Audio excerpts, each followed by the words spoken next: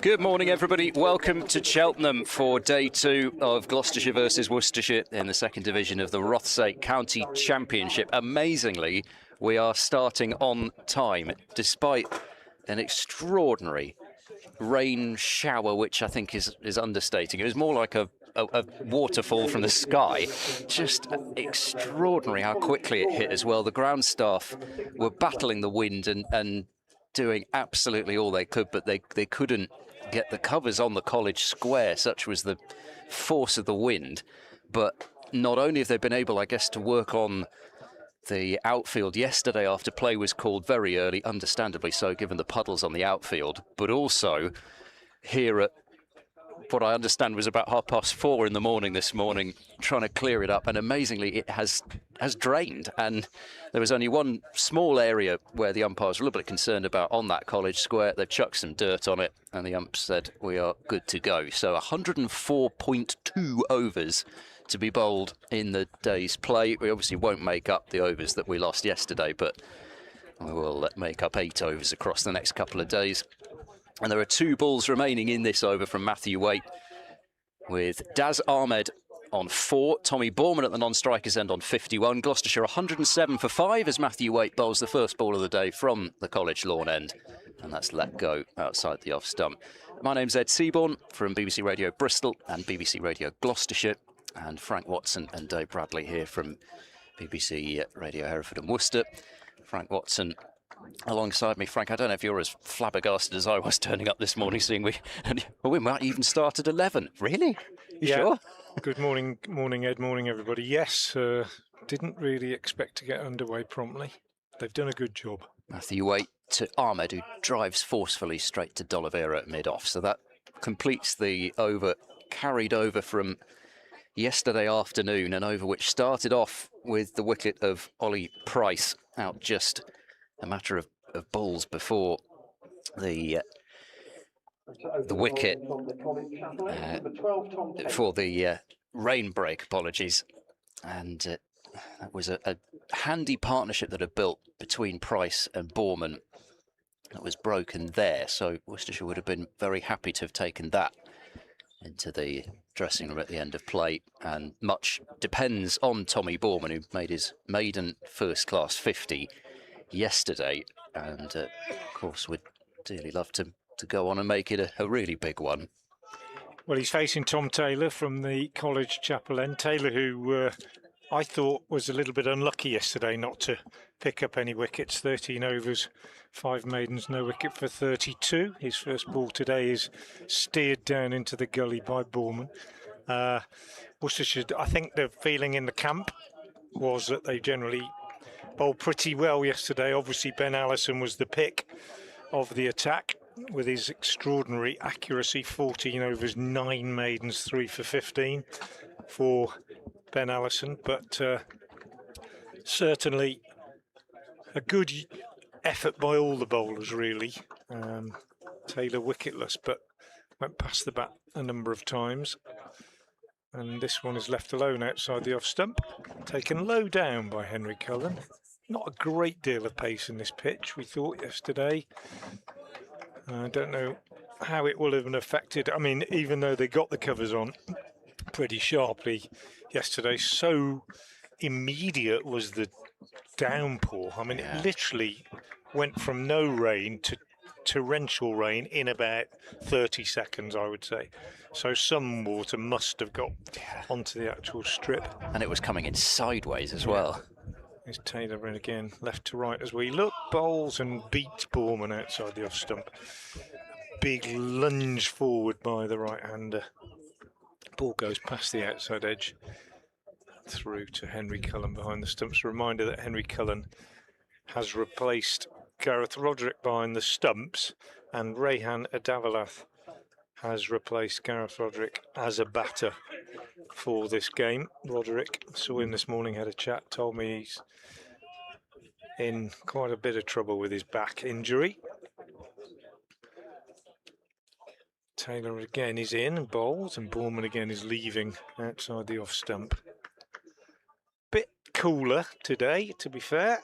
and probably not as big a crowd as we had at this stage yesterday. Still healthy attendance, but not as many as there were here yesterday. Maybe there were some people who, like us, were expecting that there'd be a delay this morning.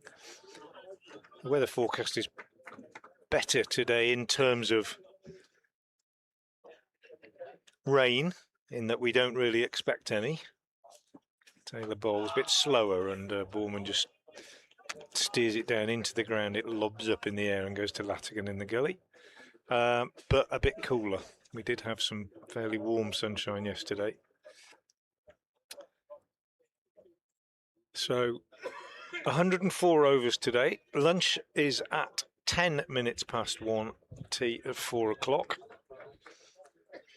And, well, it depends on how much spin we see and how many wickets fall and so on, but it could be quite a long day's play today, I think, as Taylor is in and bowls and Borman is forward pushing into the covers. There's no run. That's the end of a maiden over from Tom Taylor. 14 overs, 5 maidens, no wicket for 32, his figures. And Gloucestershire remain on their overnight score of 107 for 5. So we're going to have to battle all over again, really, having seen off the new ball and then Price and Borman having to weather the impending storm as Matthew Wade is into Ahmed. It takes a hand off the bat, rolls it into the onside. He did try and play it to start with, I think, with a bit more venom out there, but just checked his shot. Deadened the impact with that short mid-wicket in place. Yeah, I don't think batting has been particularly straightforward at all on this surface, and I don't think it's going to get any easier as the game goes on.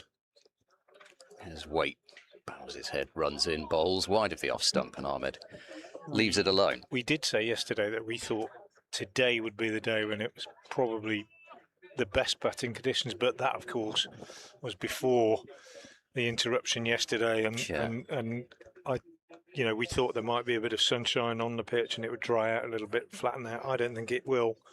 It's not a minefield by any means, as Ollie Price and Tommy Borman showed yesterday, but it's not going to be easy at any stage, I don't think.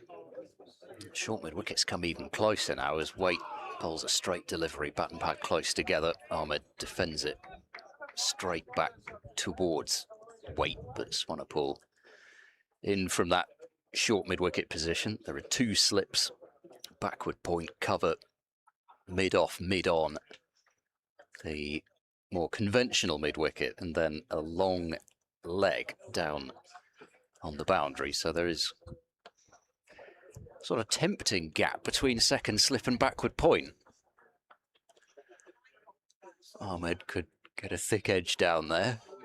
Waite in. Oh, we're certainly not looking for a thick edge. He's thumped that drive through extra cover, and I don't think the outfield's going to have slowed down masses despite the amount of rain that we had. And Ahmed is on to 8. Both his runs, or both his scoring shots, I should say, boundaries, so 111 for 5. Yeah, Waite just over pitching, not something he's been guilty of too frequently.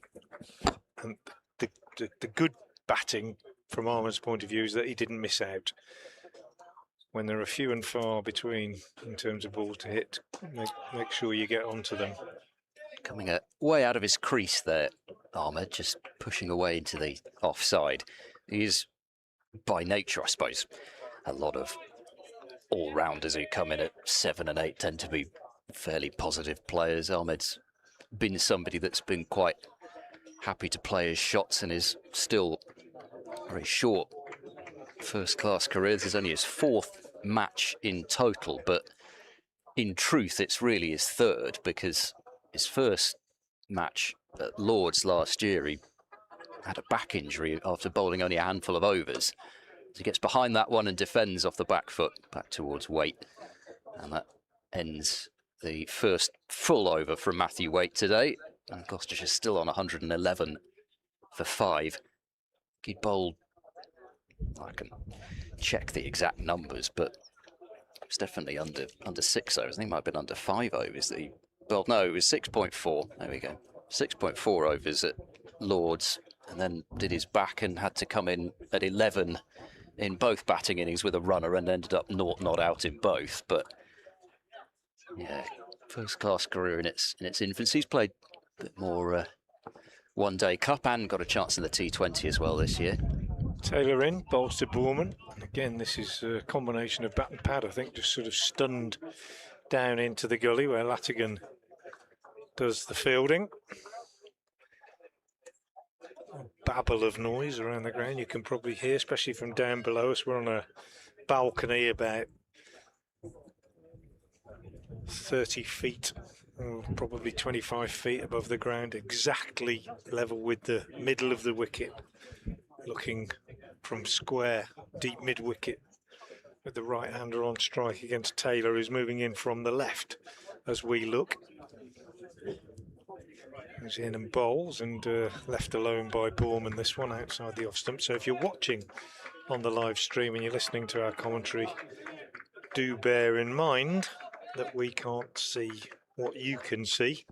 So your view from behind the arm is very different from our view from square of the wicket. We can see replays, but if we say something that sounds wrong in terms of line, do bear with us, because we're watching from a different vantage point. Taylor again is in, bowls, and Boorman is again steering this one down into the gully. Latigan, a busy man this morning. Taylor's line has been consistent on or just outside off stump, and runs have been hard to come by, as they were for most of yesterday. The sun has been obscured by the clouds. The light's not great. It's not bad, but it's not bright. No bowlers of absolute express pace in this Worcestershire side. Taylor in and bowls. Boorman is forward, pushing into the covers. Libby the fielder. Taylor yet to concede a run this morning. Plenty of encouragement for the Gloucestershire batsman. Looking across the ground, there's a couple of bouncy castles. Yeah, there's to the also side of the stand, and one of them has got 3 pairs on it, which looks like the Worcestershire badge. Oh dear. Isn't it? Can you see that? Strange, isn't it? To cover those up.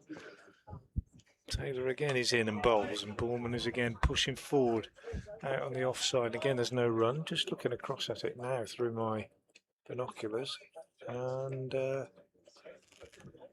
it definitely. No, it isn't. I think they're not 3 pairs. They're 3 bags hanging down, but on a white background, it looks very much like a Worcestershire right sort of badge, pattern, isn't it? The other inflatable structure next to it is. Oh, they're the wrong way around. They're upside down, aren't they? No, it's close enough. Yeah. The other inflatable structure next to it, I think, is the one where you wing the ball at that device and it tells you how fast you've thrown it. Oh, right, okay. Taylor in. Steered into the gully again by Boorman, and another maiden from Taylor. We had just the one scoring shot this morning. The 4 through the covers by Daz Ahmed off Matthew Waite. Taylor's bowled 2 maidens, 15 overs, 7 maidens, no wicket for 32 now from him.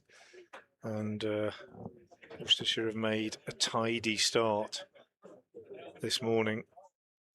Boorman and Ahmed being made to work very hard.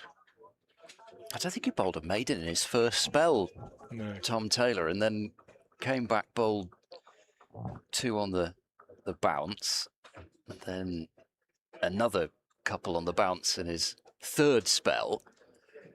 Wait into Ahmed, who's standing tall and jabbing this one out to cover, where Libby picks up and polishes the ball on his sleeve.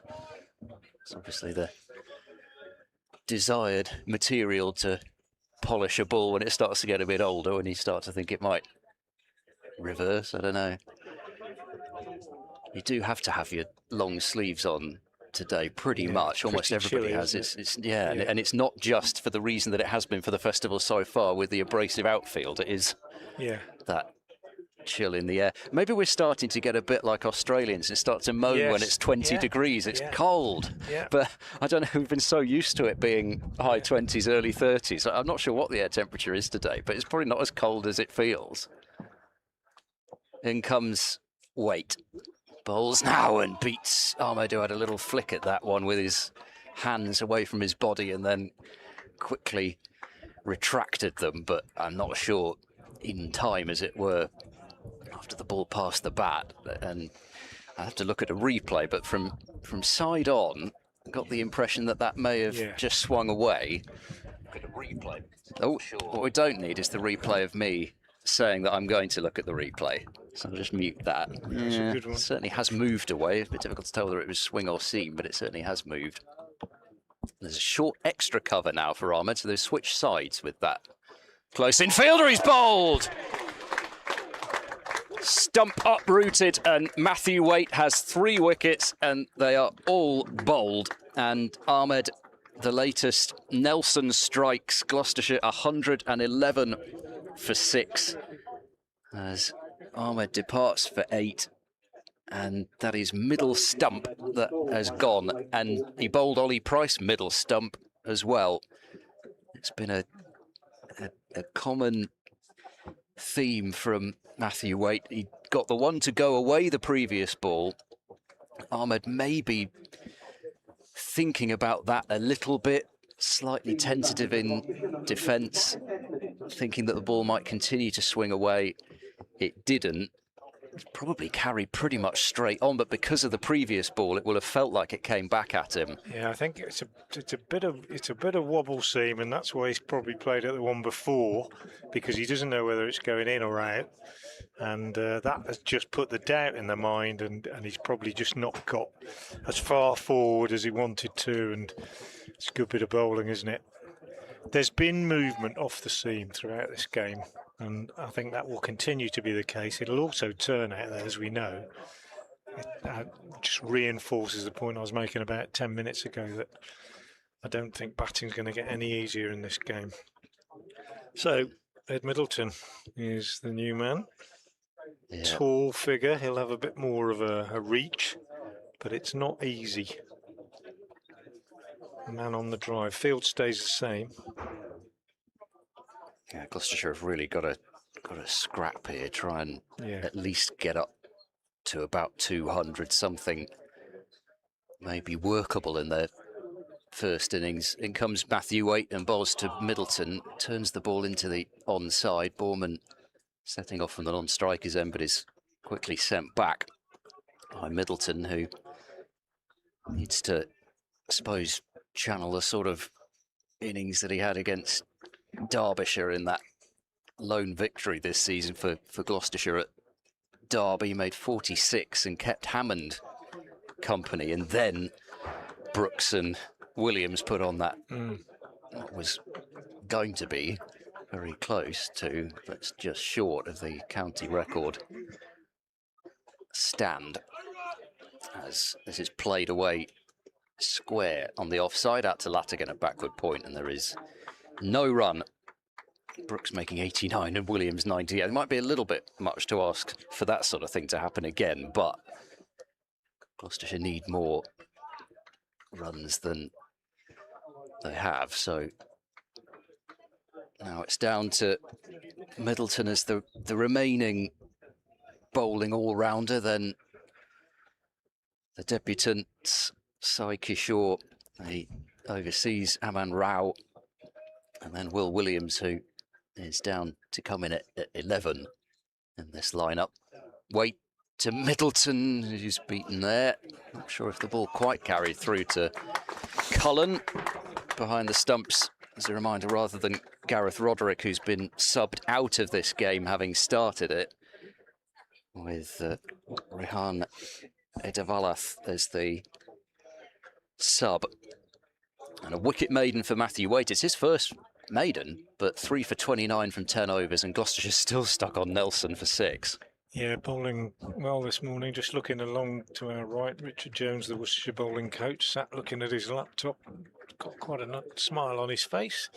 Not surprised if he's watching what's going on out there, because his charges have made a good start this morning. Tom Taylor trying to continue that, yet to concede a run today. Outside the off stump, Borman leaves alone, and Cullen takes. Yeah, it is a bit chillier this morning, and it's just a bit, I suspect, just a little bit more difficult for the batters out there. Not because of the temperature, but just because maybe a little bit of moisture got onto the pitch yesterday, or maybe they're just bowling a bit better. I don't know. It's not been an easy task this morning. Borman has yet to score one this morning. He's yet to get to the other end this morning, actually. He's been stuck down at that end facing Taylor, who is in his third over. He's bowled 14 dot balls this morning, Tom Taylor.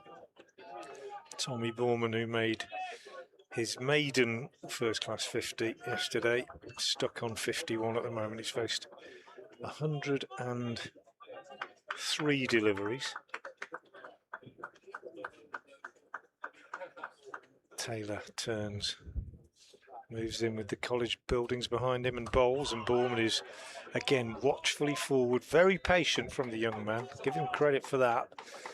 Pushes this out on the offside. He's not allowed any kind of pressure to get to him, or it wouldn't appear to be the case this morning. The youngster happy just to weather the storm.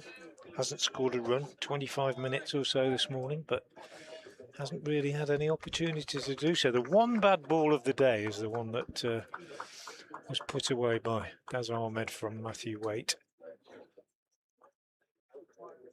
Taylor again is in and bowls, and again Borman is very, very watchfully forward. Latigan Fields Possibly could just be a single there. I think he placed it. They might just be having a bit of a chat about that now, because he actually placed it perfectly between backward point and cover. It would have been an opportunity to go, but the problem is when you're sort of stuck a bit there, especially if it's a bit cold and chilly. Don't want to get run out. Yeah, that as well, because he was, well, he probably should have been run out on 37. Not that it would have been his fault, but they had the opportunity, Worcestershire, to run him out. They did. Taylor again is in. Bowls, and this time it's a bit wider, and Borman leaves it alone outside the off stump. Plenty of blue sky around. The cloud is high. Don't think we're going to have any repeats of yesterday's monsoon. It really was. I mean, forgive us going on about it, but it really was a torrential downpour, and we're actually not under. We're under umbrellas, which are designed to keep the sun off, not the rain. Taylor again is in. Borman on the back foot this time, defends into the covers. And it's another maiden from Taylor, the third this morning. 16 overs, 8 maidens, no wicket for 32. And as those of you that are listening and watching, you might have at some point in your lives wet a book by accident, spilled some water on a book. Well, I have a book that I write everything down in, and another little reference book that I use. They were on the desk, and you know, when you dry them out and the pages go all wavy and swollen, well, that's what my books are like this morning, because we had to grab everything and run for cover yesterday, and it took a while, and we didn't get everything to safety. And comes Waite, and this is defended by Middleton. Very solid looking defence up to mid-on. The first priority, of course, was the BBC's kit. and then of course personal kit. So yeah, the shuttle runs, and they were runs from here to indoors through what was basically it was genuinely like a waterfall coming off the roof.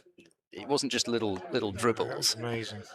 Waite, fuller delivery. Middleton squeezes that one to backward point. Again, as he so often does, he's an imposing figure at the crease, is Middleton. He is indeed, yeah. He does tend, at the non-striker's end, he's one of those batters, and you just get to know it, that is always looking for the single. So you can't take too many steps down on that basis.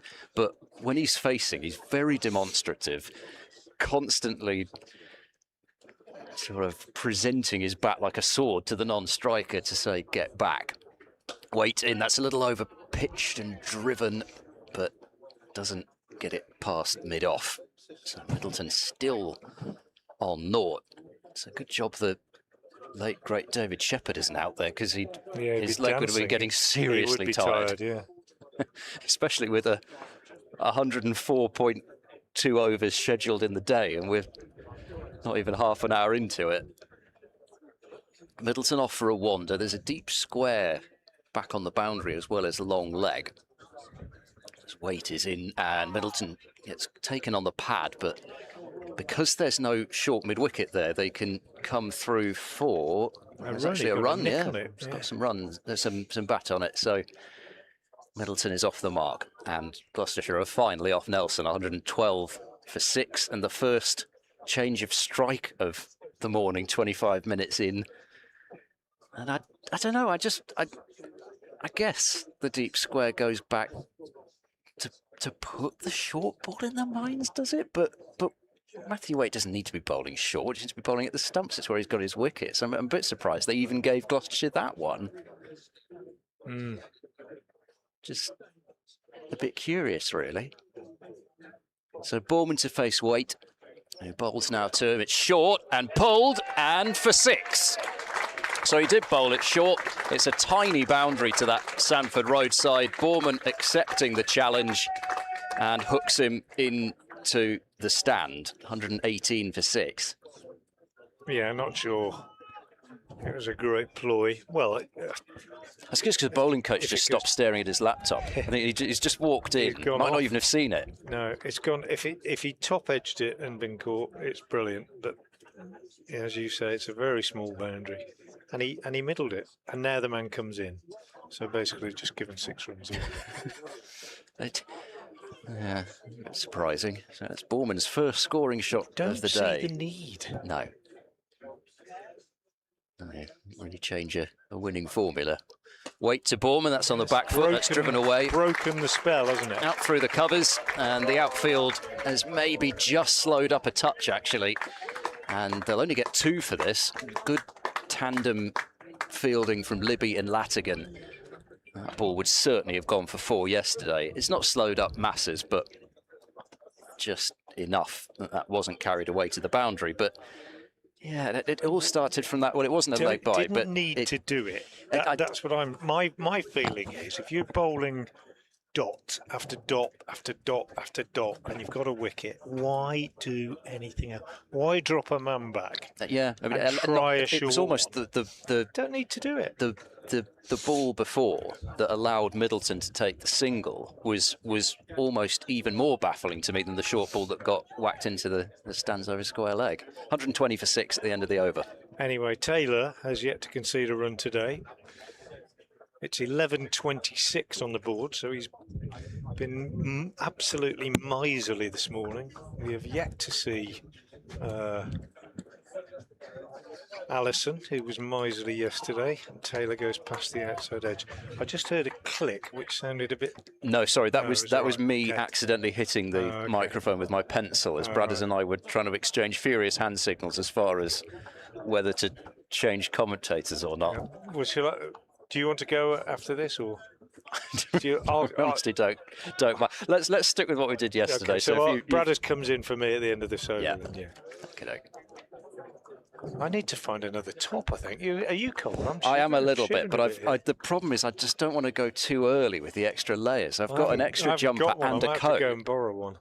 Taylor comes in and bowls, and this turn by Middleton on the leg side. There'll be another 2 as Rayana Devalath chases it back from mid-wicket. And as you say, that leg by, well, it wasn't a leg by, he got a nick on it, but that single has just broken the spell, hasn't it? And that bouncer that was hit for 6 and punch off the back foot by Tommy Bourman in Matthew West's last over. Now Taylor, shock horror, has actually conceded runs. You might have to do what Kevin Howells did when he came here about 4 years ago and buy a Gloucestershire top from the shop. I won't be doing that. Taylor is in and bowls, and forward comes Middleton and pushes into the leg side where Adavalath does the fielding. 122 for 6. Middleton has 3. Bourman, becalmed on his overnight score, has broken the shackles and has moved on to 59. Taylor still wicketless. Certainly deserves something. He's in now and he bowls outside the off stump, left alone by Middleton. Henry Cullen skips across to his right to make the take. He's bowled a lovely full length this morning, Tom Taylor, because it's not been that sort of pretty maiden bowling where you're just, you know, you're getting defended, but you're not threatening at all. He's bowling the length where if they drive at him, they're very likely to bring those 2 slips into play. We'll do him now, but he hasn't bowled a short one and he hasn't bowled a half volley, I don't think. But that is slightly more difficult with batsmen different stature like these two. This one outside the off stump. When Bourman and Ahmed were in, he was just hitting the same. Well, he was only bowling at Bourman, to be fair, but now he has to just pull his length back a little bit against Middleton, who is a very, very imposing figure at the crease. He'll have to do the same if he gets to bowl at Aman Rao. Yes, I mean, Kishore's not short either, but Aman Rao, man going back 6'5" or something. Because they might be trying the old short ball ploy again. Again, I'm not sure there's a need to do anything different. At least it's to the longer boundary this time is the only thing. Taylor's in, and it is clipped in the air, but only for 1, and it would have been safe even if the fielder was still in. And that is the end of the over from Tom Taylor. 3 runs coming from it, 123 for 6, and I'm going to give way to Dave Bradley. Thanks, Frank. So Gloucestershire just getting their total moving a little. I mean, as much as we're being critical of one little thing, it is still Worcestershire who are bang on top. Playing everywhere this morning around the County Championship and at Headingley in the Test match between England and Pakistan. As Waite runs in here from the College lawn end to Middleton, and that is defended off into the offside for no run. Morning, Bradders. Head and listeners, viewers, texters, whoever you are. Good morning and welcome. I've got to tell you, it's a chilly morning. I've been looking forward to this for ages. A chilly morning? Yeah. Trouble is, people of my age, hypothermia is a real danger, you know. Might be if it's this chilly at 7 o'clock. In fact, I was looking at the temperature. It's supposed to be potentially 9 degrees tonight. Is it? And tomorrow. Lovely. We're getting frost before we know it. Oh, yes. We'll be waiting for frost before we pick the sprouts. Wait, as in Middleton just lets that one go. That's what my dad used to say. Never pick a sprout till Jack Frost has been out. There you go. So they reckon it improves the quality of a sprout. Didn't have many frosts last winter. But anyway, it's a joy to be here. And as you were saying earlier, amazing that we started on time. I just can't believe it. We were thinking coming down, maybe an early lunch or something. Yeah. I was worried about the whole of today, really. Great work. Waite goes in, bowls, Middleton turns leg side. Fielder comes across from mid-wicket, prevents any run. Because last year, my reference point was last year's game between Gloucestershire and Middlesex, where we had a particularly heavy shower. Admittedly, we had a couple more, but it obviously wasn't like yesterday. And that put paid to the morning and I think, plenty of the afternoon as well the next day. So it was precedence as Waite bowls to Middleton and that away swing is left alone.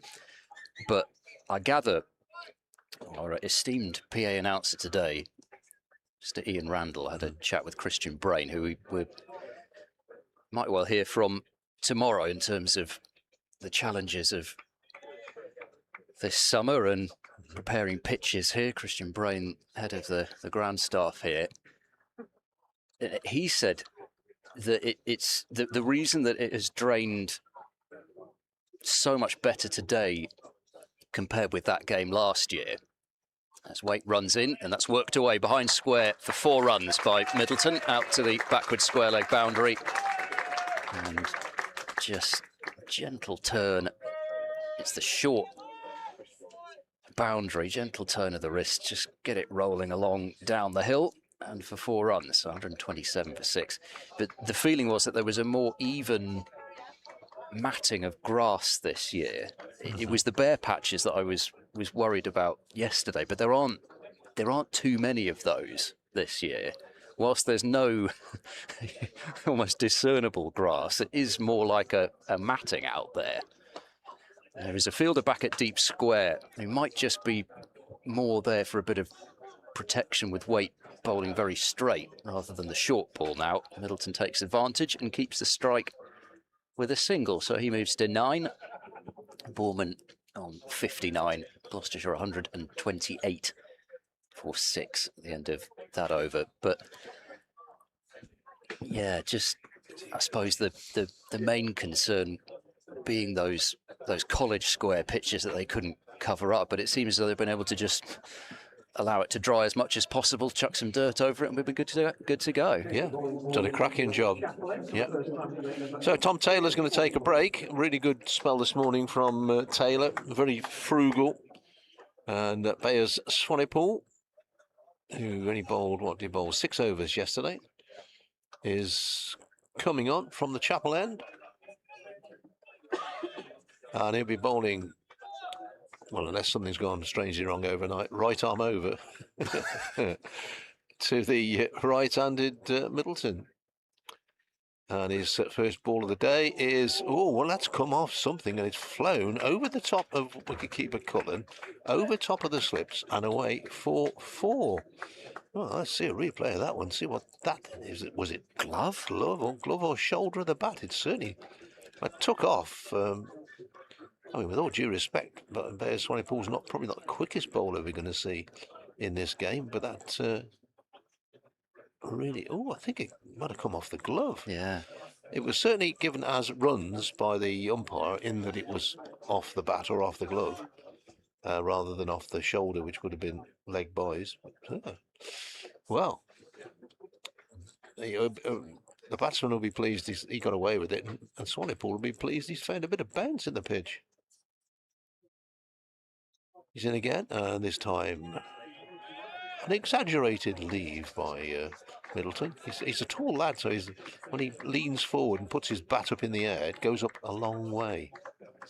So it looks more exaggerated than a shorter person doing it, I would suspect. And it caught my eye. Nice lots of people in the hospitality tents again today. The old Pats over on the far side. They're packed as usual.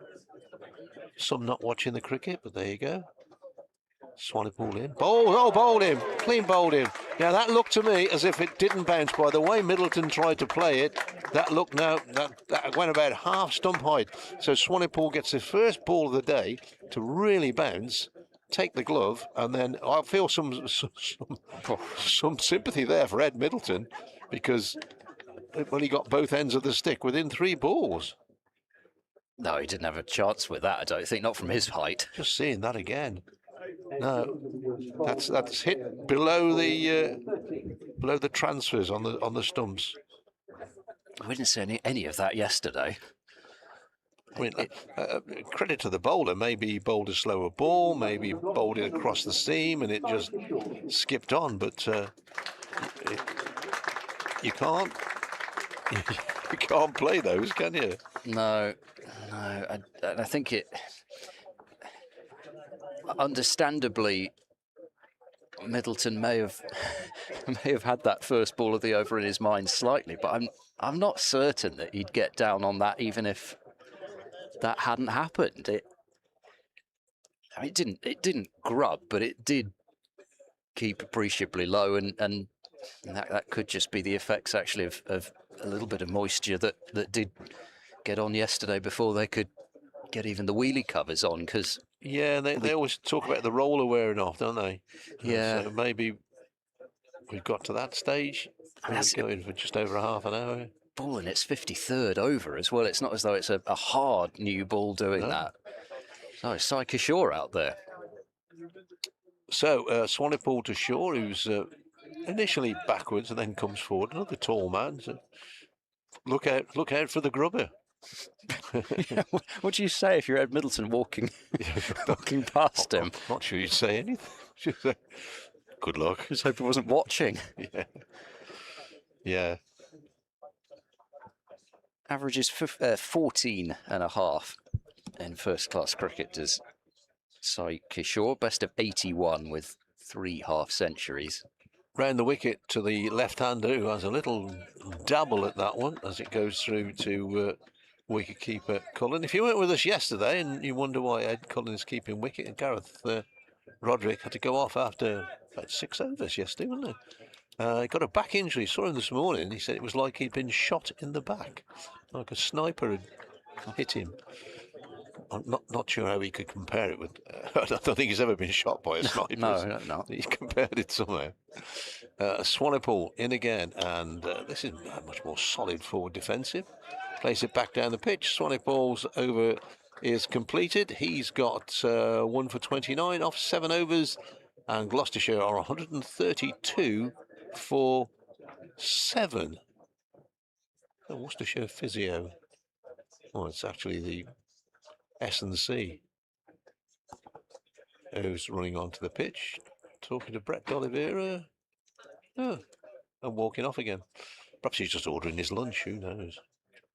Gosh, he is tall, Sai Kishore. I mean, I knew he was tall when he signed, and he seemed like a beanpole yesterday, but he seems even taller out there in the middle now. He's 6'5". They just don't sign anybody for the championship who's under 6'5" these days, even spinners. And he's a towering figure. I mean, him and Jake Libby at cover, they're just on a different scale. D'Oliveira as well. Almost twice the height of him, it looks. Because he's another one a bit like Duan Janssen, who's quite slim as well, so it seems to exaggerate it. The man who always amazes me is Oliver Hannon Dolby, who's tall and has a fat index of 0.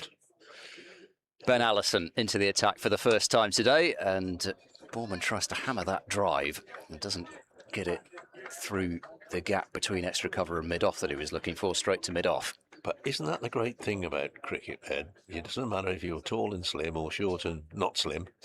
You can get a game of cricket. Yeah. You're welcome to play cricket. It is one of those sports where, and you can say at times, oh, the height benefits this person. And sometimes you can say, well, the shortness benefits that person as well. And absolutely. And whilst it might help in some circumstances, there's no one size fits all. 132 for 7. Allison is into Borman off the back foot, again looking to drive, and this time he finds the fielder at cover. So it remains on 59.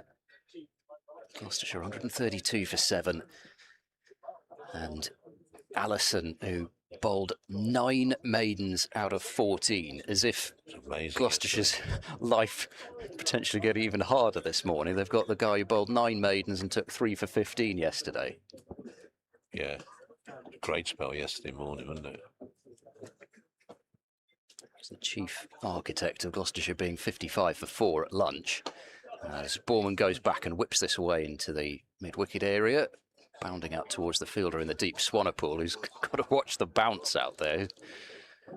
Mostly been well, it was Ed Middleton who was having to watch the bounce when he was bowling, but Swanepoel's now got to watch the bounce off the outfield down there. There have been one or two mishaps in this festival so far, as you can imagine. 133 for 7 as Bourman's on to 60. I wonder if that rain yesterday will have sort of dampened the outfield a bit, maybe not flattened it out, but made the bounce not as bad as it was yesterday in the outfield.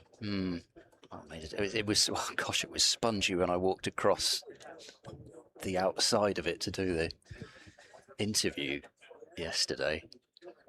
Squelchy. It's coming round the wicket is Allison to the left-handed Sai Kishore, and this is defended up towards mid-on, and there is no run. The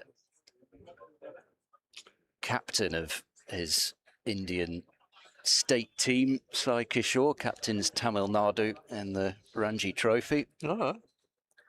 So, got a good brain. I gather he could have gone into engineering, but oh dear, sorry, the scoreboard just went bright yellow for a moment, which is very, very pleasing on the eye, but not particularly handy for looking at the score as he stretches forward to this one and defends into the offside. One imagines he'll get a bit of bounce when he bowls. Yeah. Coming down from that height. Gloucestershire will certainly need him to get through some overs in these 6 matches. He won't be wanting for work, I don't fancy, especially with what is currently, I think, 3 healthy contracted seamers, and they're all playing. So Allison to finish off this over, bowls to the left-handed Sai Kishore, and there's no run as he plays a pleasant-looking defensive push up to Matthew Waite at mid-off. So Allison conceded a run in that over, which is unusual, and Gloucestershire are 133 for 7. Live cricket from the college ground in Cheltenham. Ed Seaborn's next to me. I'm Dave Bradley. Frank Watson is on our commentary team as well today. And you are all most welcome wherever you're listening or watching. Good to have you along. Swanepoel to continue from the chapel end. He's sent Edavalath out to the deep square leg boundary. Into bowl to Bourman, and Bourman just raises the bat and lets this one go through. Started the morning on 51 Bourman, so he's only added 9 so far today. And Gloucestershire have added, how many? 20? 26. 26, yeah. 26 for 2 this morning. Good spot there. Swanepoel turns, comes in off about, what, 20 paces, bowls for the back foot in the air and gone. Caught, just bounced a little bit. He's getting that extra bounce this morning, is Swanepoel. That one bounced on him and caught by Dan Latigan in the gully, straight to him really. Pretty straightforward catch. And Worcestershire take their 3rd wicket of the morning, and Bourman has to trudge off.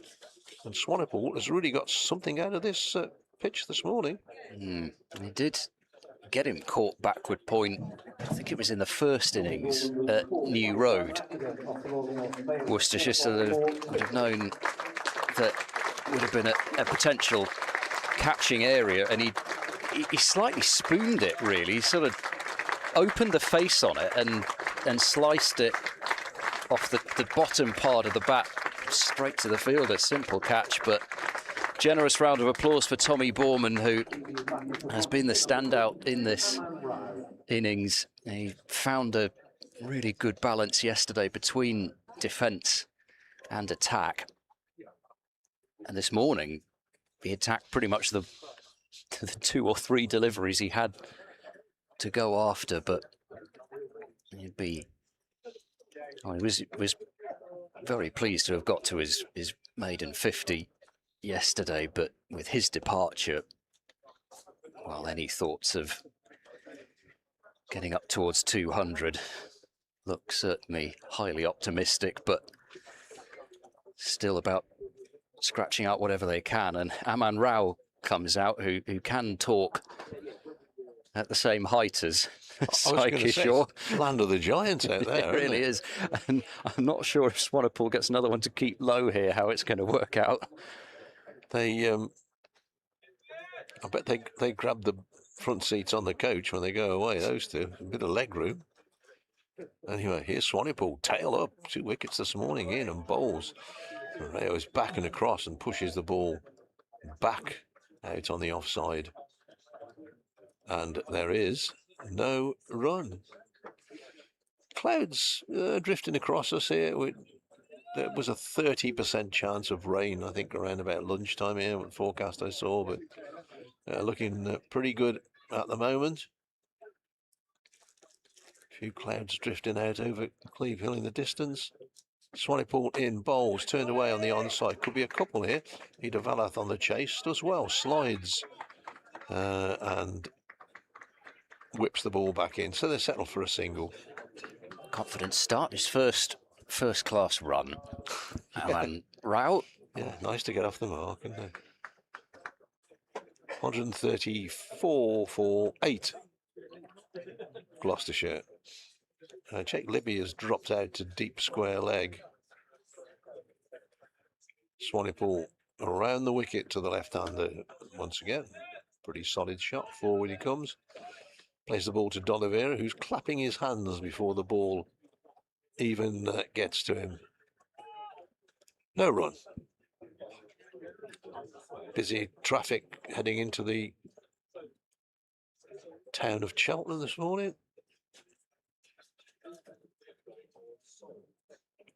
Any buzzes today, eh? There's not a bus strike on, is it? I just haven't noticed them.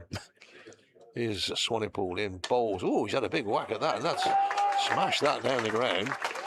It's going to just about make it over the boundary for 4-4. Well, there's a bit of aggression there, and perhaps showing the intent that he's going to bat with.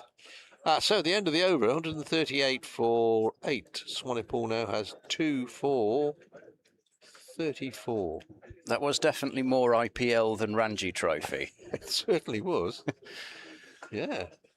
Good old swing of the bat. And as I speak, a blue, white and yellow bus chugs along the road. Thank you for that. Beginning to worry then. So Allison to continue. It'll be interesting to see if they have made in mind up he's gonna play like that. And see a couple and then whack it.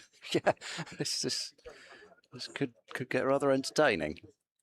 Allison passes umpire Wharf, passes to Rao, who takes a hand off the bat and keeps it down. Ball will just about have enough pace to make it up to mid-off. There's no run.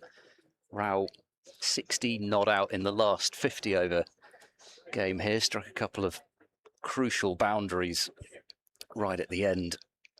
And the match play between Gloucestershire and Northamptonshire on the same pitch that they're playing this 4-day match on.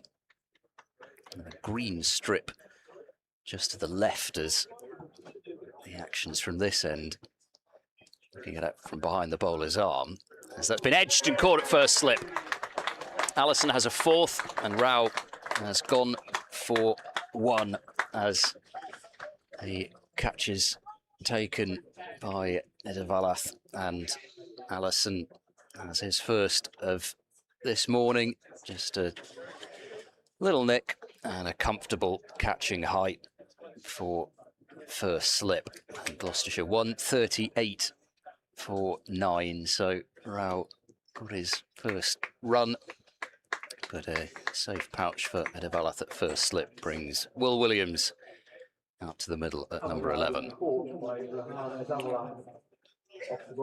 Yes, of course, he's only fielding there because Allison's bowling, because Allison normally be a first slip, so it was a comfortable catch. I don't like to say it was a difficult one, but they always come to you quick when you're in the slips, so well taken by the youngster. And, well, we had 4 wickets in 8 overs. 111 for 5 becomes 138 for 9. He might have a career best if he gets a 5 for Ben Allison, his first class best 5 for 32, so 4 for 16. Every chance.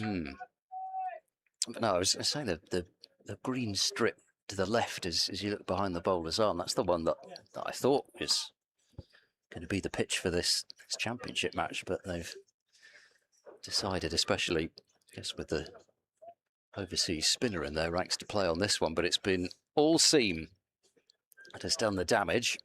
A third slip goes in for Will Williams, who's facing up now to Allison. And this one is played as if it stayed down a bit, but it is Williams's first ball, and he's not exactly short himself. Keeps it out. I think he placed his bat in the general direction, which is basically what batting is, I suppose. Yeah, it's going to be interesting.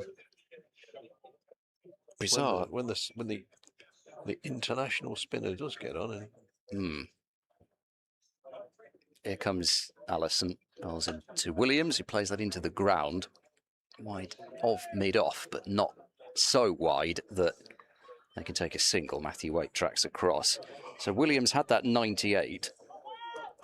He does also have 4 ducks and a 0 not out, so it's been a strange season for him. But he does average around about 13 in first-class cricket, so there's not much in the numbers between him and the man at the non-strikers end. As Allison is in to Williams, and this is kept out in very conventional fashion back towards the bowler Allison, who is 1 ball away from hitting double digits in the maiden column, which is impressive in any situation, but when you've only bowled 16 overs. Yeah. I spoke to him yesterday after close of play, obviously after close of play, and he just, it's all about rhythm, isn't it? He just, some days you prepare exactly the same and it works. Last ball of the over, deep points dropped out, and Williams is quite happy to take the single that's allowed. Allison just dropping his length back and almost allowing Williams to use that length and play the ball somewhere square of the wicket. They drop deep square out as well. So Williams takes the run. Gloucestershire to 139 for 9. So I wouldn't say I'm disappointed by that, but Swanepoel versus Sai Kishore would have been quite interesting after what happened at the end of last over. Yeah. Yeah. So Swanepoel it is, who has a chance to, I suppose, mop up the tail, but probably a little bit disrespectful. And, well, we will see. By the way, lunch today is at 1:10, folks. I'll just mention that because I was just going. Obviously, Worcestershire will almost certainly be batting before lunch. This time, half forward Williams, and the ball just trickles away from him. It looked almost as if he's going to hit it again then. I thought he's also must have a wooden leg or something. And the amount of noise that made, obviously hit his bat, but he doesn't seem to be feeling any effects at all of having whacked it into some part of his leg or foot. But perhaps he does have a wooden leg. Maybe that's what made the noise. We did many, many years ago. So Williams waits again. And this time, very solidly off the back foot, plays the ball up to mid-on, Taylor Fields. Play against a local team, Village Cricket, and the wicketkeeper actually had a tin leg, a false leg, and he would come out to bat with 1 pad on.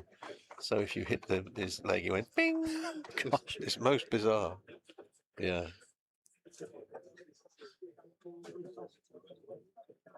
Swanepoel.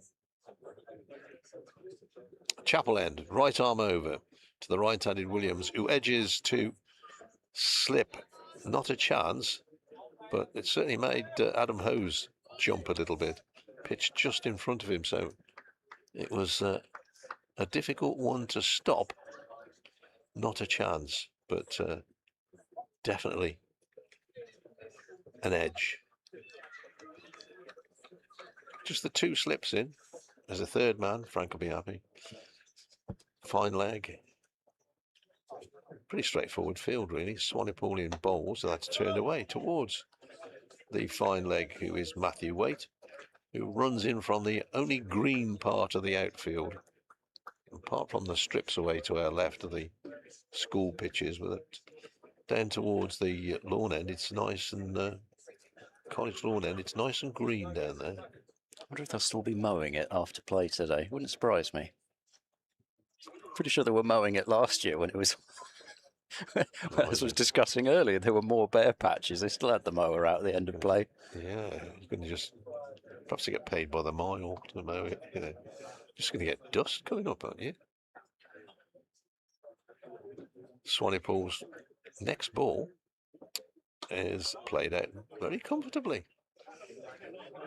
And well, I'm going to sneeze in a minute, so I'll be ready with the button.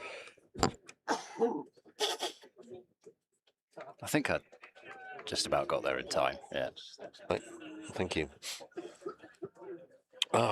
Unfortunately, the kit, I haven't, this isn't the sort of commandeering the box. It's just that this cable doesn't stretch any further than that. Swanepoel's decided to go over the wicket, and Kishore wasn't ready for him, so Swanepoel's got to go back and do it all again. He was actually into his delivery stride when the batsman pulled away, maybe just before his delivery stride. He's got to do it all over again. This will be the last ball of his 9th over. He starts off on the school wickets, school pitches in bowls, and he's gone a big one again, and he's smashed that over D'Oliveira at mid-on. A couple of bounces away for 4. So that's obviously the way he wants to play. So he's got a valuable 8 runs, 144 for 9 now at Gloucestershire. If you've not been with us today, the men out today, Ahmed bowled Waite for 8, Middleton bowled Swanepoel for 11, Borman, a very good 60 from him before he was caught by Latigan in the gully off Swanepoel for 60, and then Rayo, the last one to go, caught by Edavalath in the slips off the bowling of Allison for 1.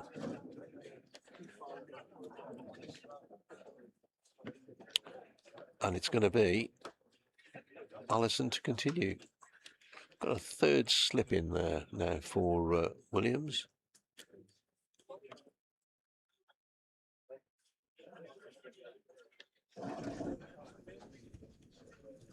Mr. Frank Watson has rejoined me.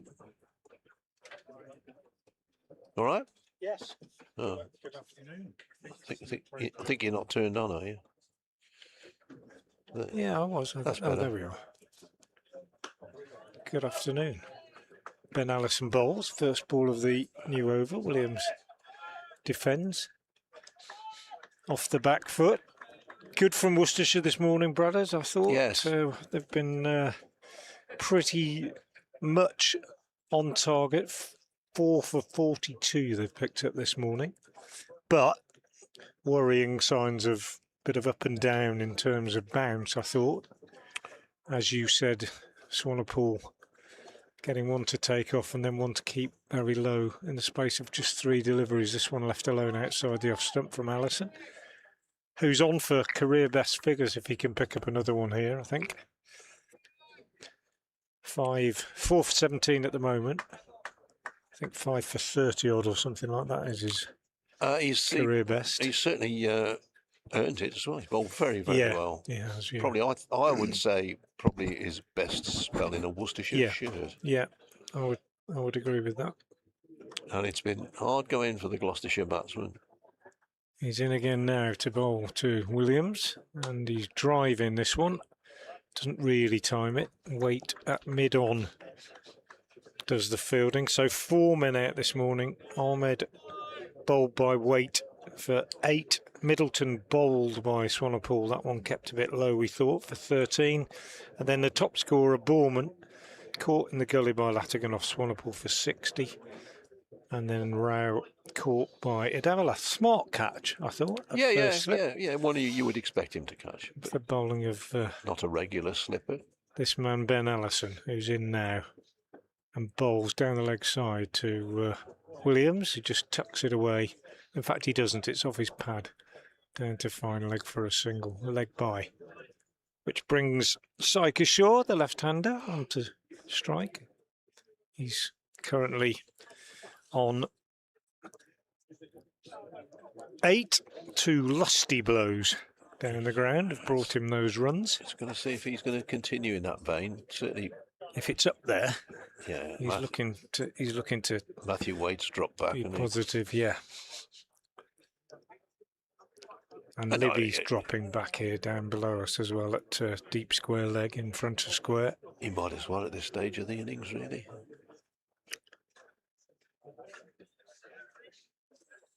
Tall left-hander, Waits.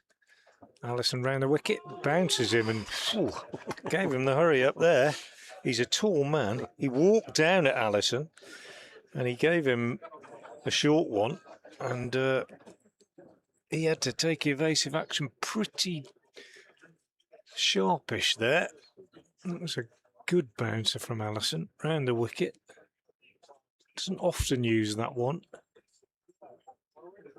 Over the right shoulder of the batter. It's not easy to get out of the way when you're about 6'6". Easier for the smaller batters to avoid the bouncers. Allison again is in, bowls, and again it's short of a length, dabs it down on the offside, and they take a single. Swanepoel comes in and underarms his throw in, hits the stumps, but batsmen were home, and that's the end of the over. Single off the last ball of it, which means that Syker Shaw will keep the strike. He's on 9, and it's 146 for 9. Yeah, certainly when him and Rayo were out there a few minutes ago together, it was the land of the giants. Williams is just a little bit shorter than Kishore, but I don't know how cricketers getting taller. Was it my imagination? Well, probably is. Will Jefferson, remember him? Yeah. Famous picture of him batting with Jimmy Taylor. Yeah.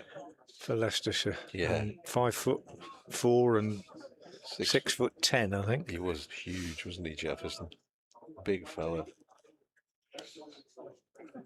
Decent player as well. Yeah, absolutely. Well rated as a slip fielder, I think. And here's Swanepoel in, bowls, and driven back down the pitch. Swanepoel puts out his left hand and just stops it. If he'd gone past him, there might have been some runs there, because it was fairly straight back. The usual hubbub of conversation in the crowd, which is probably building, I think, isn't it? Yeah, I think there's as many in as yesterday.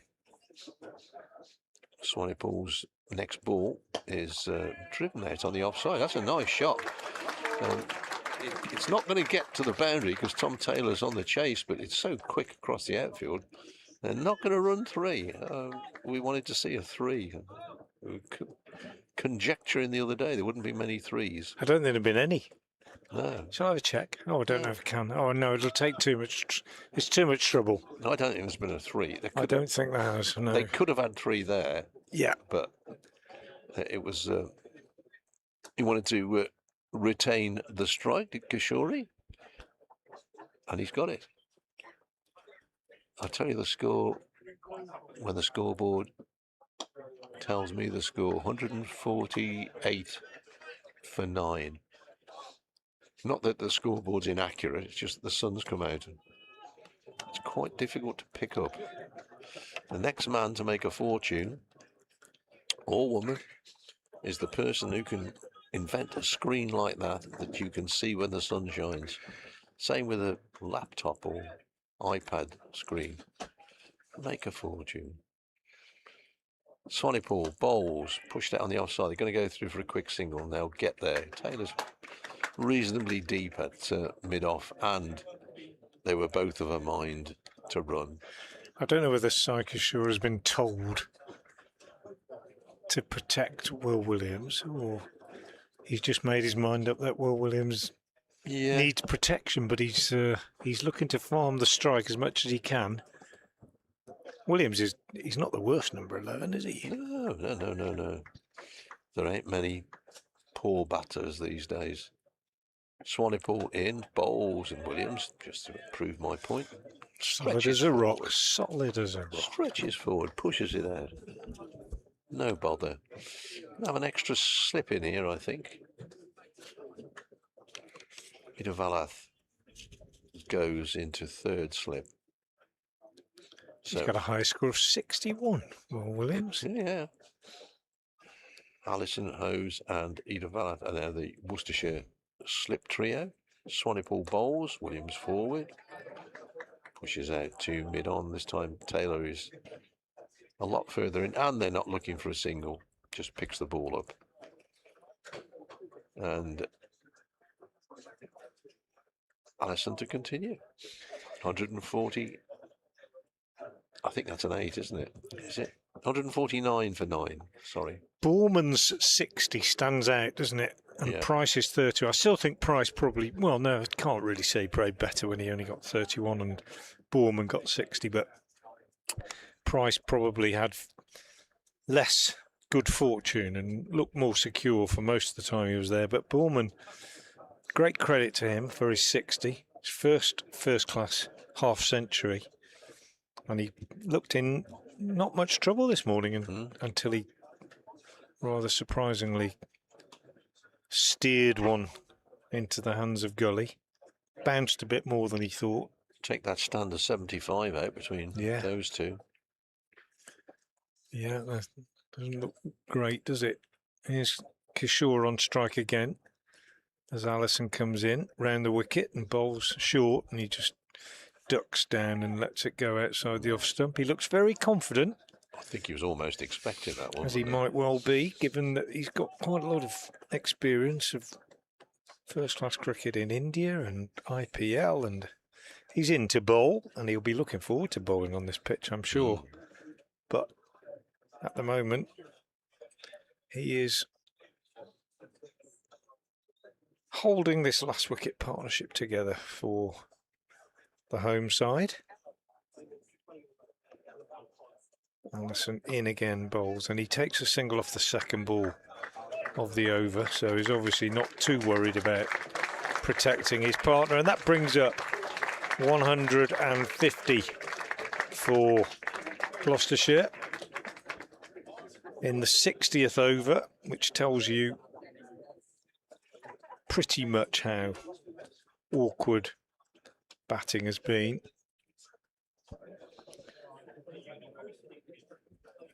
On this pitch and against this accurate bowling attack. I'll tell you what's missing as well, I've noticed from the festival this year, since I was last here anyway, is it's a bit more open at the college lawn end than it used to be, and there were more marquees, but also there used to be much more temporary seating, didn't there? Yeah, that stand over there, and that hasn't gone. Oh, that's a good one from Alison. Williams reaching for that one outside the off stump, really stretching for it and lucky not to nick it. That stand was much bigger, but they put more marquees at the chapel end. Yes, because they couldn't put them at the college lawn end. It's difficult to fit this in the current fixture list, isn't it? Yeah, absolutely. And you don't just want to have the Cheltenham Festival, you want to have some good games as well, don't you? You want to have some proper game, because they've had some under-19 cricket here as well, I think. Now listen, in again, bowls, and Williams is taken on the pads. A massive shout for LBW, but I think there was some bat involved in that. Umpire Alex Wolf is unmoved and also gestures that he thinks it might just have been going down the leg side a bit. My iPad's just died, isn't it? It needs electricity. I might be able to oblige. Oh, you're very kind. Thank you very much. Will there be a charge? Or? Well, I hope so. Will I be getting an invoice? Not much happening yet. It takes a while, doesn't it? Yeah, they've had a lash in this game here, haven't they? And they've had a couple of women's games. Yeah, and when I say they've had under-19s, I didn't mean this year, but they have in the past. Allison again bowls, and this time is a massive shout, and this time he has got him, and he has got a career best Ben Allison. 5 for 19, career best for Worcestershire, career best for Essex, hugged by his teammates. Williams goes, and Gloucestershire are all out for 150. It's a very, very good, disciplined bowling performance by Worcestershire.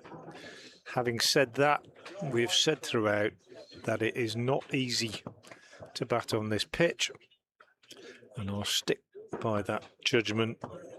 And as always, brothers, we say, let's not say anything until we've seen both teams bat on it. But it was a good effort by the Worcestershire bowling attack. Yes, yeah, very good all round. Didn't really let them get away. And Ben Allison holds up the match ball as he comes off. Great spell from him yesterday, well, and again this morning, but yesterday morning. And we did have a chat with him last night, and he was saying how good his rhythm is, and things were coming out nicely, which is what fast bowling is all about, of course. Right, so 10-minute break between innings. We'll go off and find an electric fire. No, it's not that cold, although somebody's got a nice top on them. And we'll be back as soon as the Worcestershire innings starts. We'll leave you for a while.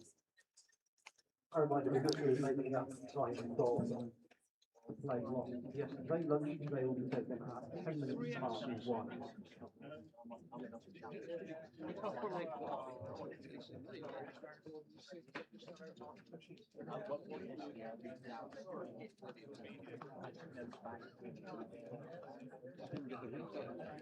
Something for your diary for tomorrow. The location of this on the ground still to be confirmed. There will be a members forum taking place before play tomorrow. It starts at 10 minutes past 10. CEO Neil Christoph, Director of British John Lewis, and Chair Peter Matthews will be on the panel. Please to answer any questions. We will confirm the venue on the ground for that forum a little later.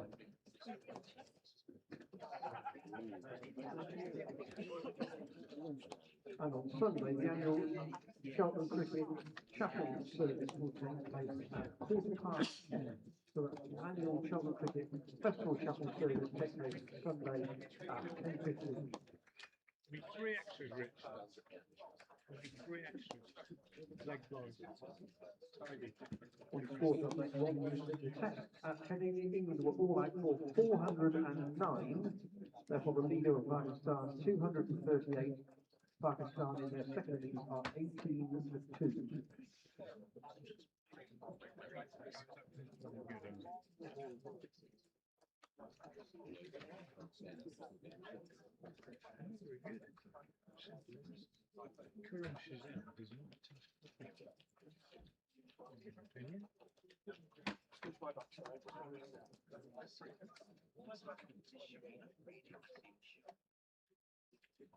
If you like to fill in your scorecard, here are the full details of the Gloucestershire innings, including the wickets that fell yesterday.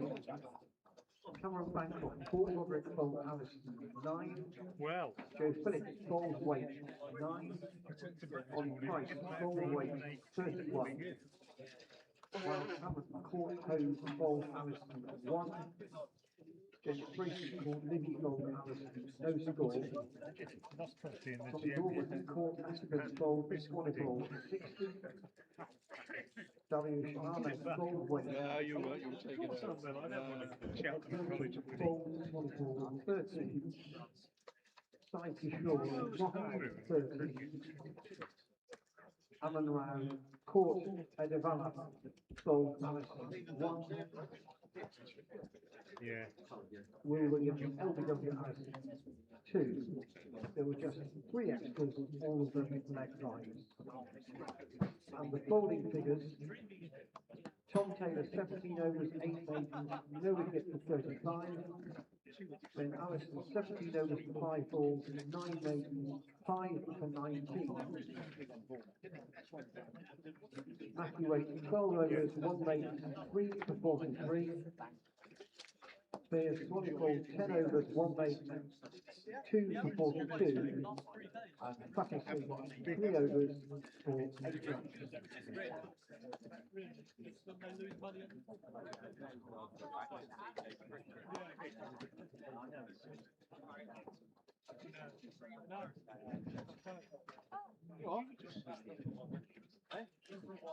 Okay. You are. You're saying yes.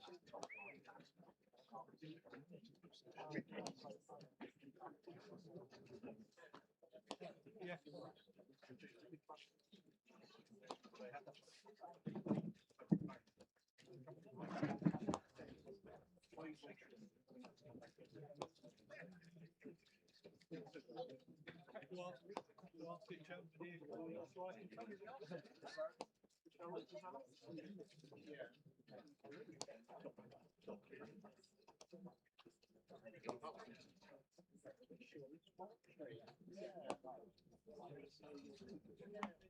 Just before we play resumes here, a reminder that on the 19th of September 2027,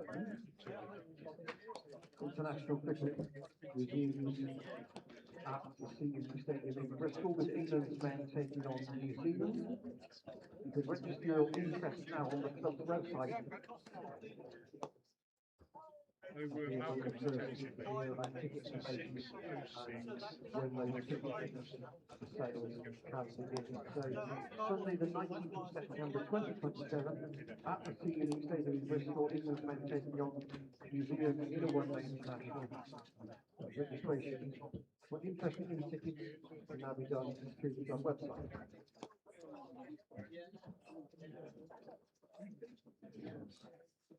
Yeah, I mean, because it's good charges. So maybe it goes into the fund, they take money out. So it's self-financing, that's good. Yeah.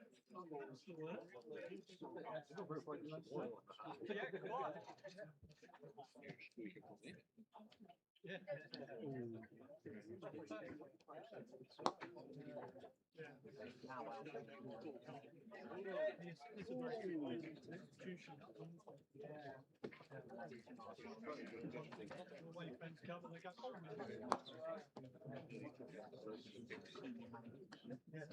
Always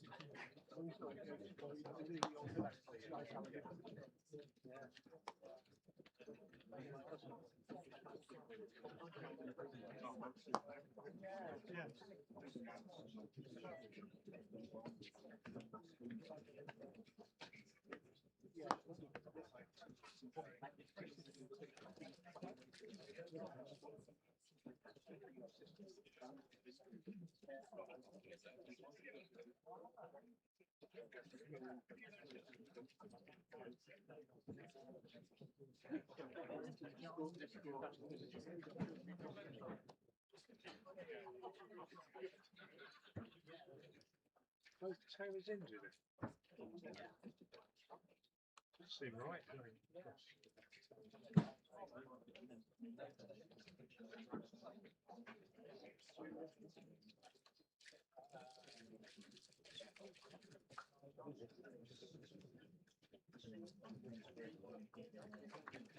Please welcome back our umpires up for Ben Heverell.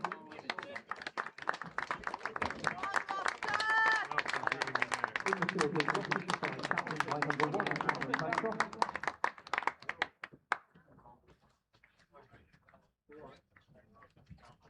And to open for Worcestershire, number 2, Jake Libby, and number 25, Dan Latigan.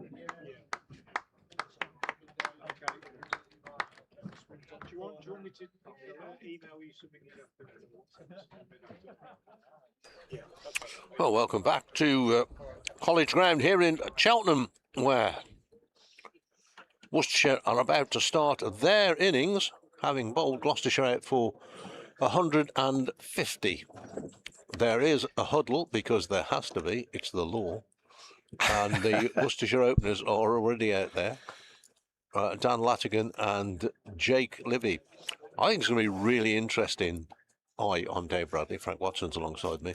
I think it's going to be really interesting to see how Worcestershire bat on this pitch, which has had something in it from the start.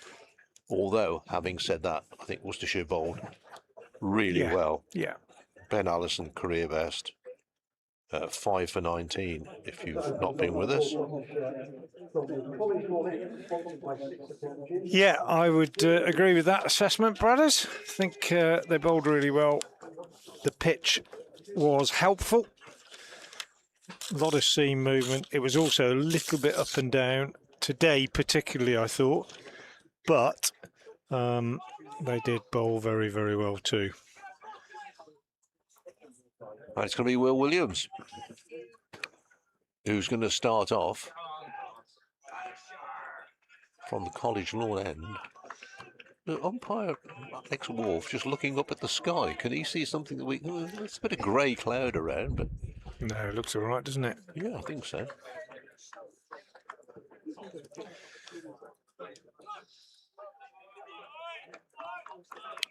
So Williams right arm over to the left-handed Dan Latigan, back in the Worcestershire team, been out for a while with a hamstring injury. And the first ball brings Latigan forward, pushes the ball out on the offside. And there is no run. What have we got? 3 slips. No gully. 3 slips and I'm going to call him a backward point, Joe Phillips. Extra cover, mid-off, mid-on, mid-wicket, and a fine leg. Williams sprints in again, and this time Latigan is forward, driving down the ground, but doesn't get it past the tall figure of Kishore, who's at mid-on. And there is no run. That cloud is building up away from the west. That's where it came from yesterday. It doesn't look as... The wind's blowing in a different direction today. Yeah. The flag's blowing it, so we're going to get what we can see, I think, rather than... it crept up on us yesterday. It did. It came from behind, didn't it? Yeah, that weather creeps up on you. But it looks a bit nasty away to the west, but not as horrible as it looked yesterday.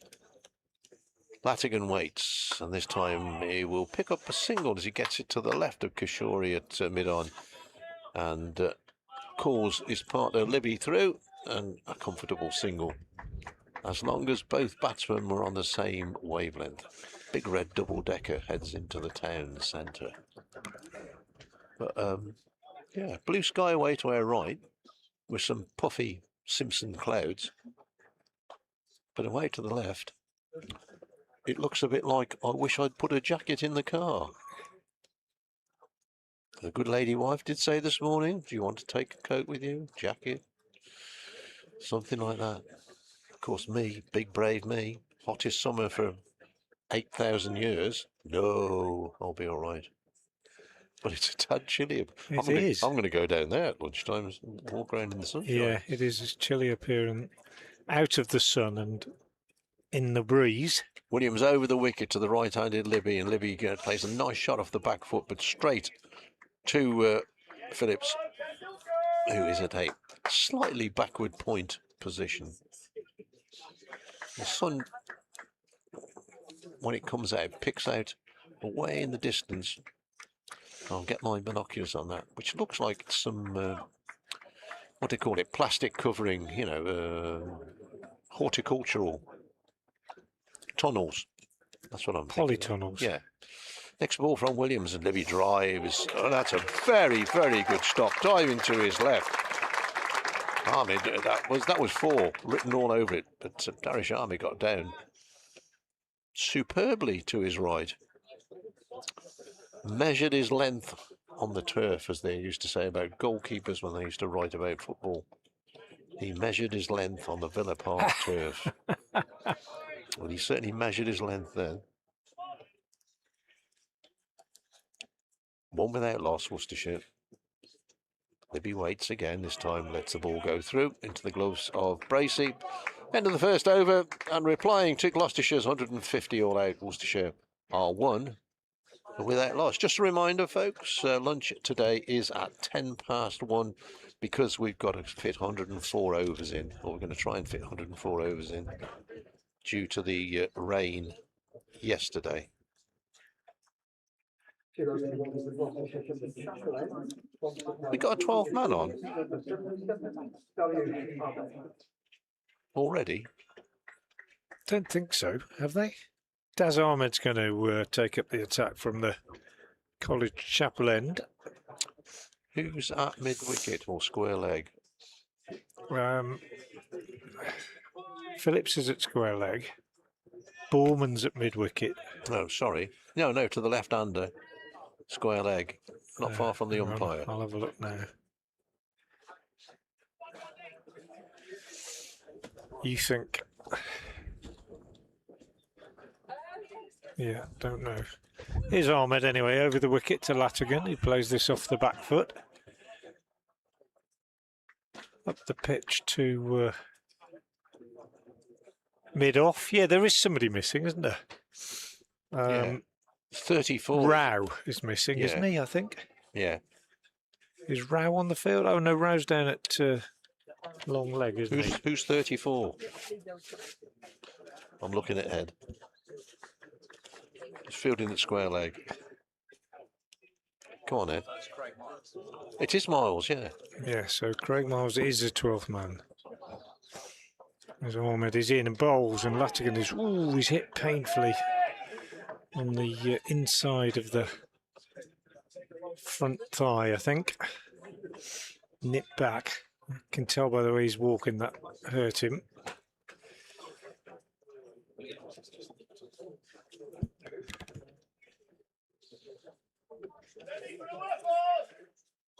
So Rao is on the pitch. We haven't quite worked out who's not at the moment. Not that it matters too much as Latigan waits for Ahmed. He's in again now to him, bowling, and Latigan is forward and pushes this out on the onside. Groans from behind the stumps. Obviously, Gloucestershire very keen to make an impact straight away. A couple of wickets before the lunch interval would suit them. Tricky little session for Latigan and Libby.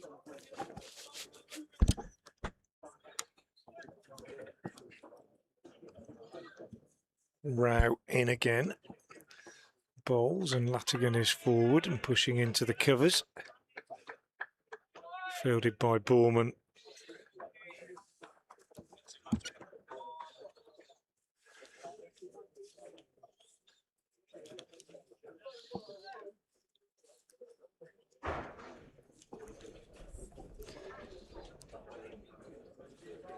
Latigan does his usual little running up and down on the spot between deliveries. Quite a bat twiddler as well. Tall left-hander. Still relatively inexperienced.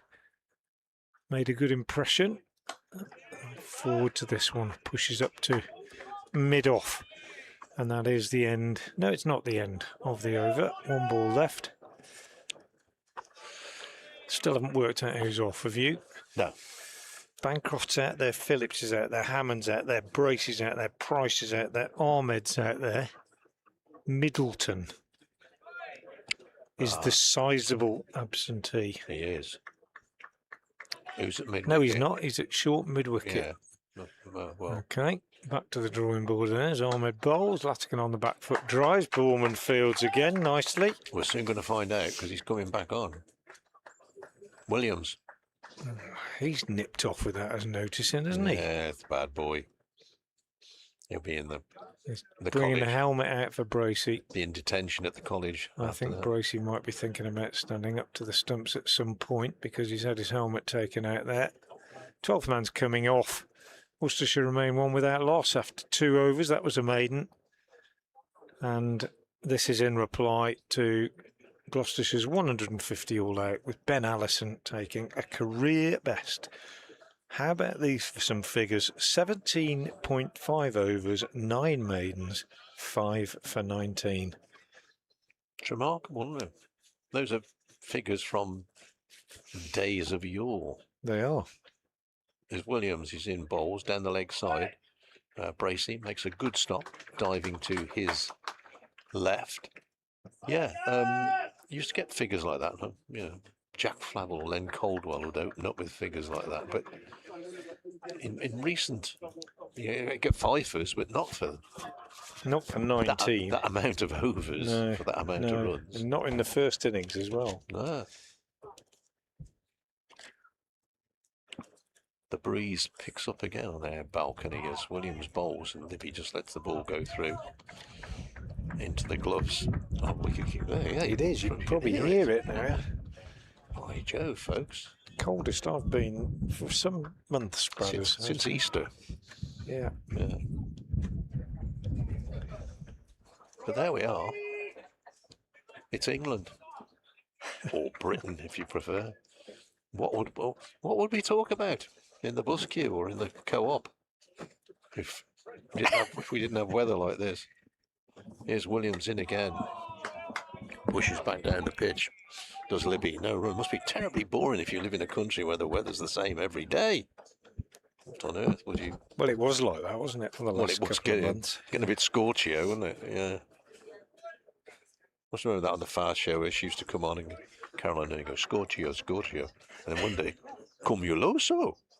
They did a special on it because there was a cloud in the sky. Cumuloso. Williams. Bowls to Libby. Libby, once again, lets the ball go by. Outside the off stump. Not drawn into the contest. Some people away to air right off for lunch early, I think. Oh, they've got some. Looks like you got a bag of chips, that fella there. Are you jealous? I am. I am, yeah. Yeah. Yeah. Prolific in the white ball one-day cup side, Libby. Not so prolific this season. No. In the championship. Waits again with his bat held high. This time he plays the ball back down the pitch. Williams can't pick it up, but they won't get a run for that one. Despite last season having made 1,000 runs in Division 1, which, as I've said lots of times, when you are playing half your games at New Road last season, not so much this season, was a very, very good effort indeed. What's he done this season, Jake Libby? 293 runs, averaging just under 20. He waits again for Williams, and this time off the back foot. Plays it nicely into the covers, but straight to Miles Hammond. And that is the end of the over. Good over from Williams. His second maiden over it was. And Worcestershire, in reply to Gloucestershire's 150 all out, are one without loss. It's interesting, isn't it, Brad, is that once the tone is set in a game by the first innings in terms of how difficult it is to score, and if you bowl in good areas, it's going to be difficult for the batters to get it away. It often carries over, doesn't it? You don't often get the other team go out and get off to a flyer. Yeah. And it's almost exactly the same. We've had 3 overs, 2 of them have been maidens, just 1 scoring shot. And the bowlers have been getting the ball in the right area nearly all the time. Ahmed bowls and continues that. Latigan just pushes defensively out on the onside, and it's just is it just a bit psychological? Yeah, I don't know. Well, it's not psychological that they keep bowling the ball in the right place, but it's I don't think they went out there thinking, "Oh, we're going to smash this." No, Libby has played 1 great shot, and it probably could have got him 4 and didn't, but because it was a good bit of fielding. Thinking there's a bit in the pitch. Yeah, maybe. Yeah, maybe. Well, there's runs here from Latigan on the back foot, pushed away on the offside. Well, I say runs, it's actually only 1 run because Phillips is quickly back to haul it in with Borman, and it's just a single. I'll tell you what I have noticed as well is Sai Kishore, who's out there in the covers, the tall left-arm spinner from Tamil Nadu. He's very, very animated and likes to sort of walk in close towards the batsman, clapping his hands and encouraging. And I also thought his body language was quite prickly when he was batting. against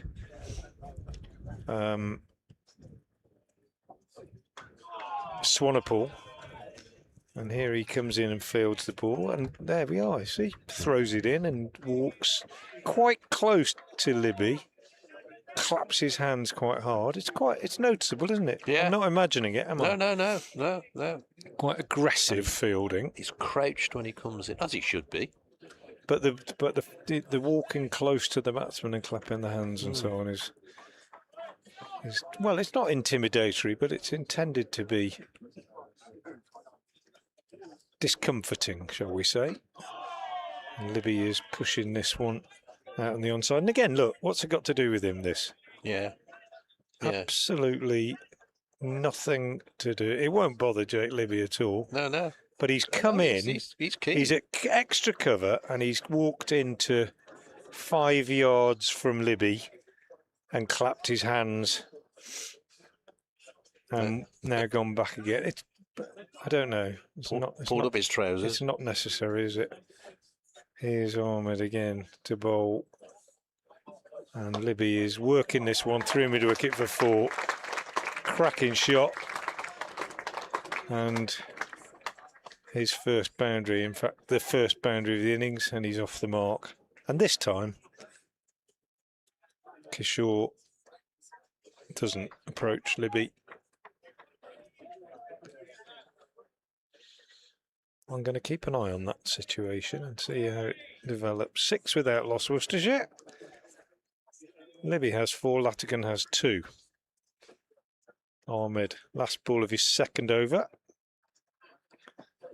Bowls, and Libby is defending that one out to Sai Kishore, who fields, and that is the end of the over. I reckon he'll have a little bowl before lunch, you know, Kishore. Just a couple of overs, maybe.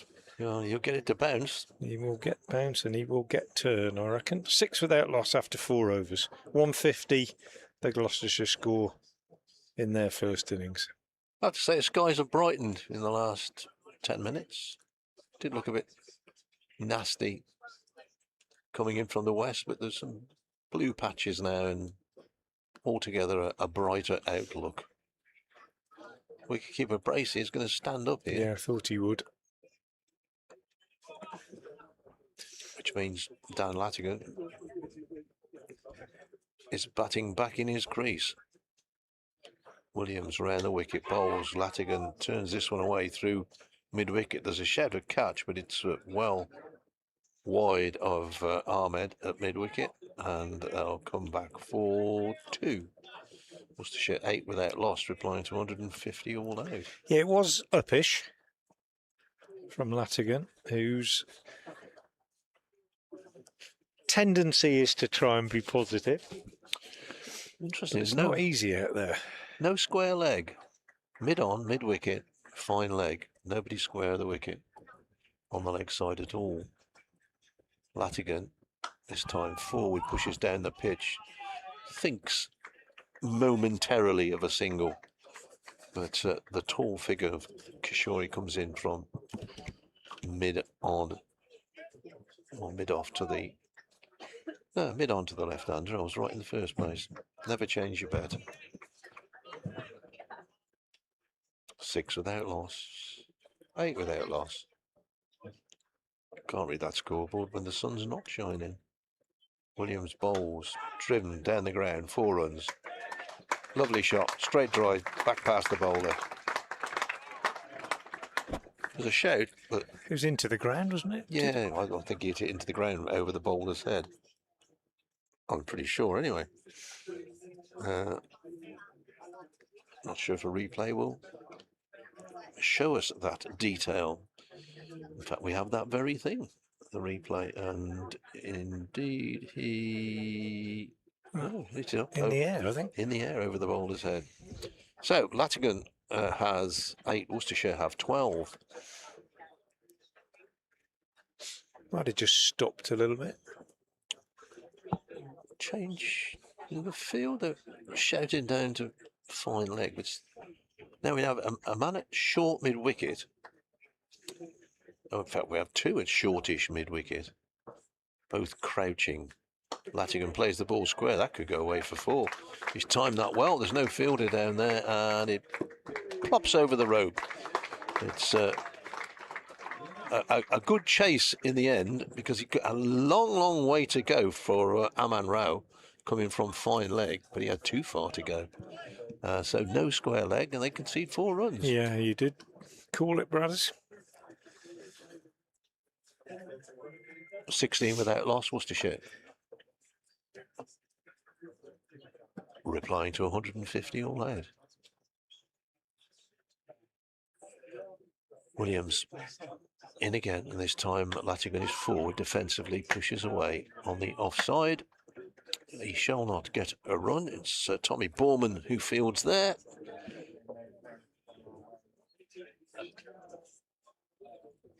So we've got half an hour before lunch, 27 minutes if you wish to be accurate. And if Worcestershire still got both openers out there at lunch, they'll consider they've had a very good morning. Williams bowls, and Latigan pushes the ball away and then goes for a stroll. And umpire Alex Wharf calls over. 16 without loss, Worcestershire. Williams has bowled 3 overs for 11 runs. It's going to be Ahmed to continue. Yeah, I think they'll give the spinner a couple before lunch, surely. Well, I'd be surprised if they don't. Just to they want to see him as much as anybody, I should think. Yeah. He hasn't had a bowl in a Gloucestershire jersey, has he, before now? Here's Ahmed from the chapel end. Bowls, and Libby cuts, but straight to the fielder at backward point. And there's no run. That's the trademark Libby, really, isn't it? That back foot punch, but he just got that one a bit too square. 16 without loss. Chilly, must be said, but a good crowd in. Ahmed bowls again. Libby is studiously forward, pushing into the covers. Kishore fields and decides to have a wander in, but I think he'll stop doing it because Libby just turns his back on him and walks away. Can't really be bothered getting involved. Ed's going to come in. Yes, okay. So me, if you could just press my button for me. I will see you shortly. I've been pressing your buttons for a while. Ed Seaborn from BBC Radio Bristol, BBC Radio Gloucestershire, coming in alongside me as Ahmed bowls, and Jake Libby drives up to mid-off. Fielded there by Miles Hammond, and there's no run. Welcome back to Ed Seaborn. I'm on Side Kishore watch, Ed. Quite interesting watching him in the field. He likes to approach the batsman, get quite close to him. Libby lets this one go outside the off stump. Even now, look, Kishore, no reason whatsoever to get involved, but he's coming in within 3 or 4 yards of Libby, clapping his hands and it won't make much difference to Jake Libby. He's seen it all before. He just goes for a walk, tends to turn his back, but Kishore's doing it all the time. Not quite sure what he hopes to achieve by it. Maybe he thinks he looks younger, Jake Libby, and inexperienced. Ahmed bowls. Libby drives to Kishore, fields the ball, hurls it into the keeper, and decides to have another stroll in, but Libby's walking away from him just as quickly as he's approaching Libby. Now he's clapping his hands. Quite, I wouldn't say it's aggressive, but it's perhaps, well, he's the only one doing it, let's put it that way. Thank goodness. Ahmed again is in bowls, and Libby is punching this one away on the onside, but straight to mid-on. Well, not quite straight to mid-on, but Will Williams runs to his right and does the fielding. And that's the end of a maiden over from Daz Ahmed. 3 overs, 2 maidens, no wicket for 5 his figures. Worcestershire still haven't lost a wicket. They are 16 without loss of 6. They're bowled tightly, these opening bowlers for Gloucestershire. There hasn't yet been the same sense of, I suppose, Jeopardy. impending, yes, I suppose impending plays and misses and that sort of thing. But they have been tidy. Definitely. Yeah, and that's certainly what you. The mood has been continued from the previous innings in terms of difficulty to score. Keeper up, Williams round the wicket to Latigan, in line and defending to mid-on, where yet again Sai Kishore picks the ball up. Wherever he's been put, that's where the ball's gone. Mid-on, cover, mid-wicket, wherever they've put him. He's got a lot of touches.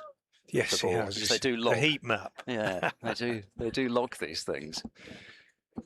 Rao fielding it at deep backward square. Has barely touched it. There's no fine leg. There's no third man. Williams bowls to Latigan, covers up defence into the covers. I suppose it is I mean, it's not masses of difference, but there'll be a few miles an hour difference between Williams and Ahmed as an opening pair versus Allison and Taylor, especially. It'd be more like opening the bowling with Matthew Wade, but Matthew Wade. Nobody's really express, are they, in this game? No. And Rao has got height, but I think Swanepoel might be the quickest bowler here. That's very wide and left off the glove of Bracey. They're going through for a single, and they throw at the non-striker's end. Had Latigan scurrying to the non-striker's end. Wide as well. Yeah, it's been signalled a wide. That's the first wide of the innings. It's a real rarity to see Williams bowl a wide. First extra of the innings, of the game, other than leg byes. So I have no idea what Alex Maybe just trying something. Now. Maybe.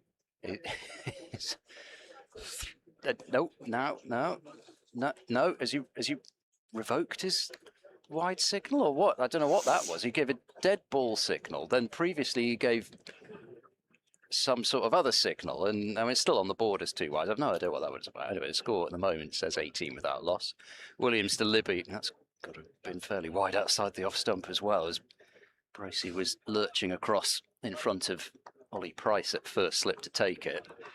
It wasn't desperately wide, but did get a bit wider with a bit of swing from Will Williams, who appears to be wearing a headband, which I think is new. I don't think he's worn a headband in his Gloucestershire career before. I can't remember seeing him wear one in his Lancashire career either. So it's a new one. Keeper's back for Libby. He's just hopping there back and letting it go by through to James Bracey again. Just a little bit of gentle straightening.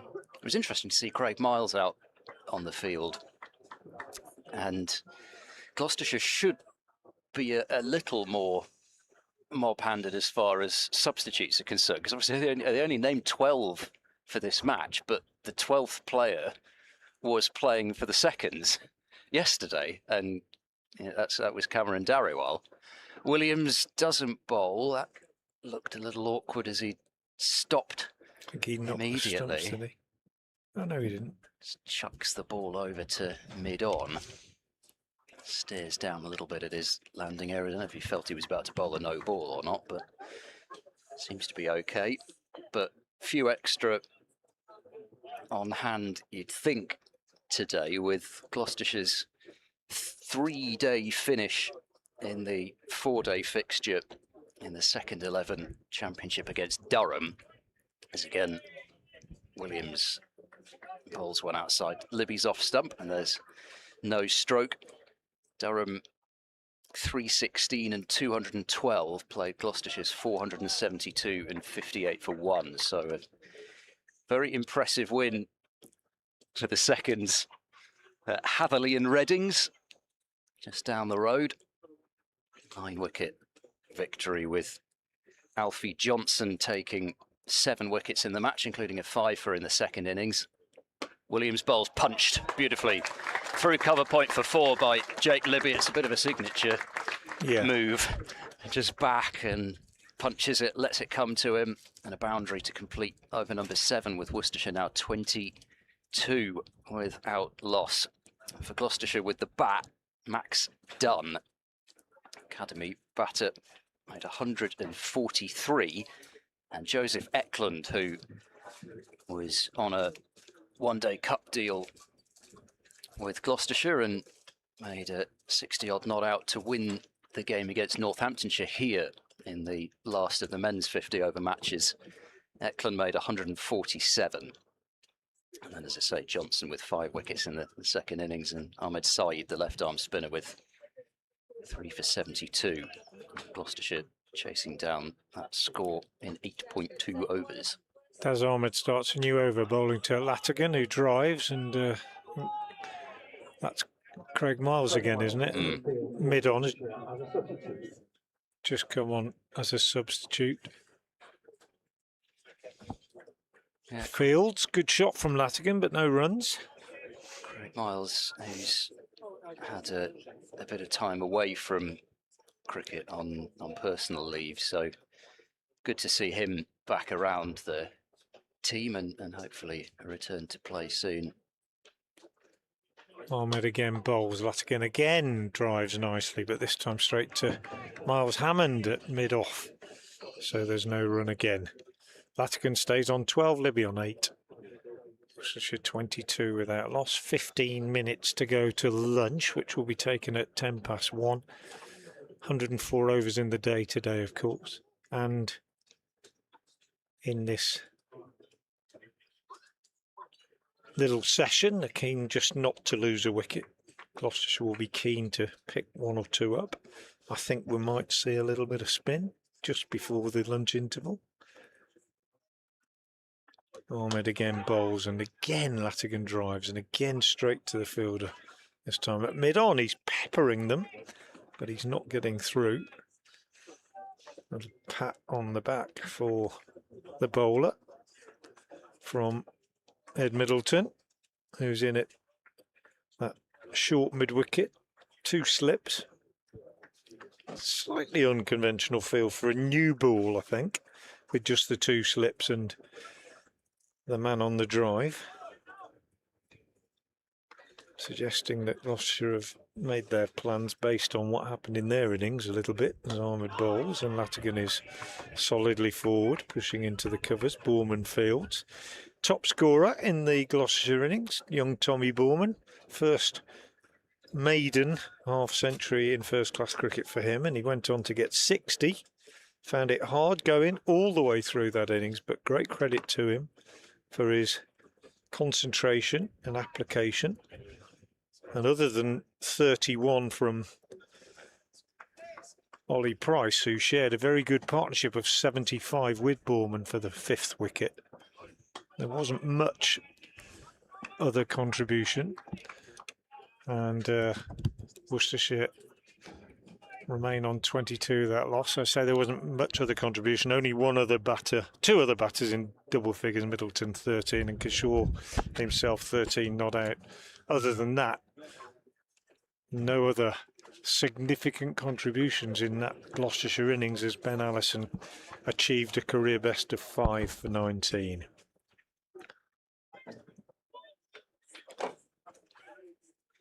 There's Daz Ahmed again from the Chapel End bowls, and Latigan drives, and this time does get a run, albeit he has to scamper as Hammond moves to his right at mid-off, and they're through for 1, which means that Latigan will keep the strike. 23 without loss at the end of the over. There's a lot more getting timed. Here's our spin, I think. Straight down the ground, isn't there? Compared with how it was in Gloucestershire's innings. I mean, they've already... The bowler's maybe been a little bit fuller, do you think? Yeah, I mean, maybe they've got to anyway, because so they're not possibly quite the sort of, we're only talking a few miles an hour, but possibly not quite there with Allison and Taylor, so maybe they're having to bowl a little bit fuller, but I don't know if it's also just I don't know, a bit of a confidence thing as well. Latigan's already got one away straight down the ground and timed a few others, but now this, I guess, could be an interesting period here. He's probably only going to get a couple of overs before lunch, Sai Kishore, and he's bowling at the left-handed Latigan to start with, but I suppose he'll have the potential footmarks to bowl into with Latigan. But we have seen, admittedly, we didn't see much of Fateh Singh, he wasn't needed, but did see a couple of balls really go when he actually bowled from the chapel end rather than this college lawn end. There's a short leg and a slip, and Sai Kishore, well, 6'5" of him bowling, and is immediately pushed away to point where there's no fielder saving the single, with Middleton back on the deep backward point boundary, so Latigan's off strike straight away. So it's all right-handers for Worcestershire until we get to Swanepoel down at potentially number 9 or so. Then Latigan at the non-strikers end, but now Libby on strike. Deep point comes up for him.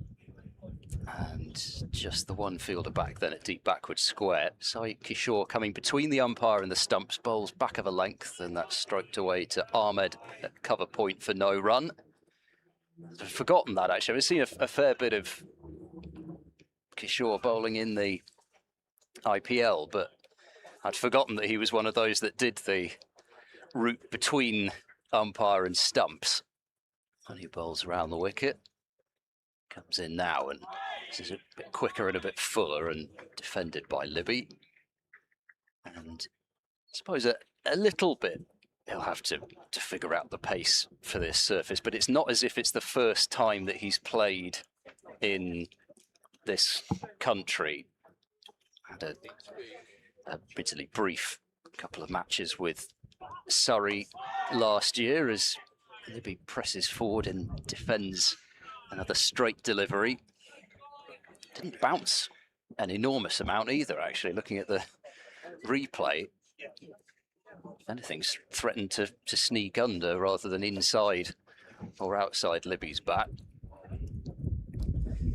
Next delivery, Libby almost just propping forward from the crease this time rather than really reaching for it, just soft hands defensive shot the underside of the pitch. So an accurate start from Sai Kishore.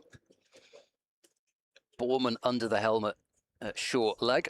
Bancroft at slip as Libby drives off the back foot. Pick out Ahmed at cover point. So no major alarms there in that first over. But a very tidy start to his Gloucestershire bowling career. And 10 minutes to go until lunch at 1 o'clock. Worcestershire 24 without loss. Well, I had the binoculars on Sai Kishore when he was coming into bowl, and he's got very, very long fingers, as you would expect for a tall man, and spinning the ball quite hard between his fingers as he was waiting to come up. Fairly conventional action, quite a bit of body in it, and quite quick. I thought he might get a little bit more out of the surface if he just bowls it a little bit slower, but I'm sure he'll work that out as time goes on. Changing bowling at that college chapel end as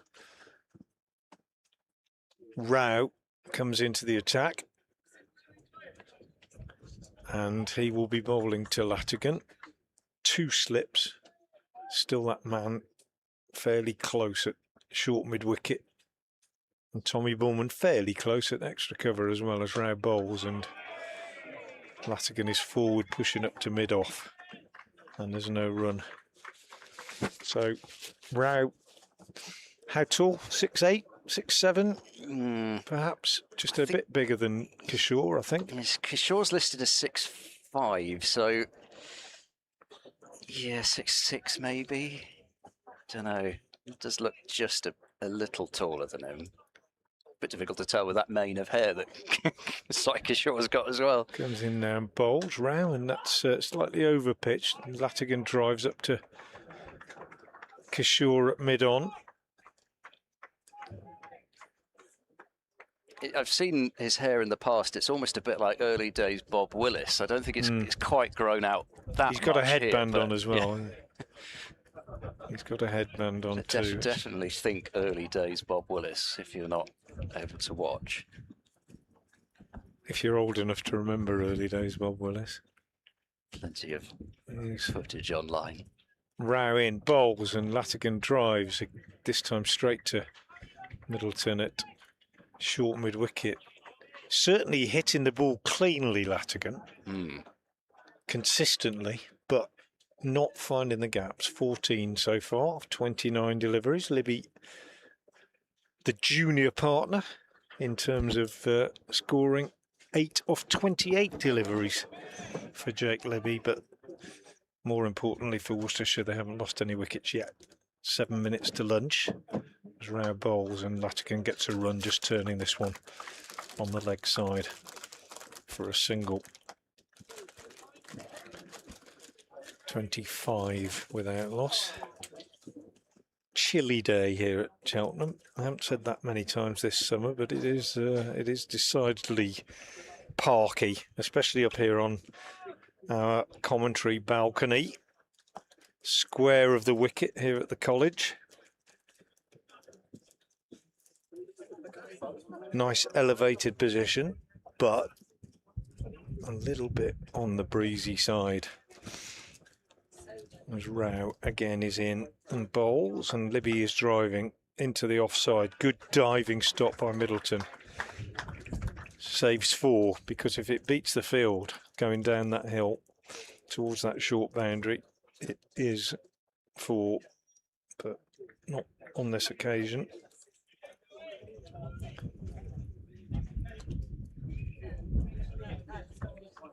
.25 without loss it remains. You can probably hear that breeze in our effects microphone, just blustery as it is. Rao again bowls. Libby pushes out on the offside. Again, he wants a single, but he's not going to get one because Kishore comes in from mid-off to do the fielding, keeps the ball because he's going to bowl the next over. It's the end of that over, just 1 run from it. And we have 5 minutes to go to lunch, so probably 2 more overs. Earlier today, we saw Gloucestershire lose their last 5 wickets for 43 runs to be all out for 150, and that in 59.5 overs. Ben Allison taking a career best 5 for 19. It'll just be a 2-over spell for Aman Rao to start his first-class career. As Kishore will come round the wicket now to the left-hander as well. Latigan. It's Rao's debut, is it? Turning it to mid-wicket for no run. Yes, it is. First-class debut. Played South Asian Cricket Academy, is it? He has, yeah, he has been part of that. Millfield School, Loughborough Uni. Round the wicket comes Kishore, as that's gone to first slip and he's out. I suspect that he may have been given LBW there rather than caught at slip, but we'll await confirmation. But Sai Kishore has his first Gloucestershire wicket, and Latigan departs for 15. And Gloucestershire really needed that before lunch just to break this opening partnership. Worcestershire 25 for 1. It was the second ball that Kishore decided to come round the wicket to the left-hander. Looked as if he got it to straighten, and then maybe off pad just past the edge was caught by Bancroft, but it has been announced as LBW, and I think looking at the replay, was round the wicket. It did pitch in line, certainly. That was the first part that was definitely right, and then Latigan is a tall man. He's got a stride in, but it did look as if it just straightened a little bit. Didn't rag, but straightened enough that it kind of had to do from that angle. And that wicket brings the injury replacement slash substitute slash whatever we're supposed to call them out here in Edavalath. Yeah, very inexperienced, and I would imagine at the moment very nervous. Rehan Edavalath coming out to face Psyche Shaw, 1 for 1 in 8 deliveries. Just looking at it now, yeah, it looks a decent shout, doesn't it? I think he's got a stride in, but yeah, turned a little bit, hit him middle and leg, do you reckon?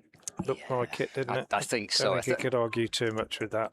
I think that almost the only thing that could have saved him is if it were a bouncy pitch, yeah, it might have gone over, but I don't think it is. I agree. There was a time when he got away with those quite often. So, Edavalath to face. He struck on the pad first ball, but seemed as though certain members of the Gloucestershire side were less convinced by that one. In fact, Kishore, he went up for the appeal and then he just sort of clapped his hands together and realised it was going way down the leg side. So there's a silly mid-off and a short leg now as this is turned to short mid-wicket. Yeah, I was going to say there was a time when you didn't get them always given out on the front foot like that, but I think since DRS has come in, a lot more are given out now because they see that what ball tracking really is. Kishore bowls and Edavalath dab this one defensively to Borman, who's switched to silly mid-off, and then it is Phillips, I believe, under the helmet at short leg. So 3 round the bat, and Kishore barely get this over in actually before lunch. It's a quicker delivery which is defended to silly mid-off. It's 109. It's the usual thing of no matter how much the fielders sprint round, it's a question of how the umpires are doing, but I think they will get there, and that's a good thing. They've put the graphic up on the scoreboard so they can't see the time. That's very clever, that. Wicket maiden from Psyche Shaw, but if it's on the same time as this, there's actually 30 seconds to go until 10 past. So we will get one more over in before lunch with Worcestershire 25 for 1, Gloucestershire having made 150. Yeah, I reckon I was just watched it again, that LBW. I think it's a pretty decent decision by the umpire. It doesn't make many mistakes, Alex. No, I was going to say, it doesn't get a lot wrong. There's Aman Rao.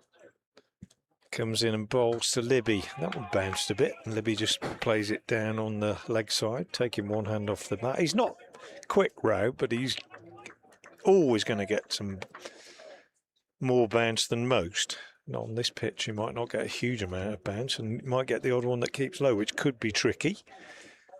But he's bringing the ball down from quite a height. It took 4 for 44 in the first of the 2 50-over games in the Men's One Day Cup here. This one's nipping back and takes Libby on the pad, and it didn't bounce very much. It's quite an appeal, but I think it was going down the leg side. But it's not easy. We kept saying it. Let's get this quite clear. It is not easy out there for the batters, whether it's against seam or spin. This pitch is testing the technique. I think he might have just got a bit of bat on that, actually. He's done so well to get some bat on it. He might have been in serious trouble if he hadn't. Rao again is in and bowls and gets some bat on this one, just turning it on the leg side. But there's no run. It's hard work, isn't it? We've kept saying it. I don't know how many times I've said it today, but it is hard work. Kishore has just got an idea, which he's sharing with Bancroft. Come all the way from mid-off to make his point. Aman Rao again in. Balls, and that'll be runs for Libby. Or a run, at least, down to long leg. I was quite excited to see Rao with the red ball. I think in the 50-over comp, at his best spells came. He didn't often open the bowl. In fact, I don't think he took the new ball at all, but he came on first change and just held a sort of top of off stump line and length. And actually in red ball, you know, he doesn't have to then That's come back exactly- and, you know, no, that's doesn't have to come back and bowl slower ball bumpers and Yorkers or whatever like he did later on, which I think he's still sort of learning Yeah. how to bowl a bit later. In other on. words, he can do exactly what Ben Allison did, can't he, for Worcestershire?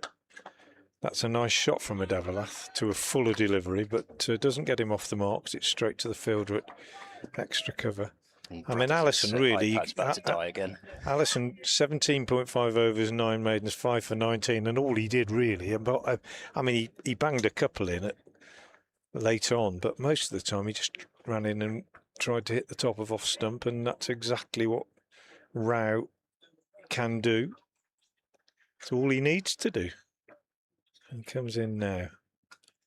Last ball before lunch, and the Davalath drives it up to mid-off, and that is the lunch interval. Worcestershire are 26 for 1. The man out is Latigan, who made 15. Syker Shaw's first wicket for Gloucestershire. We've had 12 overs of this innings. Jake Libby is unbeaten on 8, and Rayhana Davalath is 0 not out. This is all in reply to Gloucestershire's 150 all out. They resumed this morning on 107 for 5. They lost Ahmed for 8, Middleton for 13, Borman for a top score of 60, Rao for 1, and Williams for 2. Kishore was 13 not out. 3 wickets for Waite, 2 for Swanepoel, 5 for 19, a career best for Ben Allison.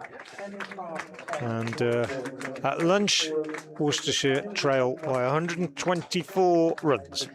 I have to say, yesterday at lunchtime we had that extraordinary choral performance, and I thought that the stewards were marching out there to do something themselves. I think that all 9 of them have gone out to keep spectators off various parts of the outfield.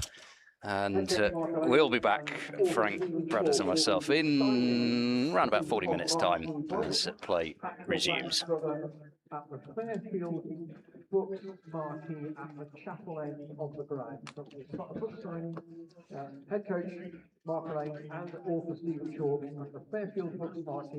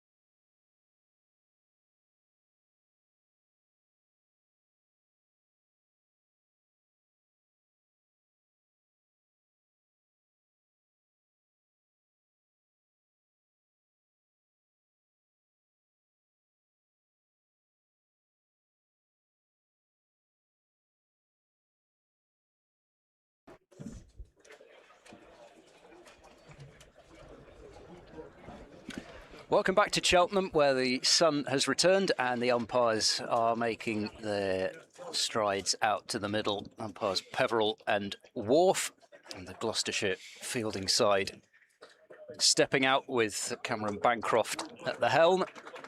And it will be Jake Libby and Rehan Edavalath to resume the Worcestershire innings on 26 for 1, with Gloucestershire having been dismissed for 150 this morning.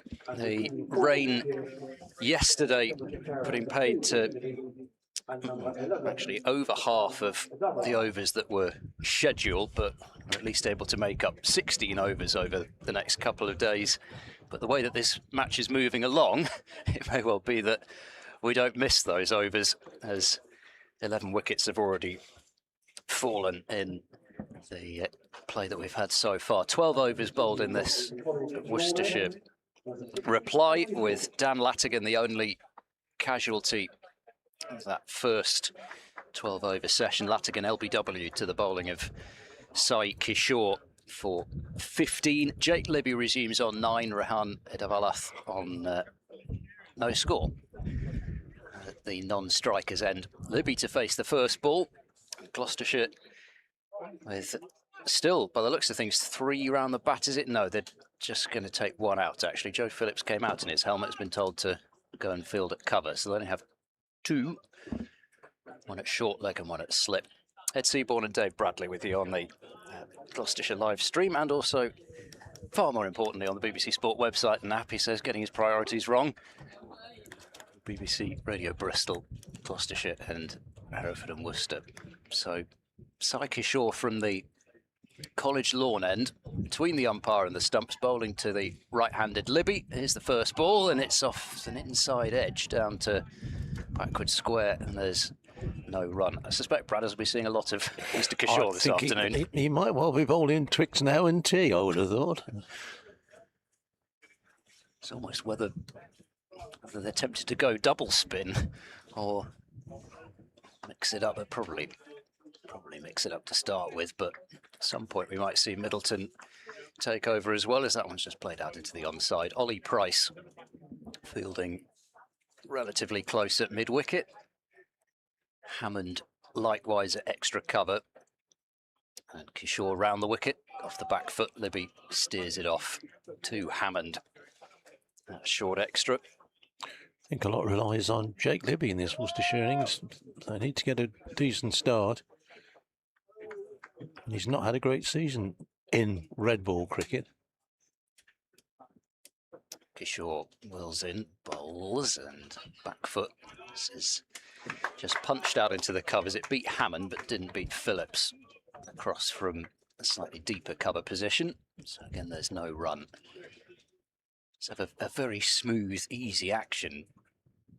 Kishore, as we've said, very tall, but pretty simple action, as Libby opens the face on this one and dabs it off to Aman Rao. Backward point, he got his first couple of overs in first-class cricket just before lunch, and is dancing around as if to suggest he might continue from that chapel end after this delivery. As Kishore bowls it, and it's turned past short leg.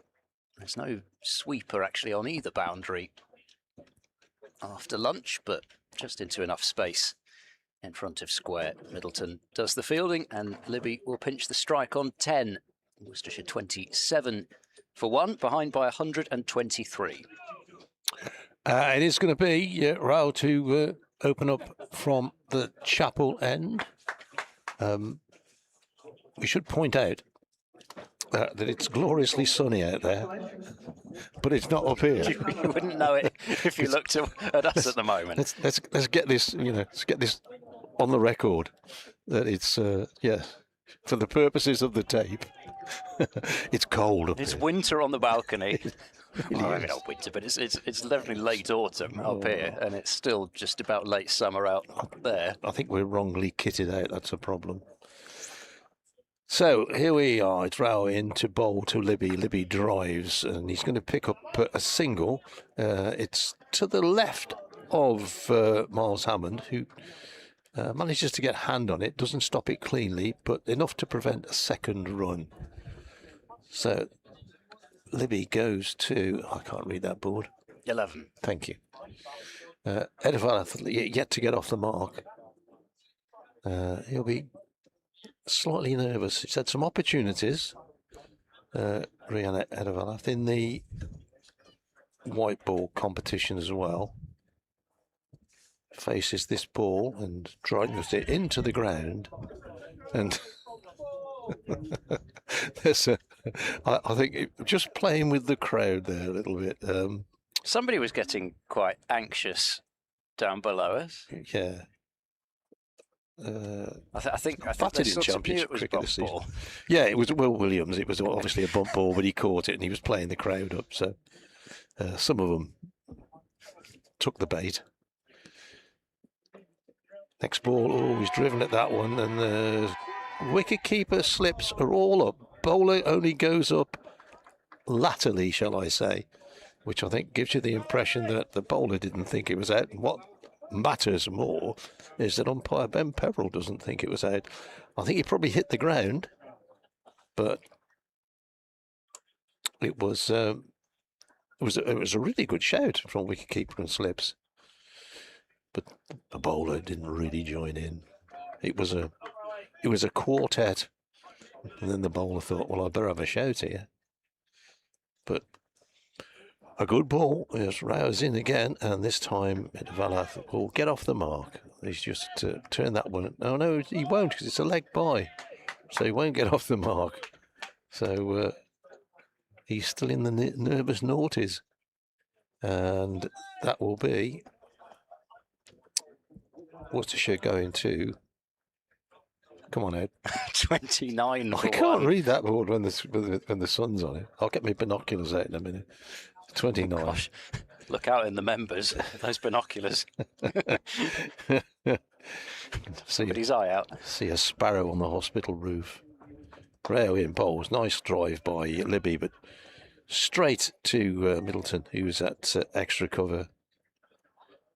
And there is no run. Still a few returning back to their seats post-lunch in hostility away to our left. There's a few watching the cricket, but there's a whole bay full of the marquee who are probably drawing the raffle or something like that. Libby waits again, and this time off the back foot. Ooh, the suspicion is that one didn't bounce a lot by the way Libby played it. We've seen, it's strange, we've seen a lot of uneven bounce today, it seems. Yes, that was halfway up the stumps. If it hit the stumps, so Libby did well to just jog the bat down and keep it out. End of the over. And Kishore, not surprisingly, to continue. Last No, one I call him Kishore. You call him Kishore? Kishore. Kishore. Yeah. Yes, I'm as confident as I can be on that, at least. Here he comes round the wicket bowling, and Edevalath reaching forward and defending back towards the bowler. The one thing I haven't yet completely nailed down is whether I'm safe to go just Kishore or whether it needs to be Sai Kishore. The board says Kishore, and the back of his shirt says Sai Kishore. Bowls now, and Edevalath reaching forward, defending back to the bowler. Because you see both in written reports as well, which doesn't help either. So I assume it may be a case of either's okay, but I haven't had the opportunity to ask which he would prefer. In he comes and bowls a sweep shot and a miss from Edevalath, who had enough of just blocking. So it was one which was down the leg side. Nicely taken by Bracey, so I feel he missed out there. As this is Fuller. And a nice punchy drive that definitely will get Edevalath off the mark, and it might well be with a boundary. Yep, it has quickened up the outfield since first thing this morning. Not that it was exactly slow then, but Hammond, I'd have thought he had a an opportunity to stop that, but ended up just sliding to stop himself from crashing into the advertising board. So boundary for Eder Valath, and Worcestershire to 33 for 1. Confident shot. It's one of those that are always about 2 yards in front of the fielder, isn't it? Mm-hmm. The more you chase it, the further away it gets. Kishore bowls and a late, almost. It was almost as if he thought about leaving that, and it was an inadvertent kind of shot towards backward point. But I'm not sure whether it was which way round it was. So it was a shot where he half thought about leaving it, or whether it was a leave which he half thought about playing at. But either way, there's no run out to backward point. This is Fuller and driven. Stepping into that one is Eder Valath as the wind kicks right up here, which I'm sure you can hear. I'll try and do our best to keep wind to a minimum on the broadcast as Ahmed Post-lunch, we'll keep wind to a minimum. Definitely. picks up from mid-off. Jeepers. It's like when it kicked up yesterday, when it was mad. It was hosing it down. Just playing cricket in November. It's useless trying to keep notebooks and things in place. Just forget it.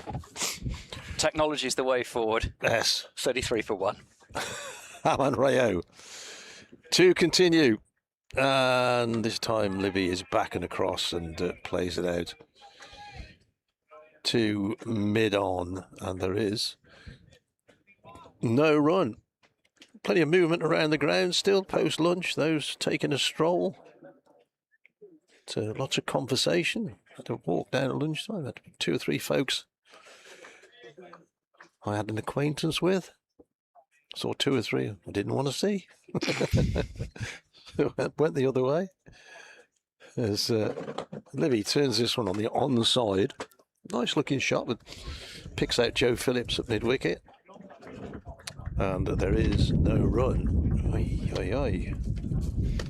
Speaking of people wandering around, we've not had, I don't think, a single break in this whole festival that I can remember for somebody wandering around by the sight screen. Ah, right. And they're having to walk so far behind the sight screen at the college lawn end. I don't think that's a bother, but I'm surprised we haven't had 1 or 2 at the chapel end. Rayo in, and this is turned nicely by Libby. Very well timed. I think he's going to get 4 for that. There's a vain chase, and Phillips not going to cut that one off. Nice shot. Very well timed. Even up the slope, as it were. The outfield is so quick. Once it's past the infield, it takes a bit of dragging back. So Worcestershire go to 37. Yeah. Hey. 37 for 1. Replying to 150 all out. Libby waits again, and this time a nice little leg glance. Is that going to go to the rope? It is. Yeah, nice shot again by Libby. Just getting inside the line. Tommy Borman chasing it round the boundary, the green part of the field. But he couldn't cut that one off. I think it's been signalled leg byes. Oh, was it? Mm. Oh, not such a good shot, Jake Libby. I take it all back. All count. Yep.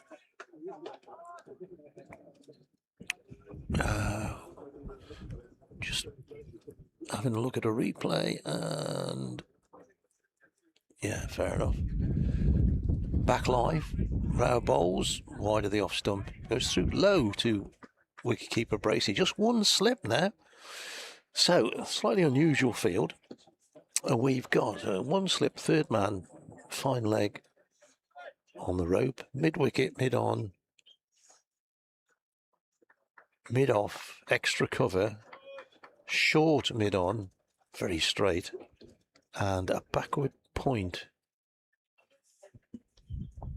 Libby waits again, and this time gets the ball away down through the extra cover region. He's not going to get 4 because there's a good bit of fielding there by Middleton, I think that is, who crashes into the boundary boards as he flicks it back. Does well, because that was going down the slope. So Libby picks up 2 more all of a sudden. A little run glut takes Worcestershire to 41, 43. I was close. 43 for 1. Yes, it's as though there haven't been slip catches in the match. Admittedly, we had 3, was it? No, 2. Early on, First morning, yeah. And then Yeah. Rao was caught at first slips. I suppose it's been a bit of time, but having seen some of the extra lift that Swanepoel got this morning, it's not as though it's a guarantee. You wouldn't have thought that it wouldn't carry. Kishore to continue, and this is off a thick outside edge down to the backward point by Edavalath, but he played it softly, and no chance that was going to carry to Bancroft at a slip. Back in the hands of 6'5" Ravi Srinivasan Sai Kishore. He bowls now, and this is defended into the offside. He's already had a fair amount of success in his career. Won the IPL 4 years ago, I think it was, with the Gujarat Titans. He's a gold medalist as well. He's also very quick and edged to backward point. That was less a controlled edge, but it really fired that one in. Don't know if it actually would have had time to do anything, but maybe slightly through the shot a bit early, not expecting the ball to be as quick as it was, but certainly going through his variations. Around the wicket he comes, slower delivery, stands up a bit off a length, and Edavalath can rock back and punch it to cover for no run. He won a gold medal at the Asian Games in 2023. So there's only 3 matches for India in T20 international cricket have come in China. Bowls around the wicket now, and that's flicked up to mid-on. And there's no run. China. Hangzhou. Is that against Nepal or something? There was one game against Nepal. I think he played against Afghanistan and somebody else. This is tossed up and driven. It's spinning away from backward point. Desperate pursuit from Phillips. Oh, he does brilliantly to stop that. Didn't think he had any hope of catching up with that. Just off the rope, he palms it back, and Aman Rao, who was running back from backward point, will tidy that up. All that has saved just the 1 run, but that's a really fine chase from Joe Phillips. 3 runs taken then to move Edavalath on to 7. It's a slightly curious shot. He managed to put an awful lot of spin on it. 46 for 1. Is that the first 3 of the match? Yeah, it could be. Be close, because there was that 3 that they turned down that was hit out to the longest corner. Yeah, when they're trying to farm bowling towards the end of the Gloucestershire innings. So, Aman Rao to continue. Got a deep square leg coming out onto the rope. Couple of slips in. Bowling to Edavalath, who's forward, pushing out on the offside. Won't get anything for his efforts there. Some gulls wheel above the ground. Are they gulls or are they terns? I'm always Goals. Yeah, I'm always told off without terns or gulls, or they're birds anyway. Yeah. Twirling I'd be away. surprised to see a turn here, but maybe out in the middle, but not in the air. Yeah.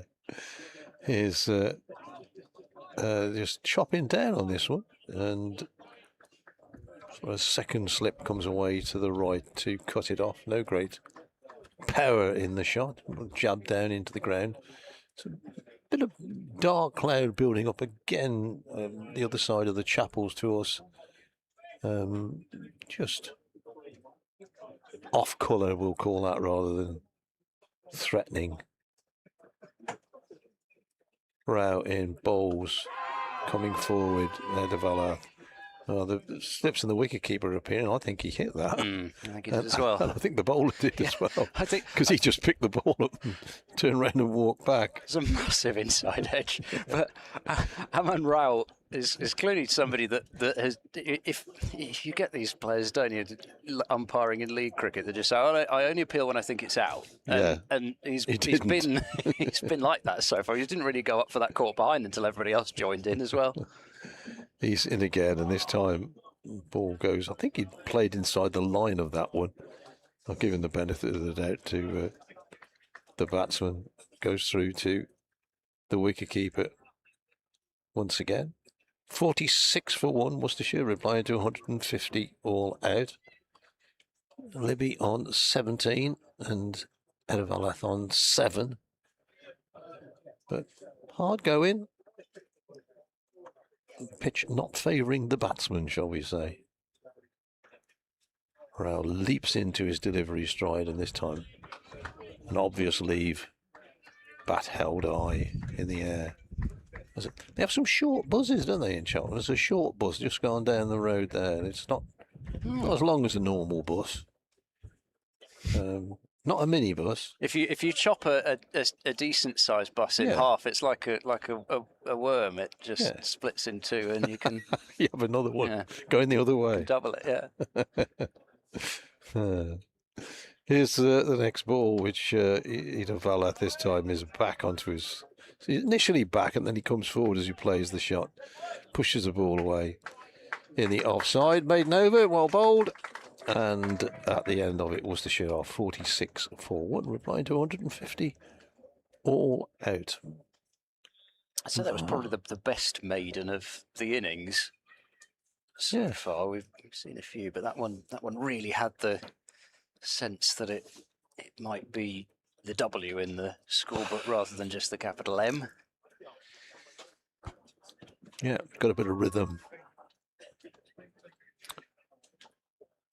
So, Kishore to resume. He'll certainly help the Gloucestershire over 8, which hasn't been a problem since the first match of the season. Libby waits for that to come to him and gently drives it off to cover.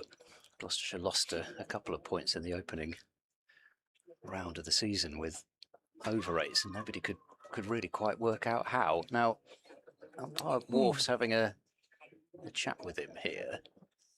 He's decided to come round the wickets. I suspect I know what that's about, as this is defended back towards the bowl. I think he's explaining to him, if you bowl it down the leg side here, I have to call it wide. Yeah. Yes, probably either that. Yeah, I think you're probably right. Either that, or he said, don't run in front of me. But So over the wicket comes the left armour, and that's clipped slightly in the air, but into space on the leg side. Price is after it from mid-wicket, and 2 attempts, and he just about keeps it in.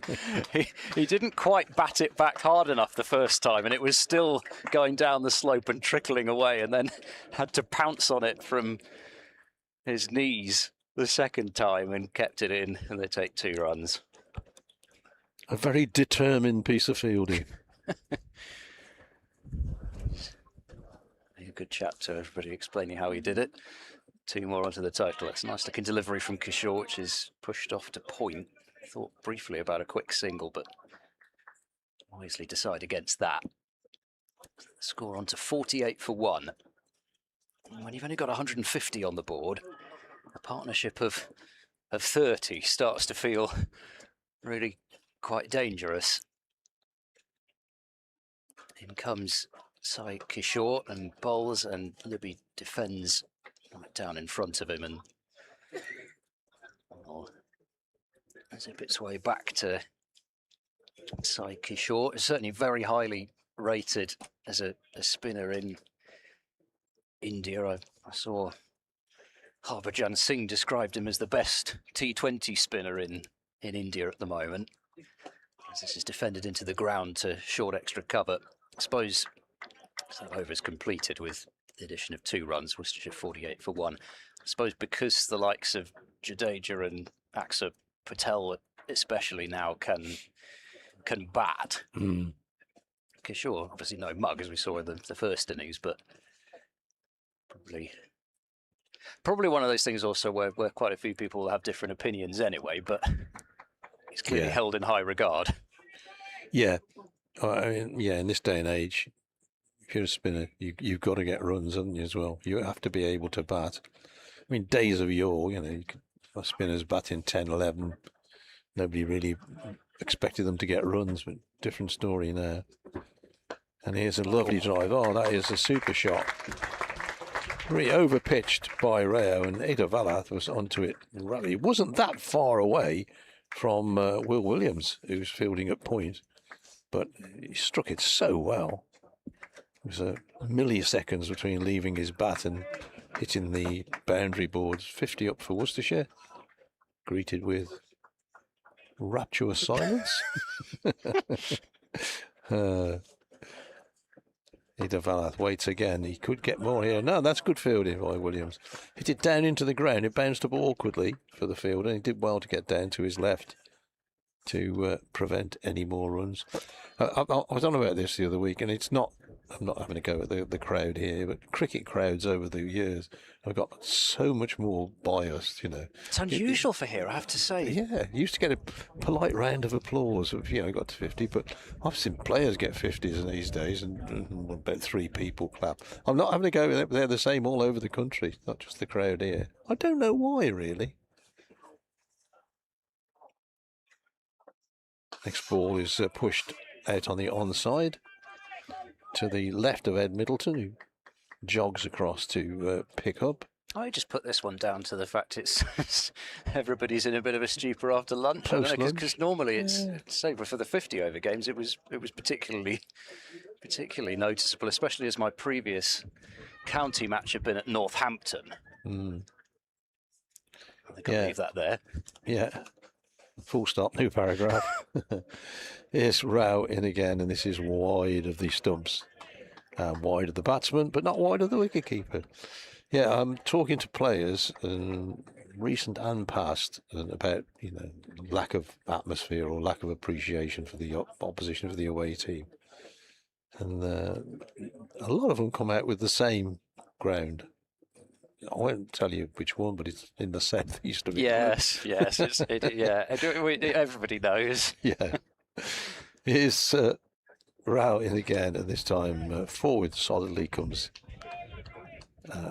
Rihani Valath playing. If you've just joined us, because Gareth Roderick pulled out early yesterday after about 6 overs, I think, keeping wicket. I saw him this morning. He said it was like he'd been shot in the back by a sniper. And he's out for the rest of the game. So Worcestershire lucky to have Henry Cullen in the team. So he's keeping wicket. And Rehan has come in as a replacement batsman. And he's going to get some more runs here off the back foot. And Will Williams, another good effort from the big fella. Gets down to his left.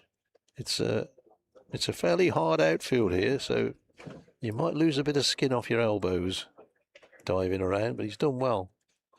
He saved about 4 runs in that over.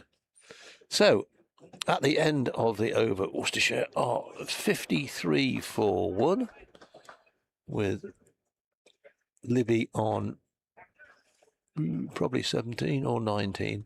Ed Valath on 12. The one batsman out was Daniel Latigan, who was LBW to Kashaw for 15. Certainly wickets cascading in quite a few places around the country. I'll rattle through a few scores if I get the chance in this over. False start from Psyche Shaw, who is now back to coming between the umpire and the stumps round the wicket, ball into Ed Valath. It's a length ball which is stabbed off to cover for no run. And Northamptonshire playing at Old Trafford, 152 for 6, with Ben Walkden taking 3 wickets for Lancashire. Quicker delivery for defence back to the bowler.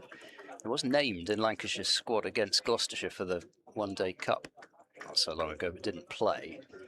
They've plucked him out of club cricket, and he's taken 3 for 23 in 9 overs. Next delivery Open face guide to Row at backward point, and there's no run.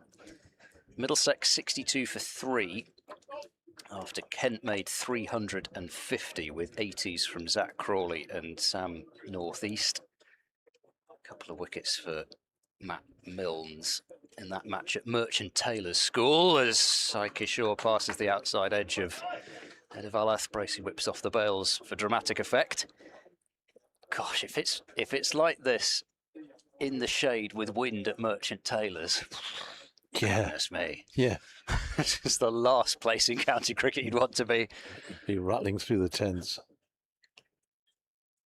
Saike Shaw in and bowls, this time bat on ball, defended back. At Derby, Durham 240 for 5. Runs in a fair few places smattered around, but a 53 from Ben Stokes, returning to the scene where he scored his 100 in his comeback for Durham, as that's been edged by Edavalath, but wide of slip, and that will go down to the boundary for 4, whilst Aman Rao was pursuing it. There was no opportunity to catch up with it, so 57 for 1 at the end of that over. I'll leave the Division 1 scores, but I will tell you, in the Test match, I'm not sure that the Test match is going to see tea, because Pakistan are 76 for 6, Ooh. trailing by 162 runs. 3 wickets for Josh Tongue, 3 for 7. He's not completed his second over yet. 2 for Archer and 1 for Robinson. I'll leave you with Bradders, and then Frank Watson's coming in. Worcestershire's very own Josh Tongue, of course. He might have gone off and played for somebody else, but we all know. We all know the truth. We're going to have a change of bowling here. It looks to me as if Will Williams is coming back on at the Chapel End. And he's very busy organising his field, telling everybody where to go. And along with the skipper. So it's taking quite a long time. Ambulance just leaves the hospital on the other side of the road. Very loud one as well. Super loud. Mr. Watson is back alongside.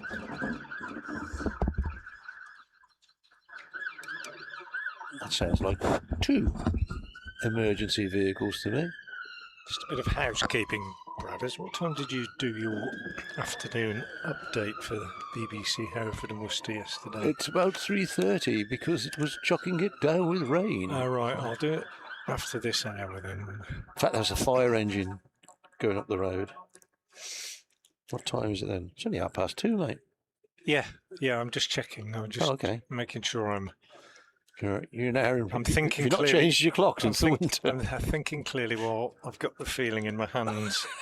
I thought it'd gone slightly warmer, but here's Will Williams from the Chapel End in and bowls to Jake Libby. Libby goes up and plays the ball down on the ground. A puff of dust there, which I suspect came from Libby's feet rather than from where the ball landed. Look, see if there is a puff of dust now.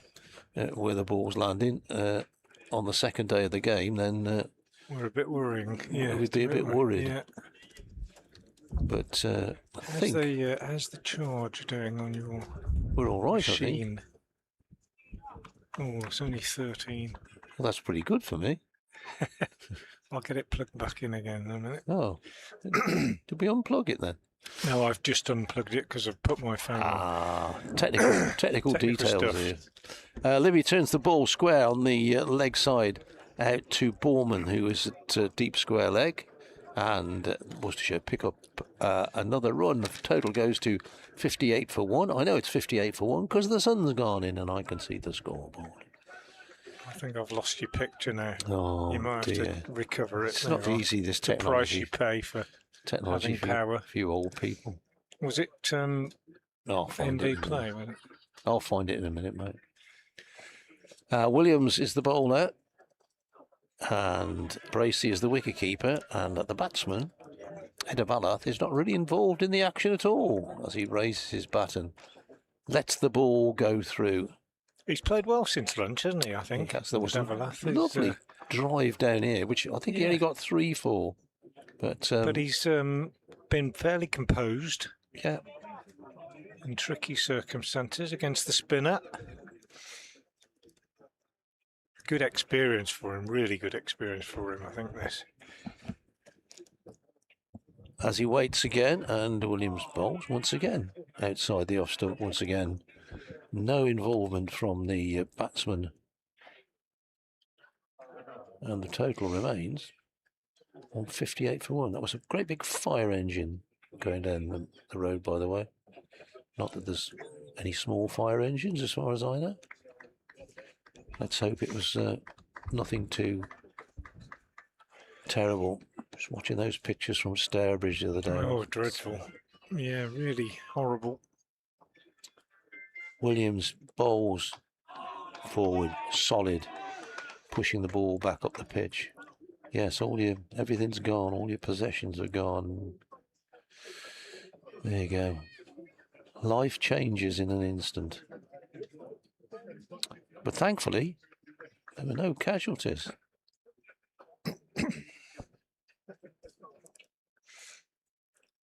Williams turns, sun glinting off those polytunnels in the distance as he comes in and bowls, and this is played beautifully. Lovely back foot drive rather than the cut. Fairly horizontal. Just ease the ball down to third man, or wide-ish third man. Oh, let's go for a backward point for 4. Wherever it went, and however he played it, it went for 4. And he goes to 20, where he joins Libby at Avalath. Got a replacement on. Darrowall is on here as a substitute fielder, 12th man, call him what you like. Played that explosive innings at New Road. Did he? Goodness me. Remarkable. It was. The equal fastest. Yes, 50 off 13 balls, wasn't it? Just ridiculous. Goodness me. Hit some of the biggest sixes I've seen at New Road for a long time. Yeah. And he's a medical student. Did you know that? Is he really? Yep.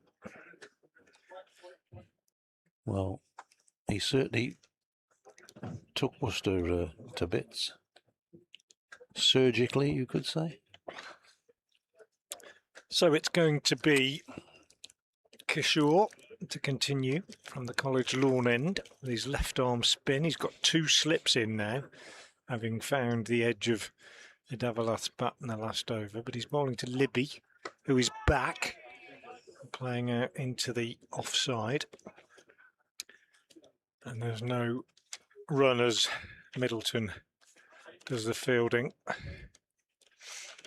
Good test, as I say, of batter's technique against a quality spinner like this. Libby turns this one on the leg side. No run this time. Particularly good test of a youngster's technique. Davalath has faced 43 deliveries. Libby waits and drives this one. Sets off for a single, but as he often does, he runs on the shot, but his call is wait, and quite right too. As the fielder at mid-off came in to do the fielding, Libby is forward to the next one and just lets the ball come on to hit the bat rather than going hard at it. Just drops it down in front of him. Tidy stuff from Kishore. Libby turns the next one on the leg side. Very, very economical so far. The left arm spinner, just 1 for 15 in his 8th over. But not too many scares. Picked up the wicket of Latigan just before lunch. Libby is forward again, steering this one out on the offside. It's the end of a maiden over, delivered in about 90 seconds. And it's 8 overs, 2 maidens, 1 for 15 for Kishore now. Lost my list of numbers. The fielders, brothers. Darius Ahmed is back on, but somebody else is going off now. Yeah, they're taking it in turns, aren't they? They're not going off to get warm because it's warm down there. Thank you. It is. It's pleasantly warm. It ain't pleasantly warm up here. Sorry, folks, we shouldn't keep complaining, should we? We're sat at the cricket, watching Shivering. fascinating game of cricket, getting paid, not a lot, and just chatting about the game, so we shouldn't complain, really. But it is chilly. It's taken Will Williams an age to set his field. When he came on a few minutes ago, it took him a long time. Now whether he's him and his captain don't think that on the same page, I don't know. He's lucky. The over rate shouldn't be a problem because he's got Kishore bowling at the other end. As Frank said, he gets through and over in about 90 seconds. I will quote the well-known myth about Bomber Wells bowling for Gloucestershire. While the clock struck. At Gloucester, yeah, bowling over while the cathedral clock struck 12 on the old Wagonworks ground. Whether that happened or not, I'm not sure, but it's a nice story. They must have played every ball straight back to him, I would have thought. Anyway, we're underway. Williams in, bowls short. That's gone down. Fine leg for one. It was off the bat. I just wondered if a moment Bottom edge, I think. Oh, yeah, bottom edge. I think it could come off his body or off his glove, but umpire Peveril says that's a run, so a run it is. And the total goes to 63 for 1 for Worcestershire in reply to Gloucestershire's 150 all out. Williams just waiting for the ball to come back round the circle. Starts mid-pitch, where the schoolboys would have played their games earlier in the summer. I suppose they'll be back for the autumn term pretty soon. I think. Yeah. Williams leaps in, bowls, and Libby comes forward, plays the ball back up the pitch. No run, which is one of the reasons why we haven't got so many marquees at the College Lawn end of the ground, because that will be used by the youngsters soon. It's always quite amuses, tickles me that this. I'll interrupt myself as Williams comes in and bowls, and Libby forward defensively. Bowler does his own fielding. Came down here. There's a little hospital round the corner. I had to go there. I actually brought somebody down here, so I walked into the town, and you walk past here, and this was sort of November time, and it's a rugby field. It's just, there's no stands, no boundary board, no scoreboard, nothing. It just looks very. And I was trying to explain that this is the college ground. Well, it doesn't look like a cricket ground. Well, it is. Libby goes back, plays out in front of him, and long may it continue. So one of the great cricketing traditions. Well, outgrounds have been revived somewhat by the One Day Cup, haven't they? They have. I think it's been brilliant over the last few weeks to see grounds like certainly York and Chesterfield's had a couple more games than usual. Yeah. Williams bowls off the back foot, played to mid-wicket. Did you see that Nottinghamshire played a home game at Chesterfield the other day, even though it's a Derbyshire ground? In the One Day Cup, Nottinghamshire actually had a home game at Chesterfield. Yeah, I didn't note that. Yeah. Which is good for the town. Yeah. Super place. Jesmond as well. They played at Repton, of course. Repton, you know well. Yeah. Libby waits, bat raised. Williams bowls. Libby once again, very solid. Back down the pitch. Good hard county cricket this. No quarter given. 63 for 1. Earlier today, 107 for 5 overnight. Gloucestershire lost their last 5 wickets for 43. Top scorer was Borman with 60 and Ben Allison career best 5 for 19. Batting has not been easy in this game of cricket throughout. It isn't easy now, but Worcestershire are building steadily after losing Latigan just before lunch.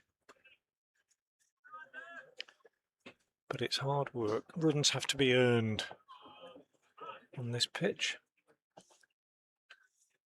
Williams has finished his over. Kishore starts a new one with a quick delivery, pushed through, but Hadavalath is back, playing it defensively out on the onside. So Williams, 6 overs, 1 maiden, no wicket for 23 now after that last over. Kishore in his 9th. Bowls, and Hadavalath is again turning it on the leg side. He's a tall man, Kishore, if you've not seen him before. Comes between the umpire and the stumps, left arm round the wicket to the right-handers. And he kind of walks in, and then as he gets to the crease, a really quick arm, quite a bit of body into it. Pushed out on the offside again. He's played in the IPL, played for Tamil Nadu in the Indian domestic first-class competition, I believe. And bowls again now, and Hadavalath is watchfully forward, pushing it out on the onside. Sun's gone now. It's pretty good light though still.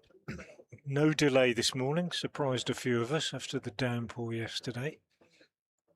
Kishore again is in, and Hadavalath turns that on the leg side, but is sent back by Libby as he shows interest.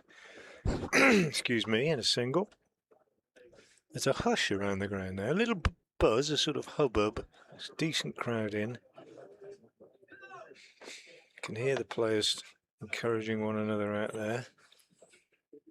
As Kishore comes in to complete the over, and he bowls again, and immaculate forward defensive from Hadavalath, a maiden from Kishore, 9 overs, 3 maidens, 1 for 15, these figures.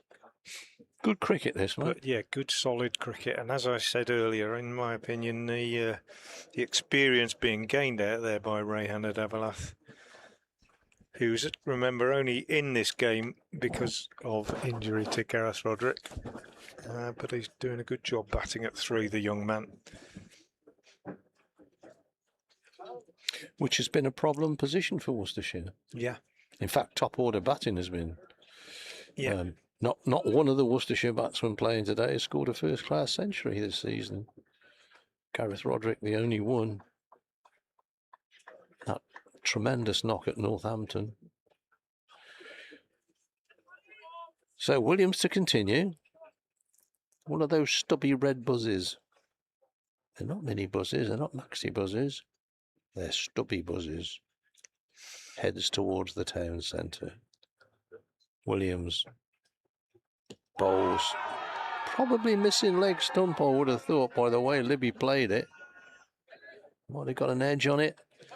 Good appeal. Trust we'll get a replay of that one. Umpire Ben Peverell shook his head almost immediately, so leaving the appealers in no doubt. Oh yeah, going down leg side. I would have thought. Just my opinion, nobody else's.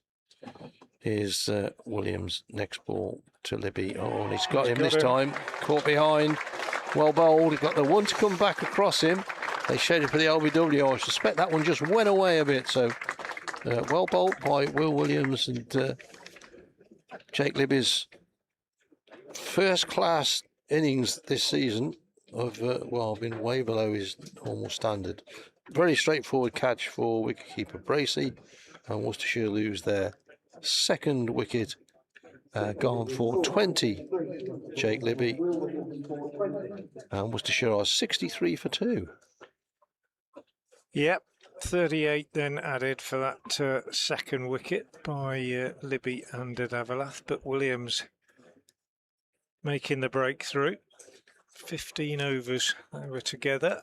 Painstaking stuff, but no fluency at any stage. Solidity and application, but no fluency from either Libby or Ed Avalath. And the returning Adam Hose comes out now to join his young partner. Hose back in the side after quite a lengthy absence with a hamstring injury. After that very lengthy absence over the winter with a very serious ankle injury that he suffered in the 100. It was horrible, wasn't it? That was horrible, yes it was. But as he said the other day in an interview, part and parcel of being a professional sportsman. Yeah. Of being an athlete, as you know, brothers. As I Had know. your fair share of... Yes. from being awkward, not from being an athlete. Fair share of injuries in the last few weeks and months, haven't you? Oh, yeah. There we are. So he's out there now, Adam Hose, and the sun's out again. I wonder if he'll be able to apply himself with his usual sort of aggression, Hose. Well, not always aggressive, but he doesn't like to be tied down. Williams in, bowls, forward, it's the pad. Again, I would suspect missing leg stump. I think he's quite a long way forward as well. Yeah, and he's getting forward, that's going down. But good little spell this from Will Williams, leading wicket taker for Gloucestershire in the Championship this season. Just looking up his statisticals, and I can find the right piece of paper. 24 wickets so far, 25 now, and he won't get to 26 with that one as it brings Hose forward, pushing down the pitch. No run. Live cricket from College Ground in Cheltenham and BBC Online, BBC Sounds. I'm Dave Bradley, Frank Watts alongside me. Ed Seaborn will be back with us a bit later. And a pleasure and a joy to have you with us. Also on the live stream as well. As Hose comes forward, plays the ball back down the pitch. Gentleman on the far side of the ground with a pint pot in his hand, with a black and white hooped jumper. He's all right in that. Big lads never wear hoops or stripes. Trust me. Yeah. Changing the field here because Joe Phillips has gone back to the boundary at more a backward point than a third man position. In fact, they're going to pick up a single on the offside, not specifically to that position, but maybe he could have cut that one off if he'd have been at a normal backward point. But gets Adam Hose off the mark. He has won. Worcestershire have 64 for 2, replying to 150 all out. I think one of the most striking things about this game so far, brothers, both innings, has been how rare it has been to see a ball hit down the ground. Almost none that I can really think. Lattigan hit a few to mid-off and mid-on. Yeah. But there has been nothing driven back past the bowler other than that. Lattigan hit one in the air, didn't he? But I can hardly remember any batter hitting anything back past the bowler. So what does that say? The pitch, the length, everybody's bowling? I think it says that there haven't been many half volleys bowled, because I always feel a half volley is a half volley on any pitch. Oh, yeah. So there haven't been many half volleys bowled, certainly not straight. And I think it probably shows that it's just not quite coming onto the bat as much as we might expect on a dry pitch. It might just be holding up a little bit on the surface. But it's just, I was just thinking now that, Hose might normally expect to tuck into a spinner in the first innings on a good pitch, but I think it's just holding up a little bit on this pitch, and Kishore's not easy to get after at all. And Hose is just very, very watchfully forward. Went a bit hard at that, if anything. Pushed it out on the onside. Short leg and a slip in. Backward point. Extra cover short. Mid off, mid on, mid wicket. Square leg inside the circle. Hose takes a single up to mid on. Good run, actually. Will Williams comes in and picks up cleanly, but Hose comfortably home. Short leg comes out for Adavalath. Goes to short extra. 2 slips for him. Kishore round the wicket again. Bowls, and that very quick arm, and Adavalath just forward. Steers it out on the offside. James Bracey has a habit of throwing his left arm upwards as if he's about to appeal. He gets excited, and it can just make you think that the ball's gone past the bat or been edged, when in fact it hasn't, as it wasn't on that occasion. Kishore again bowls, and Adavalath is again forward. We get a really good picture of the forward defensive shot sitting square on here. I often say to young batters, make a number 9 with your hands and your arms and the bat. And when you play forward, if you keep your front elbow up, you maintain that number 9. And I think when you watch Adavalath play his forward defensive, you can see exactly that. That's a rare bad ball from Kishore, short and wide, and Adavalath is very strong in that area. A back cut, really. Picks up another boundary. He's picked up 3 like that so far. And he goes to 25, which is the top score in the Worcestershire innings. 2 men out, Latigan 15 and Libby 20. And it's been a good effort from the youngster. But yeah, just looking out for that number 9 if he plays a forward defensive here. And he doesn't, because another one a little bit short, he's on the back foot. And that's the end of the over. So well negotiated by Hose and Adavalath. 5 from it. And Worcestershire doing reasonably well in response to Gloucestershire's 150. They're 69 for 2. Probably going to talk him out here, but he's looking quite assured, isn't he? Ryan Adavalath, because he's done all right, hasn't he? Yeah, he's got a pitch that's doing a bit. He's got an international spinner at one end. Yeah, I think he's done a good job so far for his side. I think Alan Richardson will be very pleased, and Kadir Ali, the batting coach, will be very pleased with the young man. I'll repeat what I said before a few overs ago, that does seem to be taking an age for Will Williams to start his overs.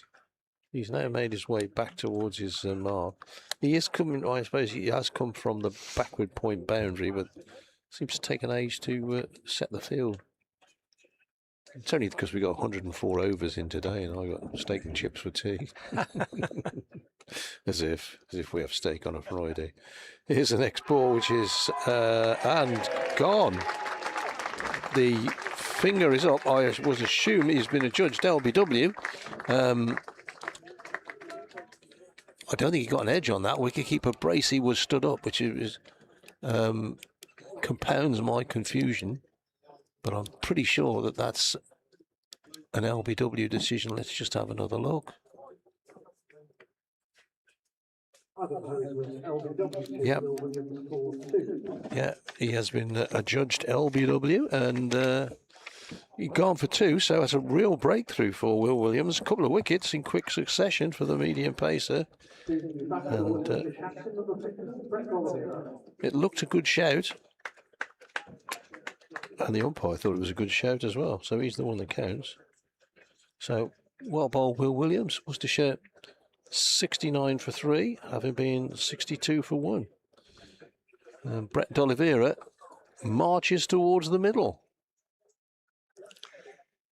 Yeah, another one who's not been in prime form, Brett D'Oliveira, this season, and being treated for various injuries. Saw him on the physio's bench this morning, had a chat. Having his ankle strapped. It's that time of the season, isn't it? I said, is there any part of your body at the moment that isn't being treated by the physio? And he said, not really, no.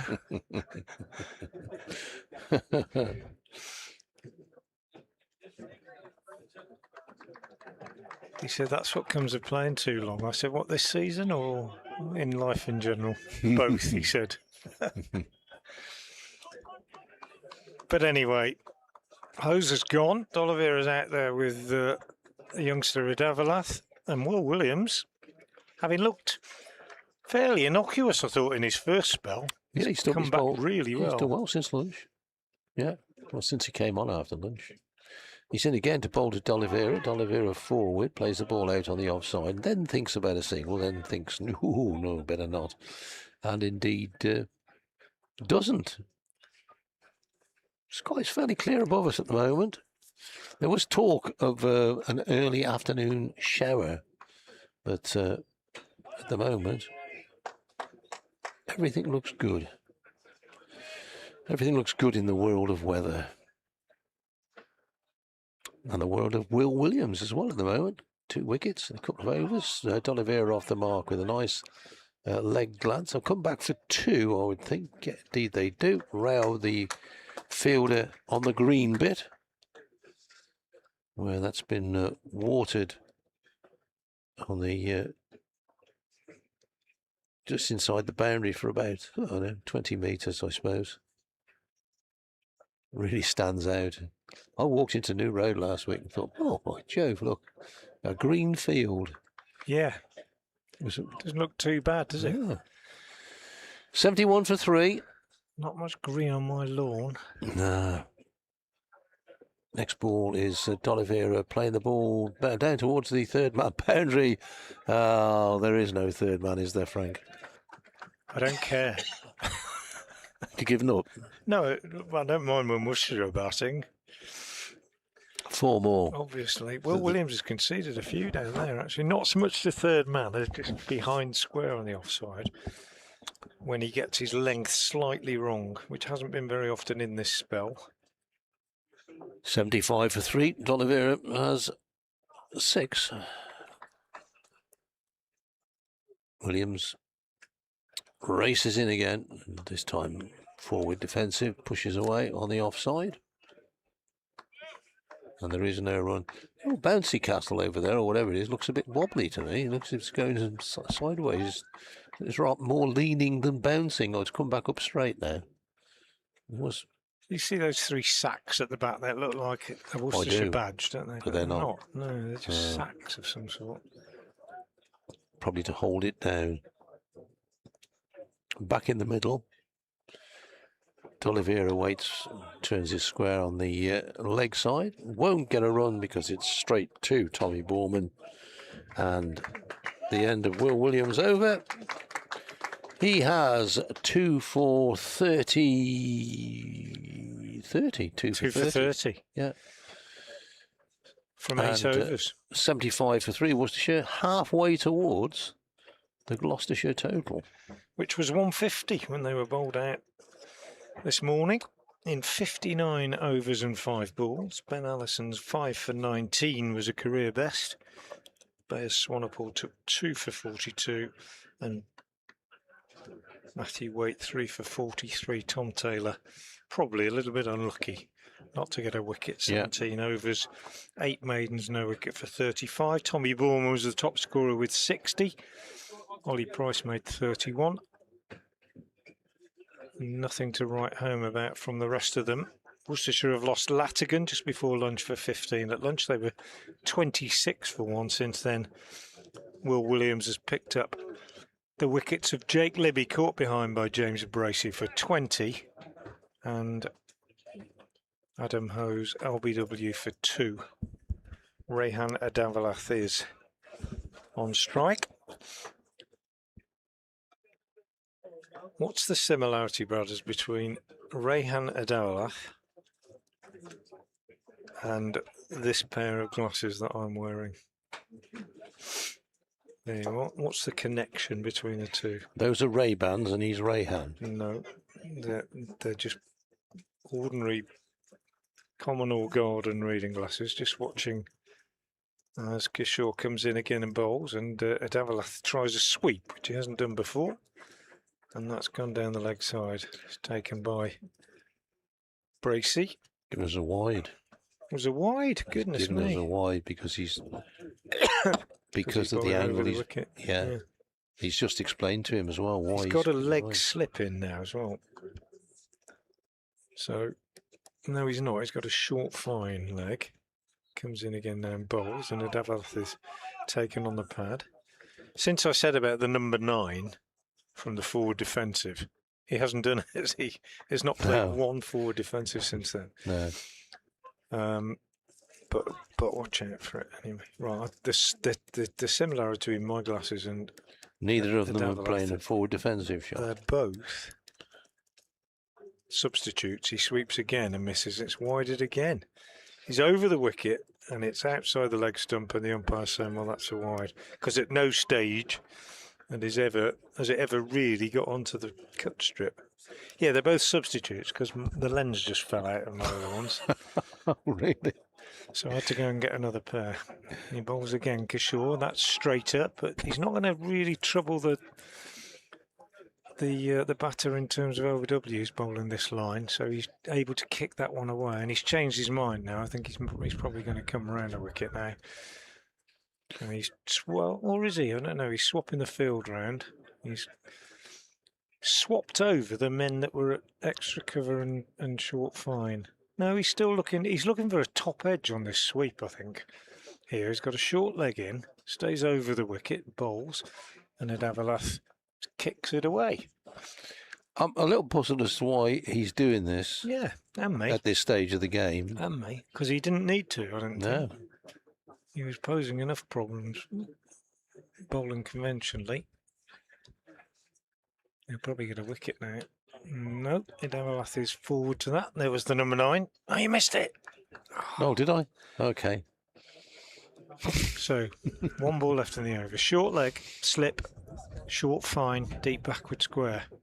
Over the wicket, looking for a sort of top edge sweep, I think. There it is. There it is. And he pushes it back at the pitch. Actually, there's another one left.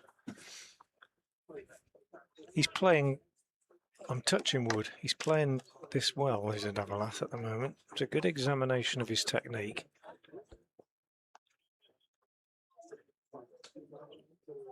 And goes for the sweep. And I think he's got something on it. Certainly gone for 4.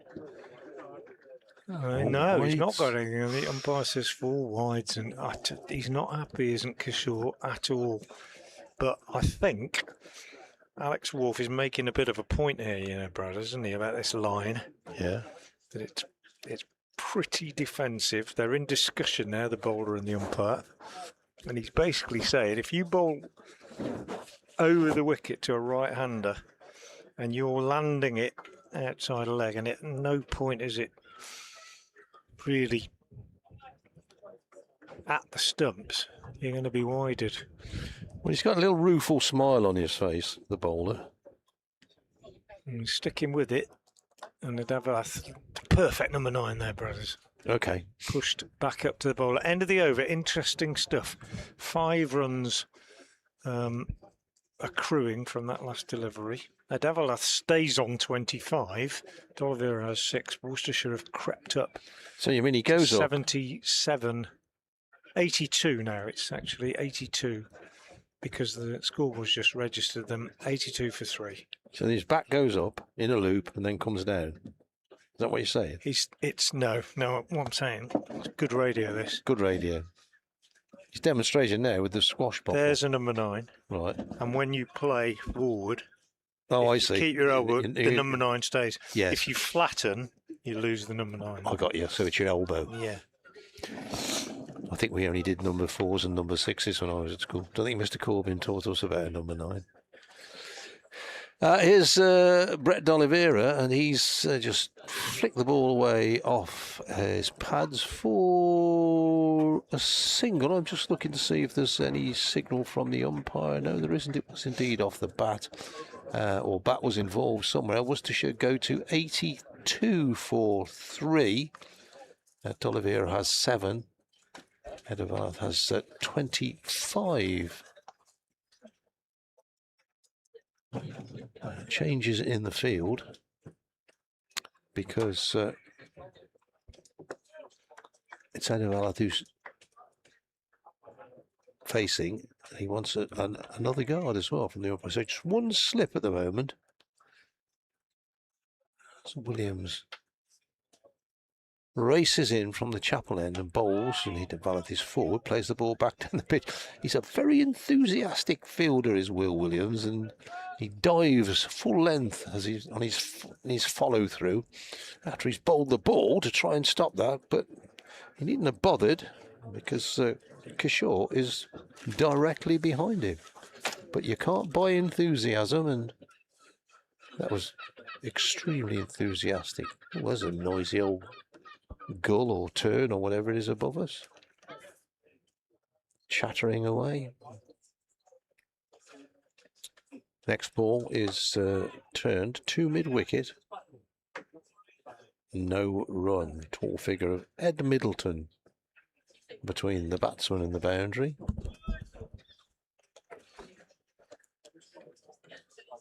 Still the well, most of the corporate hostility are out watching the cricket now. Although, and this always, it will until I'm 112, amuse me that people pay money and then stand with their backs to the action. Here's Williams in, bowls, pushes the ball away on the offside. He's going to get a single here because there's, I wouldn't call it a misfield. There was a dive. They couldn't quite get a hand on it there, Ahmed. So Worcestershire pick up one more. Yeah, I mean, you pay your money, but you can stand and have a chat and sell a couple of tractors or a gas boiler to somebody, can't you? Networking and still watch the cricket. But folks decide they don't want to do that. There we are. We're all different. Wouldn't want to live in a world where everybody was the same. Well, I wouldn't want to live in a world where everybody's the same as me, anyway. Wicketkeeper Bracey standing up here. D'Oliveira is forward, plays the ball to Middleton at mid-wicket. And that is the end of the over. Will Williams, sort of... Very tidy. Yes, well, very tidy, but he has a name that I can't think of anybody else in cricket who's... Oh, there must have been a Tom Thompson. See what I mean? I used to know somebody called Johnny Johnson. John Johnson. Well, wasn't he? He was a Johnny Johnson and the Bandwagon. I was Wasn't that thinking group? of a schoolmaster at Wolverhampton Grammar School called Johnny Johnson, but Will Williams. sadly no longer with us, I don't think. Tommy Thompson played for the Villa, I think. Tommy Thompson. Yeah.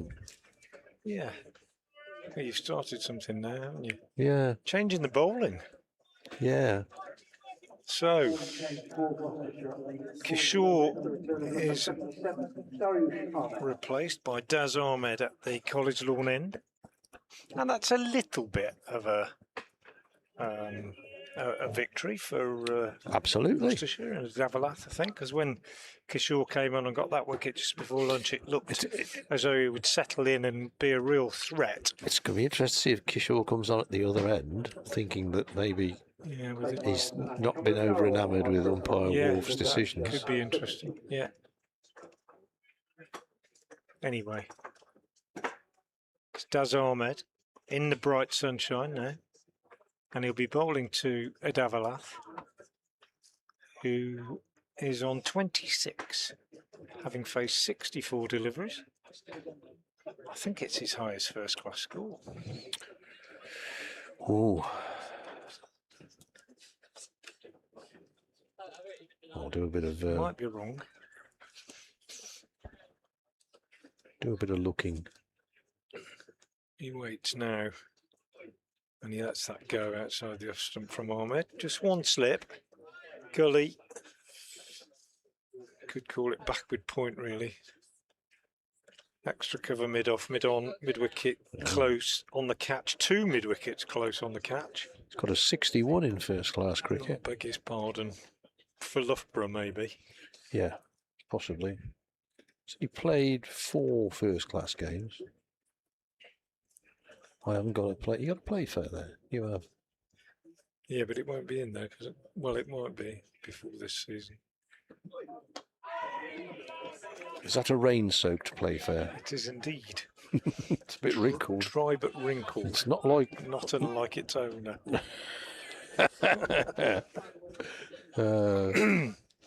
Idvala. They need to make the print bigger in this book. 61 versus Durham at Chesterley Street in 2025. Oh, okay, that was, Okay. I was there for that. yeah, I well, can't well remember. remembered. Can't remember it. Well, he won't have played many more important innings than this one. Daz Ahmed in, bowls to him, and he's driving back up the pitch. Bowler does his own fielding, and there's no addition to the score. A white van pulls into the college grounds away to our right. Open area of green away to our right, the college lawn end.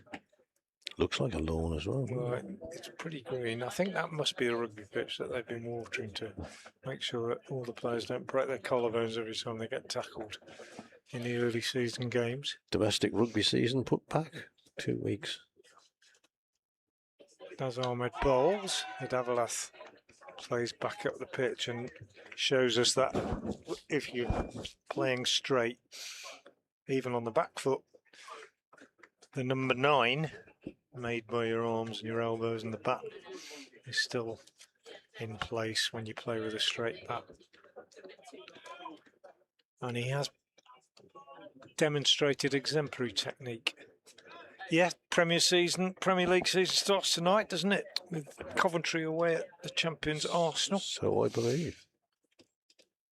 Ahmed bowls, and there we go. Lovely number 9 from Idavalath on the back foot this time. Is that your thing today? Well, when you're Number sitting 9. here, it's so obvious, and it Yeah. is a sort of I coaching agree mantra. Yeah, with you. I agree. but I suppose it doesn't mean a lot when people are watching the stream and they are looking from front on, and I'm describing what's happening from side on. But as I said earlier, we're sitting sideways on. We do see the pictures a little bit later than you do.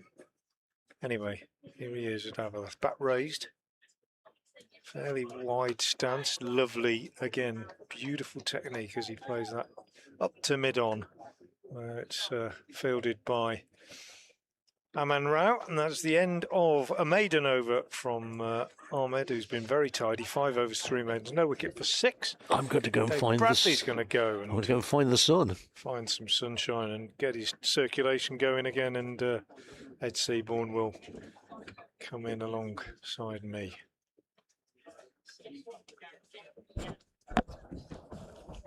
And indeed, Bradder's prediction is right. We're going to see Sai Kishore come on and bowl at the other end, the college chapel end, because he's had a little disagreement with the umpire, Alex Wolf, I think, mainly about his line when he went over the wicket to the right-hander, and every ball was outside leg was called wide, and they had a discussion, and I don't think they were in agreement, so he's going to the other end. Well, whether he'll start round or over at the other end, I'm not sure.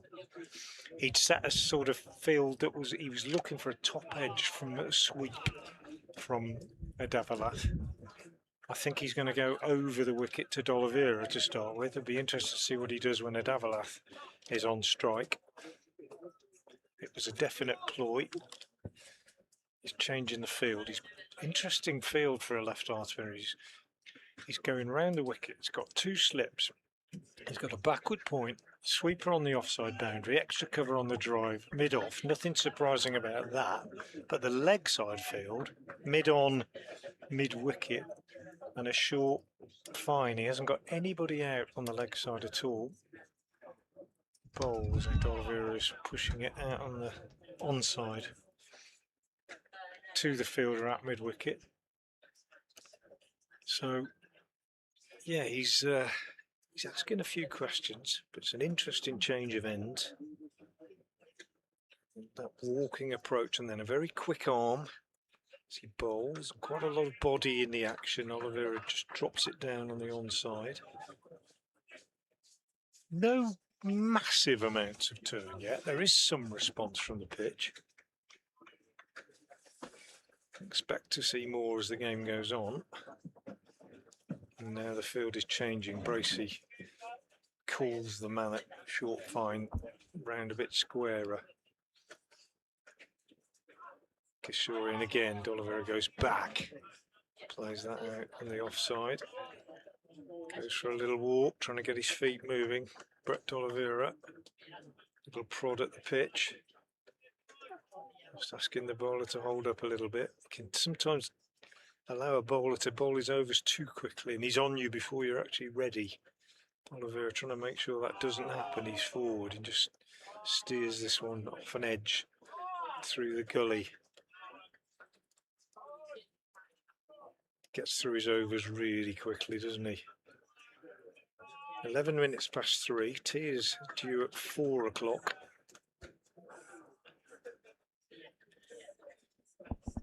Whether that will depend on the number of overs left in the day, I'm not sure. D'Oliveira forward. Pushes out on the offside. The sun's disappeared again. We've got 54 left in the day, so they won't take tea till it's down to 32, will they? Even though it's No, 4 o'clock fixed, yeah. Oh, is it 4 o'clock fixed? Yeah, it will be. Be a long last session. Kishore in bowls, and D'Oliveira is stretching well forward, pushing out on the offside end of a maiden over. Second on the trot, Kishore, 12 overs, 4 maidens, 1 for 27. And Worcestershire struggling along, 84 for 3. Well, I think I'd probably better not start on the County Championship regulation about left-arm spinners bowling over the wicket. In the words of Mark Church, our colleague from BBC London, my thoughts are well known. But anyway, all I'm going to say is it is extraordinary that a ball that was within a millimetre or two of bowling wide. A batter round his legs is called a wide. Yeah. But there's nothing on Alex Wharf. He's only applying the regulation that exists for an absolutely ridiculous reason. Yeah.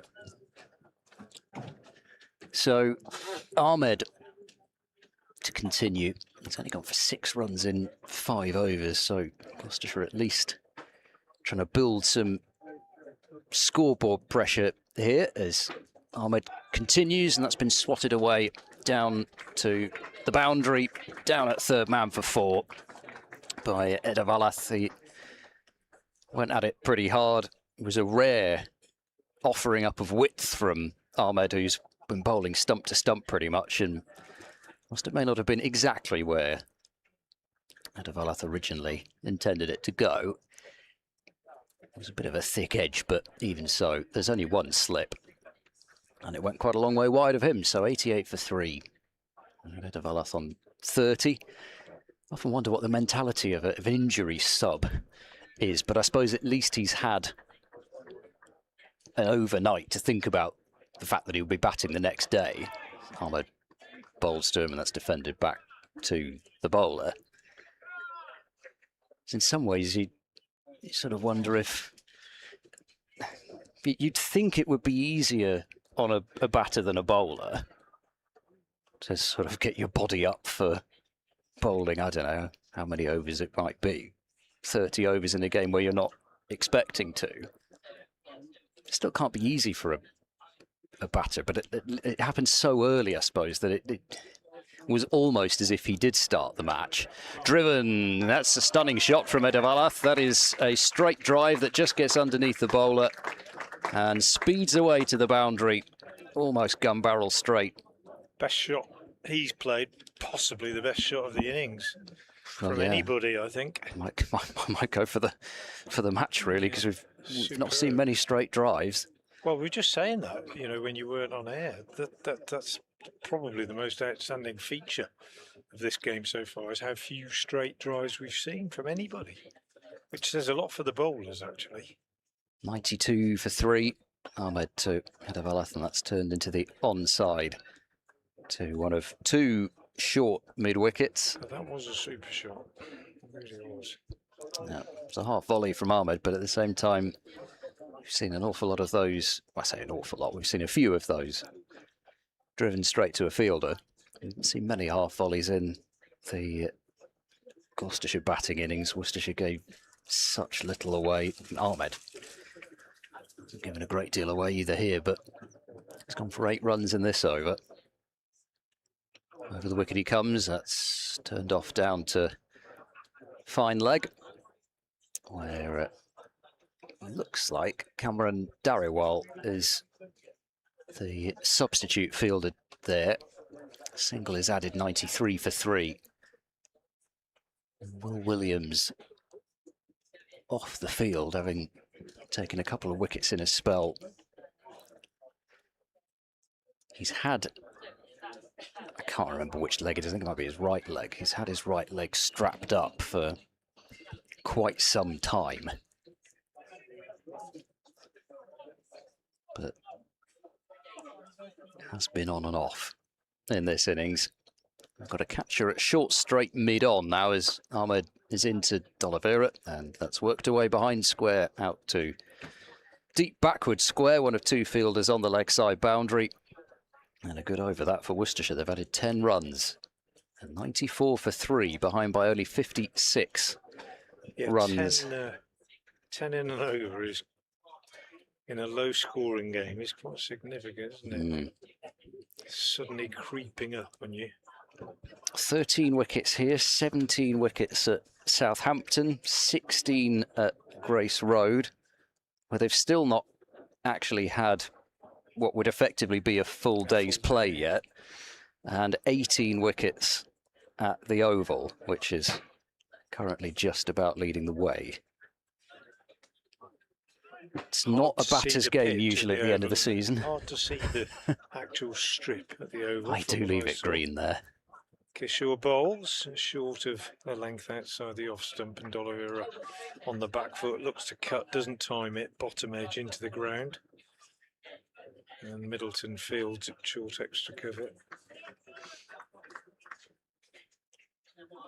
Kishore round the wicket to D'Oliveira.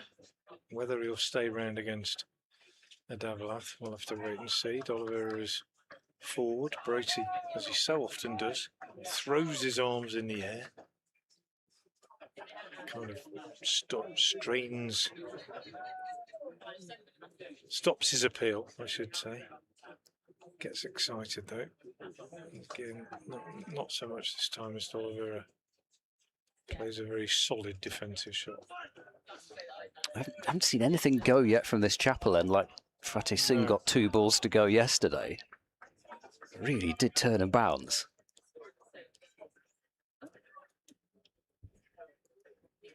Kishore again, he's in and bowls, and D'Oliveira's forward again, and again there's noise from the slips. Price and Bancroft, but no real reason for them to get too excited.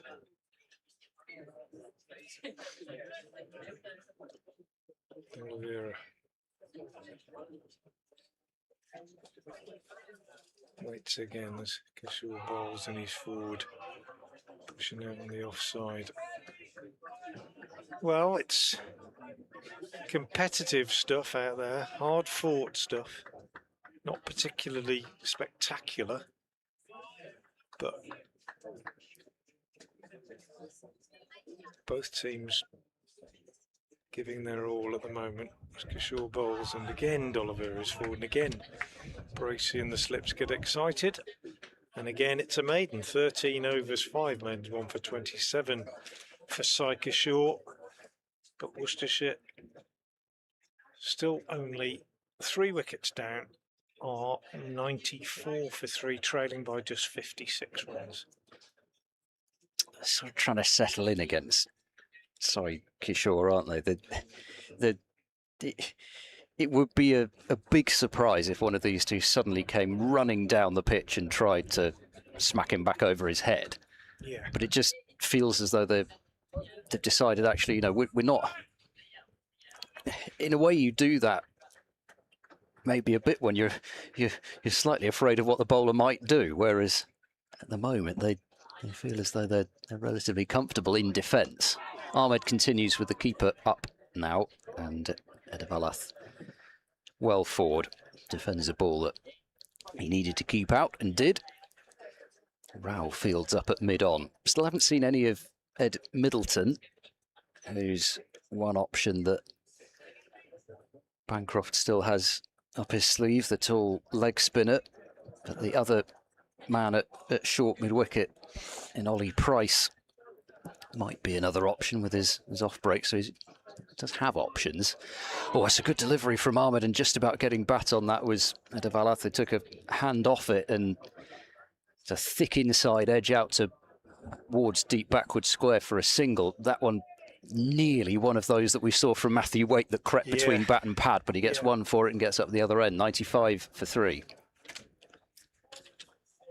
D'Oliveira down for a bit of tapping away at the pitch. He actually did, I mean, he played it well, Edavalath, considering that he'd initially played down the wrong line, I think, and then adjusted. Short straight mid-on and short mid-wicket now. Ahmed full, driven by D'Oliveira, but up to mid-on. Going to do well, even though they're in close. They're going to do well to get it, get it anywhere through that region. Mid-on, straight mid-wicket, tightly packed. Bit of space between Ed Middleton and deep backward square, but it's a heavily leg-side dominant field, with Ahmed just been given the task of bowling as straight as possible in now, and D'Oliveira plays that one quite late, but plays it well. Defence out into the offside. Edgbaston's catching up, 17 wickets there now. 156 plays, 93 for 7. Similar to this then. Well, not the 7, I suppose, but similar number of runs scored, almost exactly the same. Warwickshire have lost 5 wickets for 20. Wow. 6 wickets for 28, actually. Extraordinary collapses all around the country as this is a wide delivery, which D'Oliveira lays back on. Plays a late cut, but doesn't beat Phillips. Fields at backward point. So the highest score by a mile, Somerset's 469. And Kent made 350. Those are the only scores over 200. Durham 281 for 8. Awful lot lower than that. Ahmed, steady approach in and bowls, and D'Oliveira allows that one to come to him, just forward again, defending up to mid-off, just a single off the over, 95 for 3. There's still 51 overs left today. I mean, there's still an awful lot that can happen. And Worcestershire bat for those. We're only 50 odd just overs. over halfway through the day. I mean, they'll have a pretty sizable lead if they're still there or close to there at the end of proceedings. It's still tricky to score at any sort of rate as well. Worcestershire's run rate 2.7 for the innings. Yeah, it is. It's hard work. Well, he's staying around the wicket to Edavalath, so he's abandoned the approach that he took at the other end when he bowled to him, Kishore. He certainly spins the ball quite hard. You can see that. Edavalath played that, and as it came out on the leg side, it was spinning quite sharply as it rolled to the fielder at mid-wicket. He's got those long fingers, gets quite a lot of body into his action, gives it a real rip. It'll be hard work in the 4th innings against Kishore, I reckon. At the moment, Edavalath is having his technique examined, but he's doing really well, the youngster. He's faced 78 deliveries now for his 36. He looks happy against the spin, actually. Just even early on when he was playing those open-faced dabs to backward point. Just plays it on its merits. Suits him, I think, this sort of game. People point out, and I've been one of them, that he isn't exactly racking up the runs in the league, Birmingham League cricket. But I know that the coaches have a lot of faith in him and his technique, and he maybe just needs to play longer format. He's made quite a lot of big runs in second team cricket. Highest score for Worcestershire against Durham in the 60s, as Brothers was just telling us. Pushes this one out on the onside.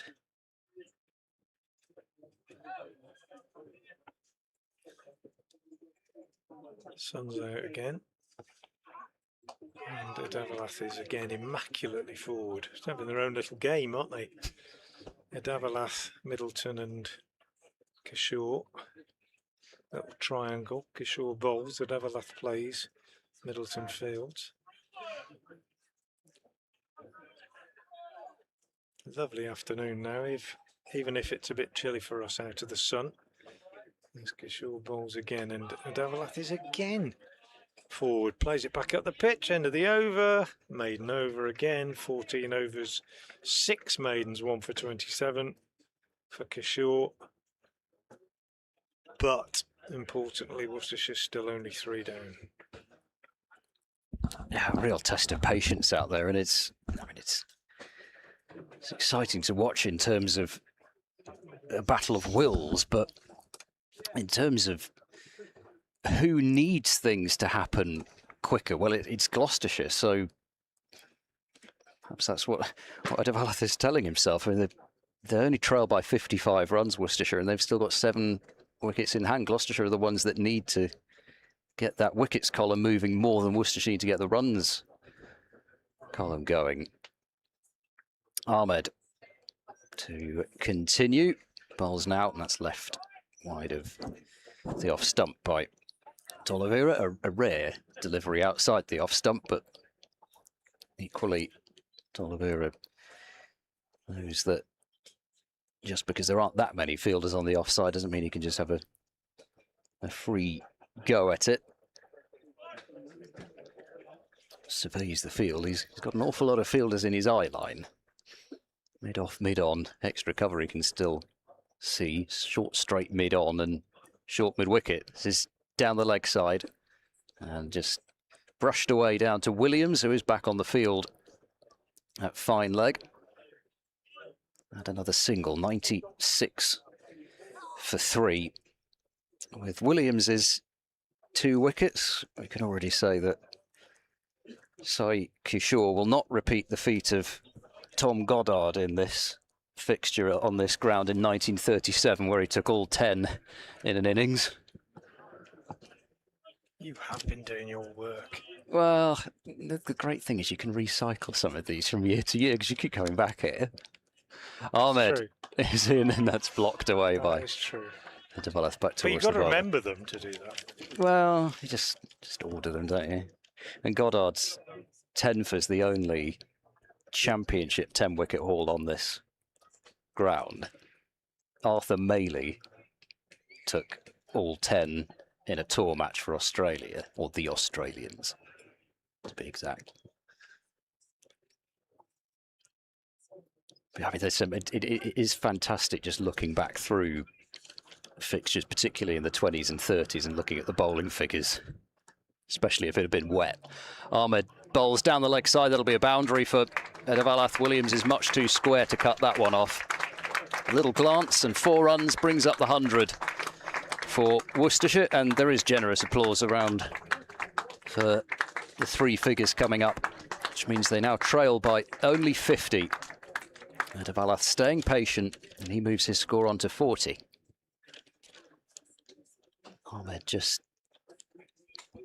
angling one in a little too much, and it's very hard to protect all these angles, especially with the outfield being this quick. So 100 for 3. Ahmed to Adavalath. That's a lovely looking shot. Forced it away past the dive of Phillips at backward point. That'll cross the boundary rope. 4 more back-to-back boundaries. Not too much wrong with that delivery, it didn't look like, but just a firm plant of the front foot. Square Strong hands. drives is trademark, isn't it? You would say in this, based on this innings, I think. Good shot. He's played some really eye-catching ones around what has been an innings built on the bedrock of his forward defence. Yeah. Ahmed Fuller, straighter, defended on the bounce back to him. So 9 runs off that over. It's still read pretty well, Ahmed's figures. None for 26 from 8 overs, but it's gone for 19, I think, in his last 2. Worcestershire 104 for 3. But no, I mean, you look back in the 20s and 30s and see particularly Charlie Parker and Tom Goddard. It's every match they're taking 14 or 15 wickets, or Yes. or one of them is. It's Extraordinary. amazing. It is. And you find similar figures at most counties, don't you? If you look back through the Worcestershire records, you'll find similar outstanding characters back in the day. Certainly up at Derbyshire, there's some amazing records, and then you look at some of the Yorkshire greats. You look at SF Barnes and people like that as well. It's a different game. It's a different game. The death of the slow bowler. Yeah. Wally Hammond took 9 wickets in an innings in this fixture in the 20s. Hammond is a player that I would career love best, to have actually. seen. Yeah, I did read so much about him. Such a sort of belligerent all-rounder in many ways, as I understand it anyway, but always hard to compare eras. I even find that when I think about my own experiences of watching cricket, I'll just break off as Kishore starts a new over, D'Oliveira defends. I saw my first county cricket game in 1966, which is a heck of a long time ago. It was on the old Hastings ground, which is no more. We were on summer holiday, and I saw 2 county cricket games, Sussex against Kent and Sussex against Warwickshire. Kishore bowls, D'Oliveira defends again. So when MJK Smith passed away the other day, I remembered because he'd scored 100 in the first game that I ever saw. I saw the West Indians in that year at Edgbaston. Saw the Australians in 68. Tom Graveney got 100 and Cowdy 100 in his 100th test. Kishore bowls again, D'Oliveira defends again. I remember watching Brett D'Oliveira's grandfather on many occasions. So you can think about comparisons, but then of course childhood memories are so different from more recent memories.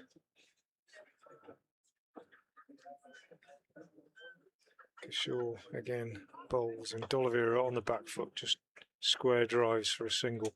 And when people we didn't have speed guns in those days, and I remember the 74, 75 Ashes in Australia when Lillian Thompson basically terrorised the English batsmen, and it was hard to think of anybody bowling quicker than when I saw Wes Hall and Charlie Griffith in the 60s. But as I often say, we run faster, jump further, throw further, swim faster, etc. than ever. I can't believe that bowlers aren't bowling quicker.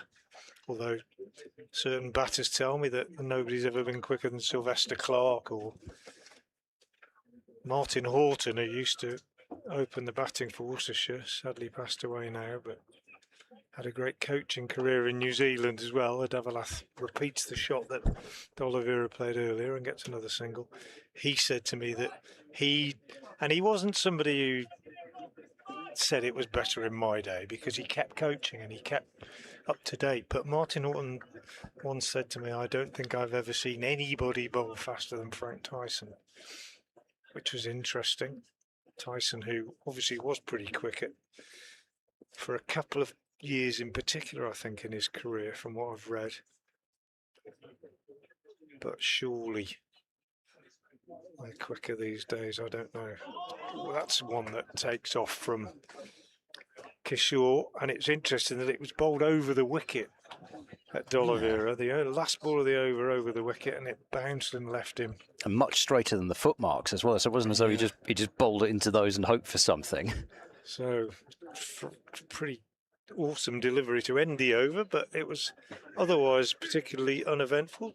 3 singles from it, 106 for 3. Worcestershire, Davalath has now moved on to 45 and Oliveira has 10. It wasn't quite like one delivery that we had at New Road where I was wondering whether the umpire might signal one for the over. I can't remember which of Fatty Singh or Graham Van Buren it was who bowled it, but it ended up being taken, I think, above his head by whichever keeper it was. I think it might have been Roderick back there for Fatty Singh. But there was certainly some quite extravagant bounce, accentuated by the fact that Brett Oliveira isn't the tallest.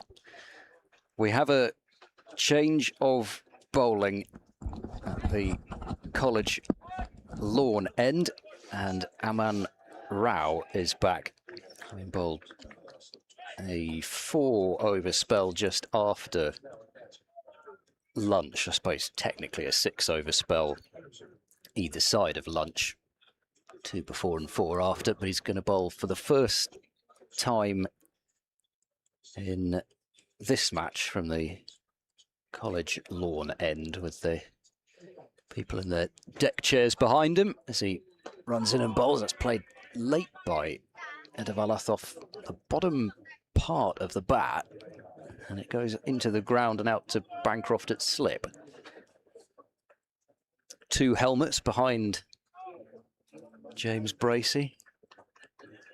They seem to be shuttling them off every over in white ball cricket now. They've too risky. Just not leaving it there, even though it basically never happens, but it's the one time you leave them there. Rao bowls, stepping into the drive, another square drive of some power. You may just hear it crashing into the advertising board down below us between cover point and backward point. And he's on to 49 now, 110 for 3. And again, whilst it's like 110 for 3 if it were a first innings, you'd say, well, it's sort of in the balance, but they're only 40 behind. Yeah. And again, he's taken his opportunity, hasn't he? I mean, slipped into the side with the injury to Roderick. I suppose we had 2 fairly quick wickets around Libby and Hose, but been some very solid partnerships around that as Rao bowls to Edavalath outside his crease, defending away into the leg side. And there's no run. 25 for the opening stand, 38 for the second wicket, then the 2 wickets in 2 overs for Williams, and this partnership has moved on to 41 now. And again, in the context of a low-scoring first innings, Gloucestershire need wickets in clumps. Rao in and bowls, fallen straight respectfully. Edavalath defends back to the bowler on the bounce. There's something that was exactly like Hasib Hamid, the way after he defended that ball, he leant back, still with his back foot planted, and just sort of assessed where his feet were. You see Hamid do that every single delivery, whether he's gone forward or back. He holds that pose with the leg braced. He drives this time and thoroughly mistimes it as it ends up at mid-on. Looking for the covers. There is no run. Didn't see whether I don't think he did it there. No, he didn't. He did look back. I think he looked back to see where it had gone wrong on that occasion, because he lost his shape, didn't he? But it's the best I've seen him play, I think. So he's still on 49, last ball of this over from Rao. He plays that one late. Just deflects it out to Phillips at backward point. So 4 runs from Rao's comeback over. Gloucestershire still haven't gone with double spin at any stage in this innings. Still Sai Kishore the only spinner used, but he's got through 15 overs already. Still 47 overs left in the day. Figure he's going to be on for a good proportion of those, but again, I'm sure he'll have known exactly what he was signing up to. You, Oh yeah, you know you're going to, yeah, oh yeah, you know you're going to get plenty of overs in. 110 for 3. Yeah, he'll want a bowl. I'm sure of that. Players always tell you, batters want to bat, bowlers want to bowl. I think the only sportsman who enjoy not performing as he comes in and bowls and beats D'Oliveira outside the off stump again from over the wicket. It seems to me are the highly paid footballers who sign new contracts just to sit on the bench, get paid millions. That always puzzles me, how a professional footballer is happy not to play, you know. Just strange, isn't it? Yes. We're just talking about our rota here. We might as well carry on till tea, won't we? Bradders fancies a long sabbatical. He needs sleep during the afternoon. But I think we might as well carry on now. Kishore again in bowls. D'Oliveira goes for the little paddle. First time he's done that.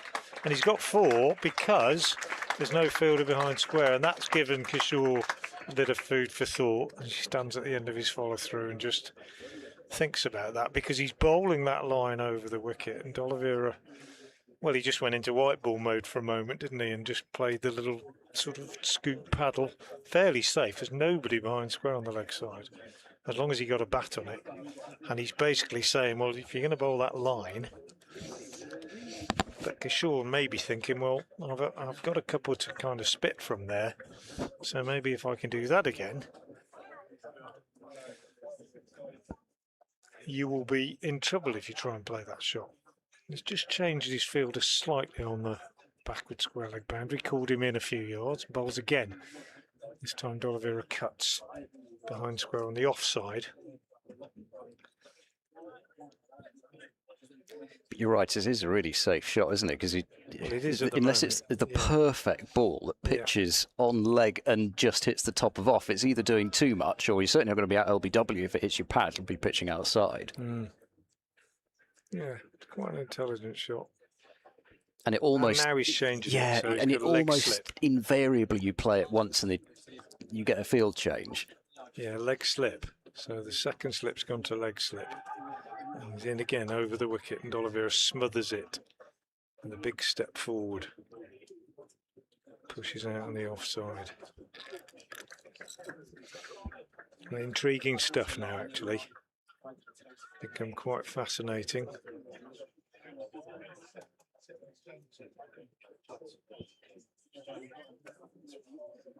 Kishore over the wicket again to D'Oliveira. Bowls and pushes out on the offside. Thinks about a single, but scampers back. End of the over from Kishore. 114 for 3. I've been trying to think who it is that Kishore reminds me of, and I know I've got it now. Probably not a good time to say it now because he's just finished an over, but it's the action's not the same, because the bowler to whom I'm comparing him drops his front arm very early and is almost like the one-arm bowler, but the action after that, in terms of the body and the speed and everything else, is very similar. It's Mitchell Santner, who played a bit for Worcestershire a couple of years ago, and I've been watching him a lot, obviously this summer. But he gets into position. Santner drops the front arm and then it's the body. But Kishore is very similar apart from the front arm, I think.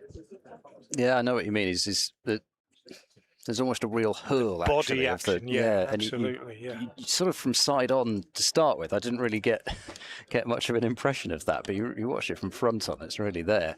Rao continuing. Edavalath is still searching for his 50. He tried that shot that is proved so effective for him, that square drive in recent times, but couldn't quite get the timing or placement. Phillips fielding at backward point. So let's get the sense from the Gloucestershire field that they started to feel something needs to happen here, then just get one before tea at least. Rao to Edavalath, and that's defended. Back towards the bowler. He was just loitering outside his crease there was the batter, holding his pose, and then suddenly he realised, well, hang on, actually, Rao might throw at the stumps there, but okay. Pretty much no doubt that he would have been back, but he was contemplating things for a moment. Often get the time to do in cricket. Rao, full, straight, blocked. Very sturdily back. Again, one bounce into the ground back towards the bowler. Being shown a close-up of Santner, who probably, again, probably drops his body a little bit more, but I definitely see where you're coming from. Yeah. He, his nickname, Mitch Santner, I believe, is they call him Snaky, don't they? Didn't know that. Because say it's his upper back. Right. It's a very cruel cricketer's nickname. Full ball, on driven, won't beat Williams. He'll field at mid-on. He's got a very sort of, yeah, snaky back. Particularly pronounced at the top. It's always, I don't know, like how you walk or something like that. It's just it's always some Matthew Waitman called Pingu, isn't it? Right. I was thinking Josh Shaw was nicknamed Alfred after Alfred the Gorilla because that's how they thought he walked when he played here. Rao in, down to fine leg. That'll be his 50. Just a single, but the one run that he needed. Had to stay patient on 50 for a while, but he gets there from 99 balls, 10 fours as well. So 40 of the 50 runs he scored in boundaries. Well batted. Rehan Edavalath, we've seen 2 50s in this match, both by youngsters trying to grab their opportunities, and Edavalath now has the chance to go on and make this a really, or it is a kind of defining innings in the context of a low-scoring game so far, but it could be a really defining one. D'Oliveira to face the final ball of Aman Rao's 8th over. Bowls it now and played very late by D'Oliveira, who was slightly alarmed for a moment about where that ball might be going, but it was a fair way away from off stump and picked up by Bancroft from slip. So 115 for 3. And Worcestershire now only behind by 35 runs, and they've still got 7 first innings wickets in the hutch. So Ryan Edavalath, 50 off 99 deliveries with 10 fours, as Ed was just saying, and that is his second first-class 50 for Worcestershire. His highest score is 61, made at Chesterley Street against Durham. And we are now going to see a change in the bowling. So Sai Kishore is withdrawn from the attack. Figures of 16 overs, 6 maidens, 1 for 33 for him. And we're going to see Ed Middleton, the leg spinner, bowling from the Chapel end. I think Kishore picked up a wicket in his second over just before lunch.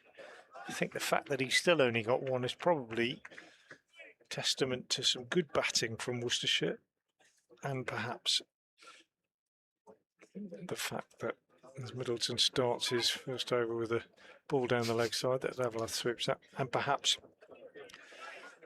suggestion that the pitch isn't quite as responsive yet as we thought it might be. I think it will be. The odd ball has bounced and turned, certainly. Be interested to see what Middleton gets out of it. He comes in now and bowls, and Edavalath drives up to mid-off. They have to hurry, but D'Oliveira gets in. It was a good job the throw wasn't a bit straighter. Bracey had to go quite away from the stumps to gather it. D'Oliveira and Edavalath will just discuss that, I think, perhaps, and say, well, yeah, it was all right, but it was a bit tight, mate. Let's not chuck it away now, having put on 47 so far for this 4th wicket. Haven't seen Middleton bowl before. tall for a leg spinner. Spinning the ball from hand to hand, as they always do. Comes in now. Bowls, and Oliver on the back foot plays defensively. He's played a lot more. I say a lot more. I mean, it's not as though he's played masses of red ball cricket either, but 9th first-class match, but they've been quite spread out over 3 years, and you finally got the chance to play in some of the one-day cup matches this year. He's in and bowls, and Oliver is forward, pushing back up the pitch. Well, traditionalists would say that, you know, if you're a spin bowler, and there aren't many coming through, whether wrist or finger spinners really, a summer like this is the one that you would be waiting for, you know, a dry summer. But it's only really now that red ball cricket's got going again that any spinners can take advantage of the dry weather that we've had, I think. So it'll be interesting to see what happens in this block of fixtures in terms of spin bowlers' contributions. Another dot there as Oliver dabs that down on the leg side. But it is a feature. I think you're talking about those bowlers of yesteryear that you were talking about, and the phenomenal number of overs they bowled and the wickets they took. Many of them were spinners, and they're just not around now. Middleton bowls, and Oliver edges that one past slip. It's going to whiz away for 4. All on the ground, but he didn't know a lot about it. So the over is completed with an involuntary boundary. The 50 partnership is raised. Worcestershire go to 120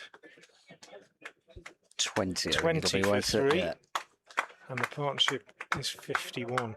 But yeah, you know, the opportunity just isn't there, is it, for young spinners nowadays? You just don't get spinners bowling the number of overs that they did in the old days because of the state of the pitches. And the size of the bats and the boundaries and the fact that they just get smashed. You're just not really given the chance, are you? Because teams would just far rather select attacks of all seam. Rao into Edavalath. I mean, if defended to mid-on. If Shane Warne came along, then I mean, that's different because it's utterly exceptional. But you know, you think of even the best spinners that we've got in the country at the moment, and who are, you know, I would say Dawson and Jack Leach probably in terms of consistency and economy and adaptability, the ability to play in all formats. There's so few. Rao bowls full and wide. Excellent stop from Phillips on the bounce and hit like a rocket off the edge of the square. And Phillips plucks it away to his right. And it gets a low 5 from Ollie Price at cover. We're going to have a look at the ball here, are we? I did enjoy, actually, earlier on. I think I was off air. I forget who it was. It was Ahmed, wasn't it? Ahmed pulled off a fabulous stop at cover, and he was wringing out his hand, and then Sai Kishore came up and gave him a really exaggerated slap on the hand as if, right, that'll make it better. It was a heck of a stop, wasn't it? It was. That was a Davalath, actually, just before lunch, wasn't it? Yeah. And he hadn't got off the mark. Beautiful, beautiful stop. No, it was Libby. It was a cracking shot early on in the innings. That's exactly what the fielder needs. Pricing close at extra cover. There's a sweeper back on the offside boundary now as this is just defended into the leg side. Rao none for 19 in his 9th over. But he has, for the most part, done what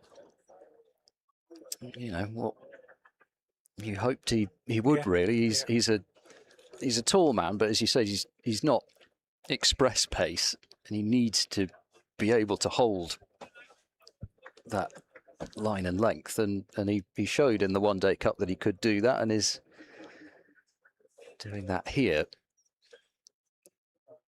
Wide slip with Bancroft in there, as that's defended again by Edavalath up to mid-on, and Worcestershire are sort of choking Gloucestershire here, really. They aren't giving them a great deal to get excited about in the field. It's not that the energy's dropped enormously. I mean, Ollie Price is just trying to get something going at short extra cover, but equally, you need to feel as though things are happening out there, and Worcestershire have been so rigid in not allowing Gloucestershire in that hasn't felt imminent. Full ball, driven square, timed well, beats Phillips at backward point, but they dropped that fielder I mentioned out at deep cover, so Hammond will limit the scoring to a single. Worcestershire moved to 121 for 3. Gloucestershire have not won a championship match here since 2021. It was the first fixture of 2021, the return of Cheltenham after a year's absence for COVID. Rao approaches to D'Oliveira and bowls, and tight to his body. Plays that very correctly on the front foot, well outside his crease, getting down to meet it. And there's no run as Worcestershire 121 for 3. Another tight over from Aman Rao. And maybe 2 more overs before tea, but I'll have to hustle.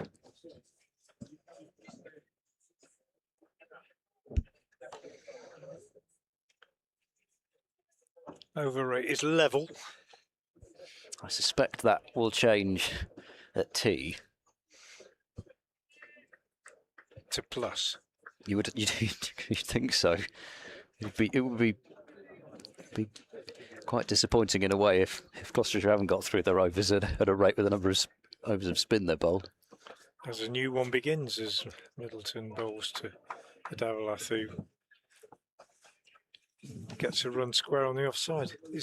He gets an enormous number of runs with that square drive, doesn't he? I think the analysts will spot this, and if he has a long career, we'll start seeing that option being cut off a little bit. He just opens the face on his drive, and it'll be interesting to see how he can adapt his game to that. But it's been very productive for him today. He's timed it beautifully.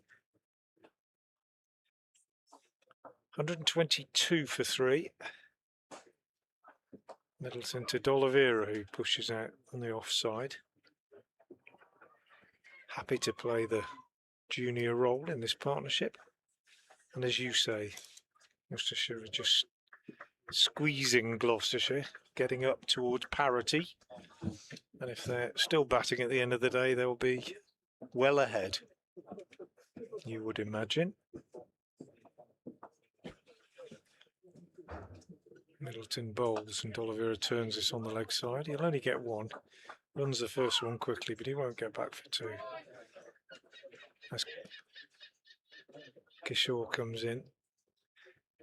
And I think Worcestershire, Ed, have batted in the way that they bowled. That's exactly what I was thinking when I was talking about the way they've choked Gloucestershire, because that is exactly what they did with the ball as well. It's not been extravagant or stylish or flamboyant. Adavalath forward, plays that back to the bowler. It's just been efficient, isn't it? I don't think we will get another over in. The scoreboard's showing 3:59 at the moment. Still 2 balls left in this over. Yeah, efficient is the word. I think that would best sum it up. Middleton bowls. Adavalath works on the onside, no run.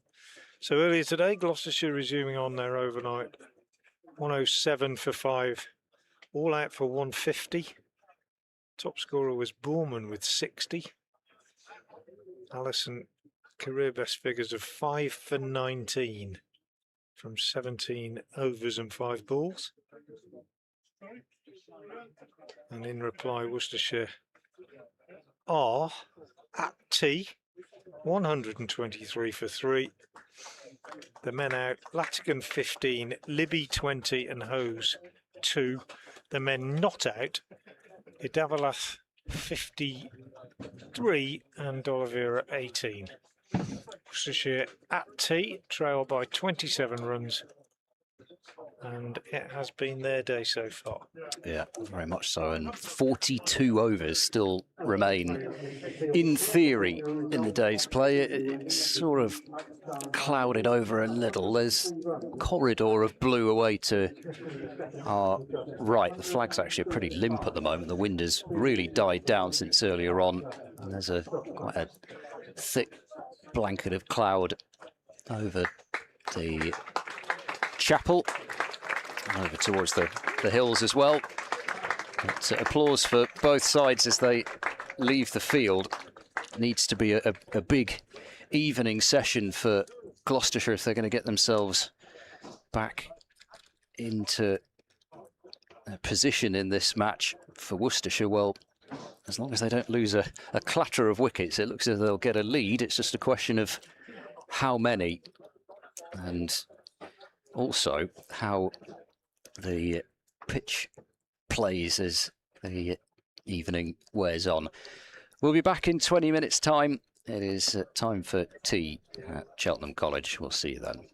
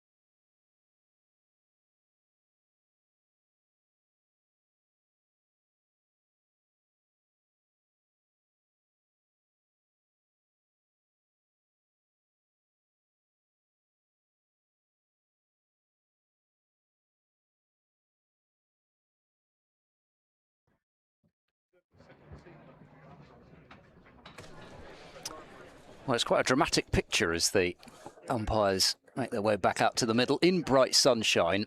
We do have some almost sort of, well, particularly dark shade of bluey, greyy, purpley stuff over the chapel. Don't think that's coming towards us, and it certainly doesn't look anything like as bad as yesterday anyway. But it is certainly a slightly more mixed picture overhead.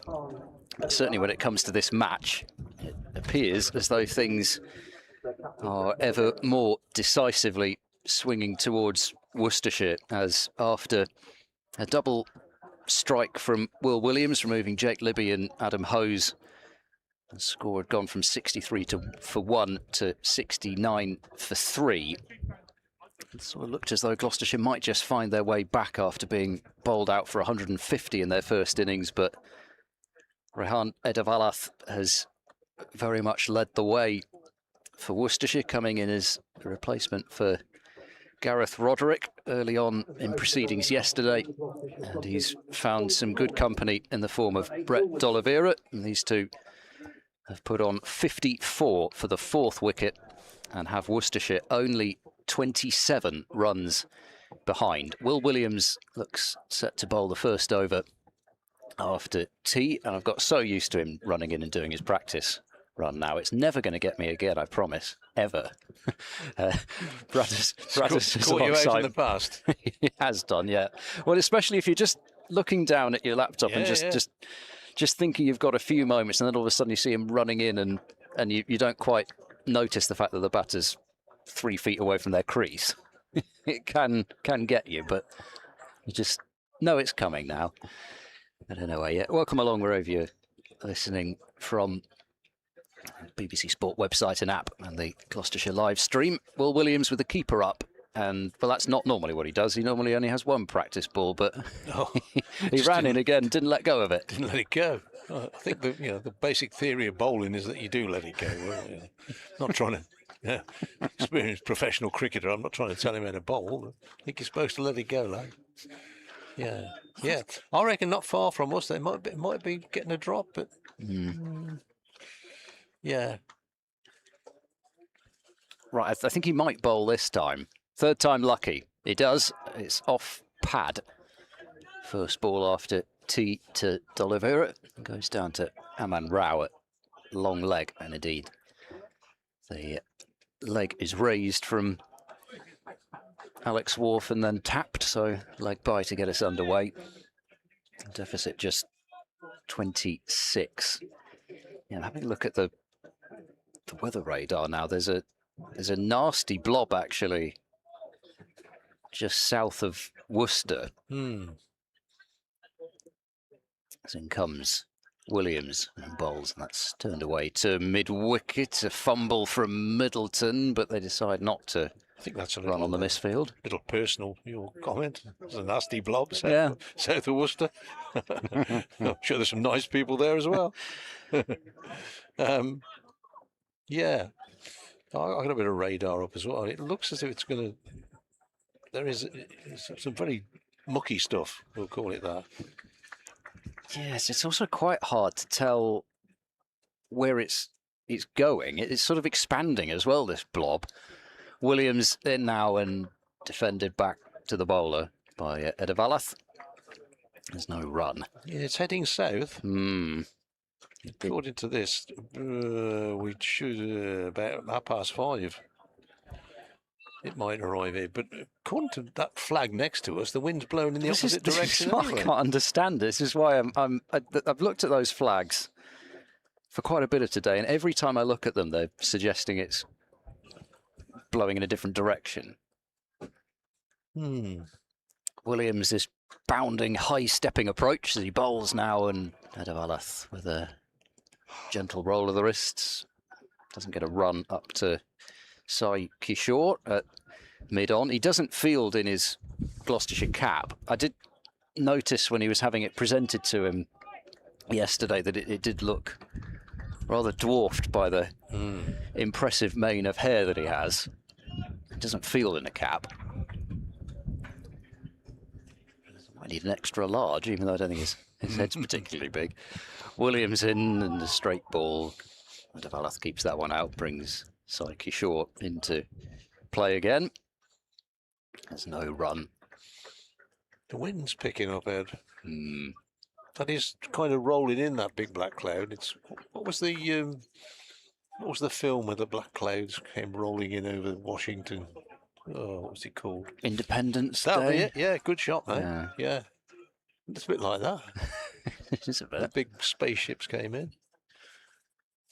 Williams in now, and that will spoil a maiden over, although there was a leg by off the first ball. There'll be a single off the last as De Valath gets his first run after tee with a single to deep backward square. So 125 for 3, deficit 25. There are 41 more overs left in theory, but you sort of feel may already, even on August the 21st, be starting to get to the stage where you really do need it not to be cloudy at 7 o'clock, especially if it's going to be this sort of thick cloud for us to get those sorts of overs in. Because even if you've got a spinner bowling, it's going to be 2.5 hours, isn't it? Yeah, well, where are we? 10 days away from 10:30 starts, aren't we? So, yeah. It's right, those that say we should start at 10:30 anyway.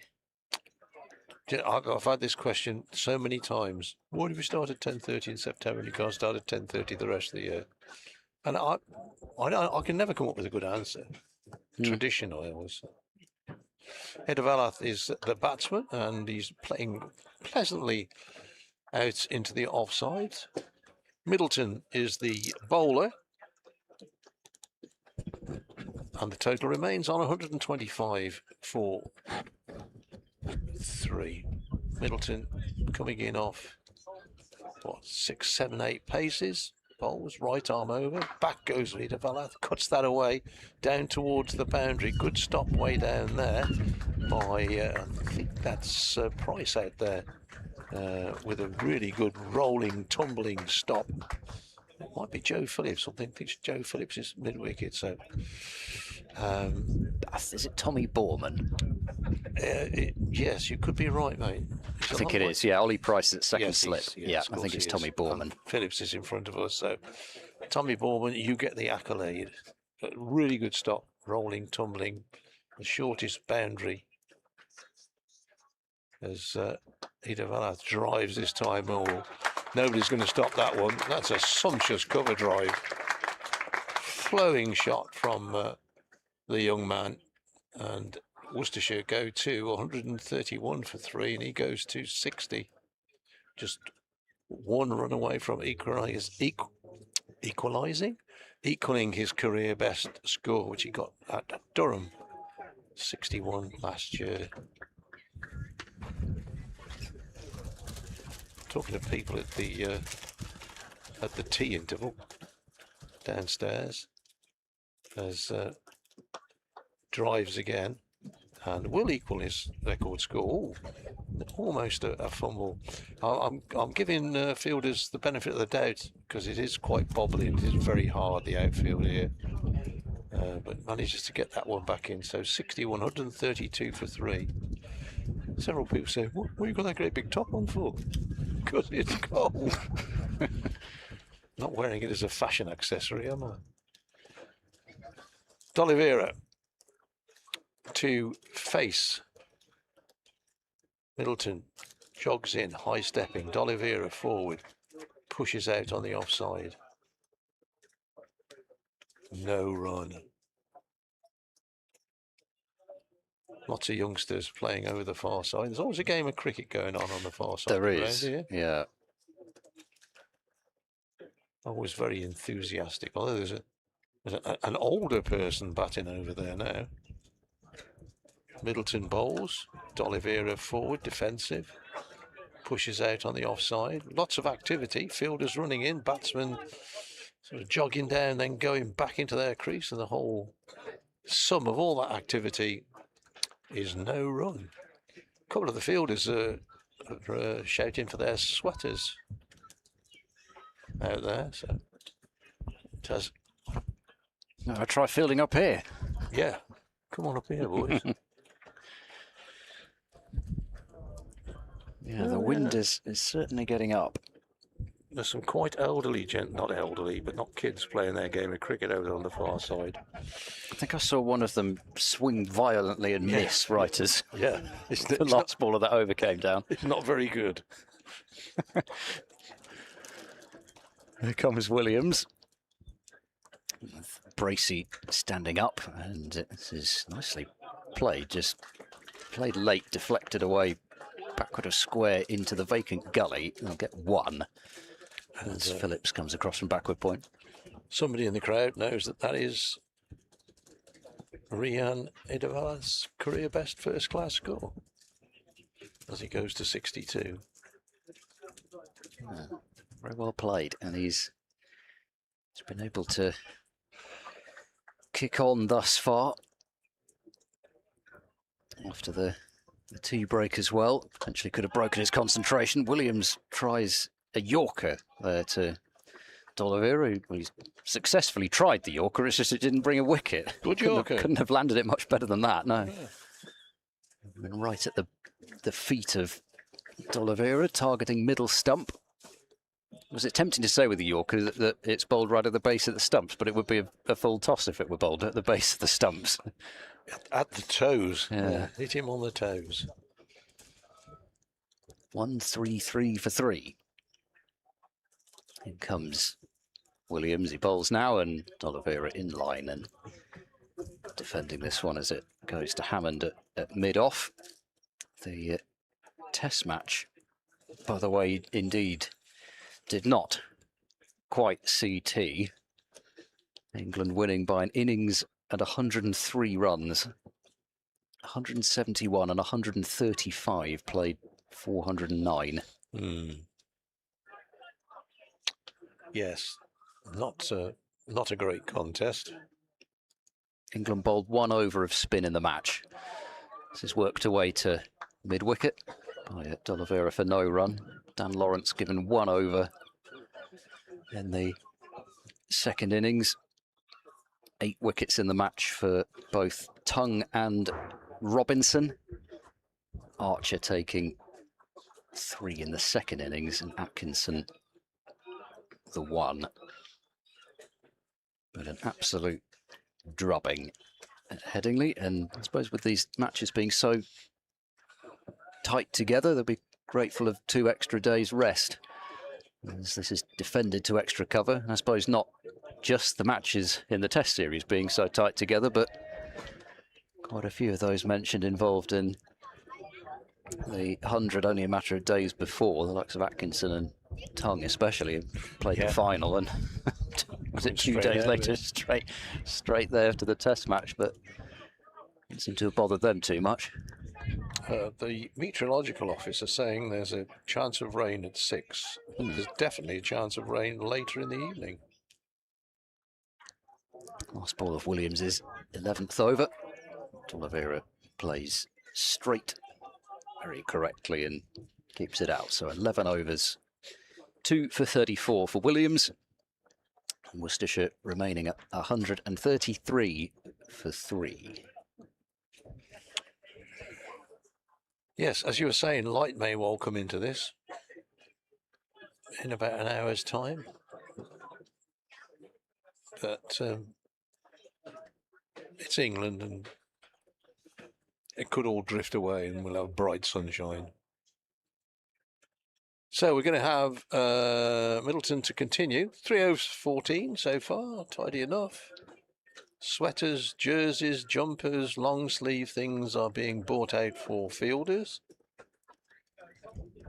because it's getting a bit chilly down there as well.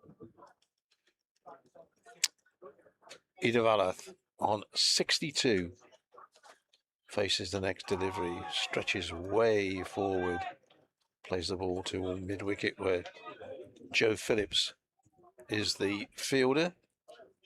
No run. There's a light on top of a burger van or something on the far side of the ground. Suddenly looks a lot brighter than it did 10 minutes ago. Once again, stretching forward, getting a real stride in there. pushes the ball out on the offside this time. And there is no run. A stumpy bus goes up the Sanford Road on the far side.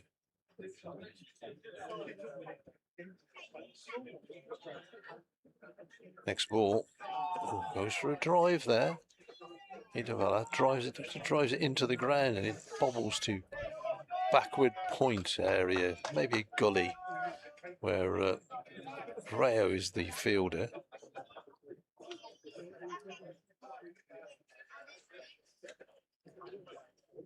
Much chatter in the crowd since tea. Must have had some chattering biscuits or cake or something. Next ball stretching forward again. Pushing out. Did we have some chocolate brownies at some time, Ed? Did we? Not that I'm searching for. Oh, there they are. They're still there. I've offloaded one to the Cricket Reporters Network. I shouldn't really. It's only because it's in the back of my mind. Middleton, and again, this time, Idavalla trying to force it just to the. He does force it just to the right of mid wicket, but not far enough away from Phillips' right hand to pick up runs. There's a gap through there. Fine leg is backward square leg out on the fence. Middleton, high stepping, jogs it again down the pitch, driving here. Idavalla trying to make something out of this, drives it straight to the ever willing Will Williams, who's He's already got enough wills. He doesn't need another one. He loves to have a tumble, doesn't he, Will Williams? And he gets down well. And made it over in the end. Good little contest there within the game between the spinner and the young batsman. Light aircraft away to our left, flying into Gloucester International Airport, better known as Staverton. Is it called? I don't even know if it's called Gloucester. Well, there was a Gloucestershire International Airport for a while, but I think they had a go at making it into that, but I'm just having a look now to see what the timeline of that was. Here is Williams, and it's a lovely shot, just laced away through the gully for 4 runs by D'Oliveira. It was, I suppose, short enough and wide enough, but he could have really tried to slap that, and there's actually 2 fielders in the point area, so he decided to just open the face and run it finer and gets 4. That's a Brett D'Oliveira trademark shot, that is. Giving a bit of width outside there. The only time Williams holds that one back a bit. D'Oliveira defends into the offside. I've flown from Staverton. We were flying either Jersey or Guernsey. I can't remember which it was. So I booked a flight from there, and the lounge was a porter cabin. It was very nice. And the bloke said, "Right, we're out on the tarmac over here. Can we load up now, please?" There's about 12 of us. Walked out. This is Learjet, executive jet, sat there. He said, "Oh, this is nice." He said, "Yeah, it's the one round the other side of it. It's a crop sprayer, I think it was." Williams bowls and tucked to mid wicket, and there's no run there.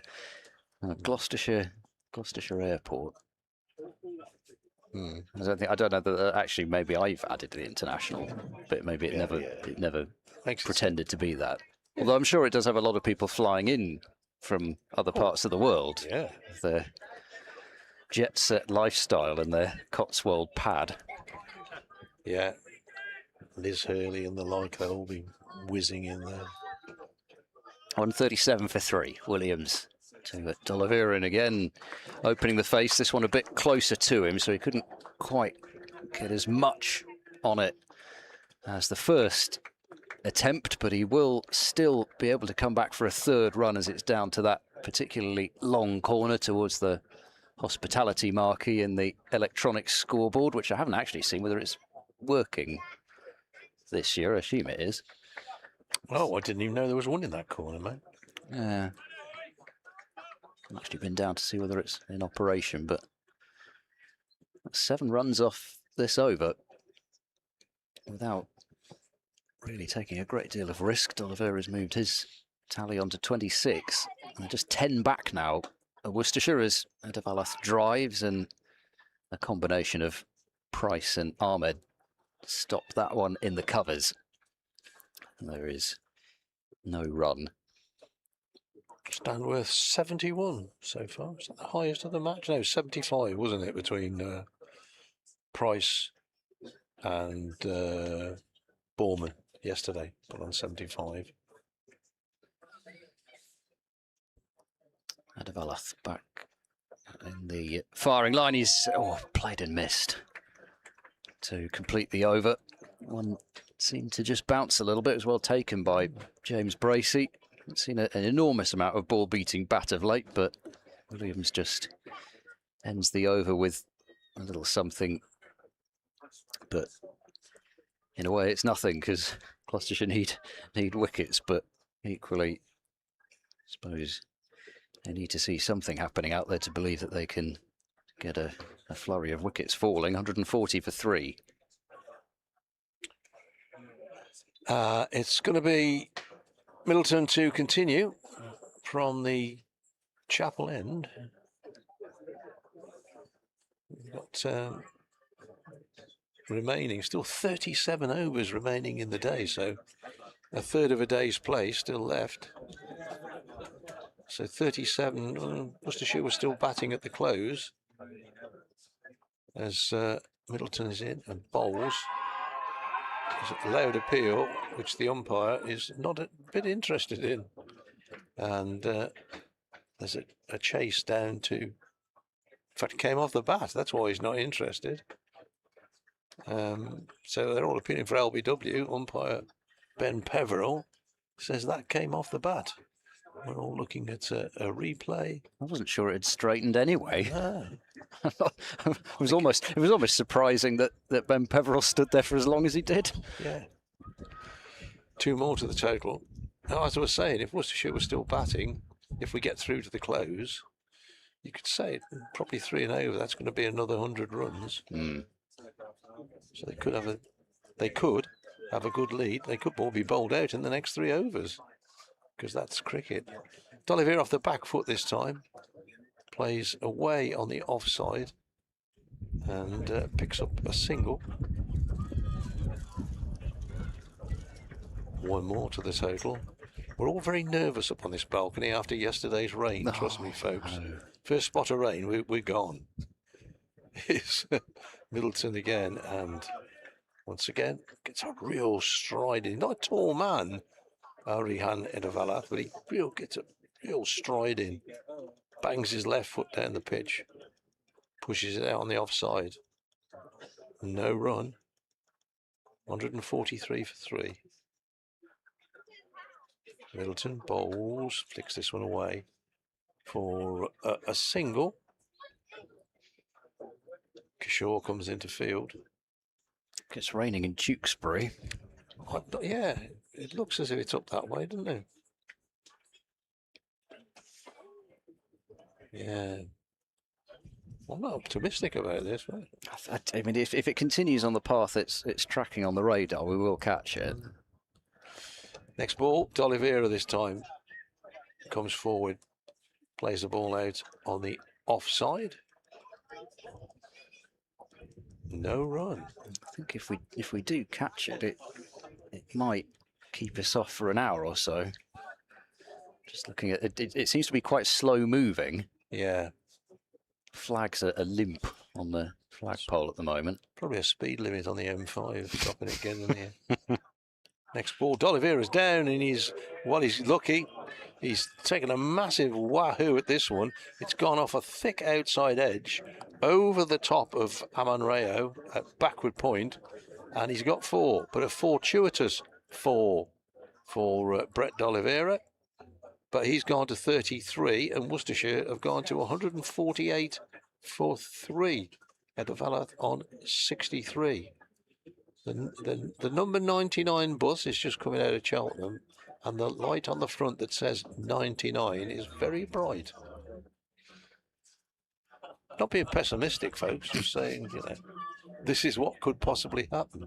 Oh, it's excellent, the power that these green buses can generate for their, for their light displays. No, well, if anybody was going to catch that, you'd have thought it would be Aman Rao, who's as tall as anybody in this Gloucestershire side. It's the first time that anybody's been tempted to come down and have an absolute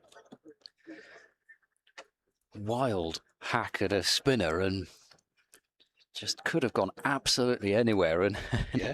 even worse for Middleton. Of course, it's 4 more as well, and Worcestershire are almost in front, only 2 back, and going back to their overseas spinner Sai Kishore, so just a 3-over spell for Williams, as Ian Randall makes everybody jump out of their skin by announcing that Craig Miles is on the field as a substitute, which he is, standing at mid-off. Williams may have gone off as well. You do sort of get the sense of Williams having to manage his way through something with these overs here, but well, without his 2 wickets, Worcestershire could be staring down even worse. Kishore bowls driven, lovely looking shot from Hedavalath, and Taz Ahmed at extra cover felt the full force of that one as well. Not for the first time, he's wringing out a hand and covering his left hand with his right hand and trying to give it a good squeeze to give it something else to feel other than sting. This is another attempted drive from Hedavalath, goes into the ground. Hammond fields at cover, tries to polish this ball, which is now in its 51st over. Somebody's trying to get some chanting going out there. Say, yeah. It's like one person. Slower delivery, nicely bowled, but well played by Hedavalath. Just allowed the ball to meet the bat. One person who probably hasn't had a drink today. Yeah, hopefully we'll still get a very good number in over the weekend. Certainly for tomorrow anyway. Kishore bowls, Hedavalath whacks that one in the air and is caught at mid-on.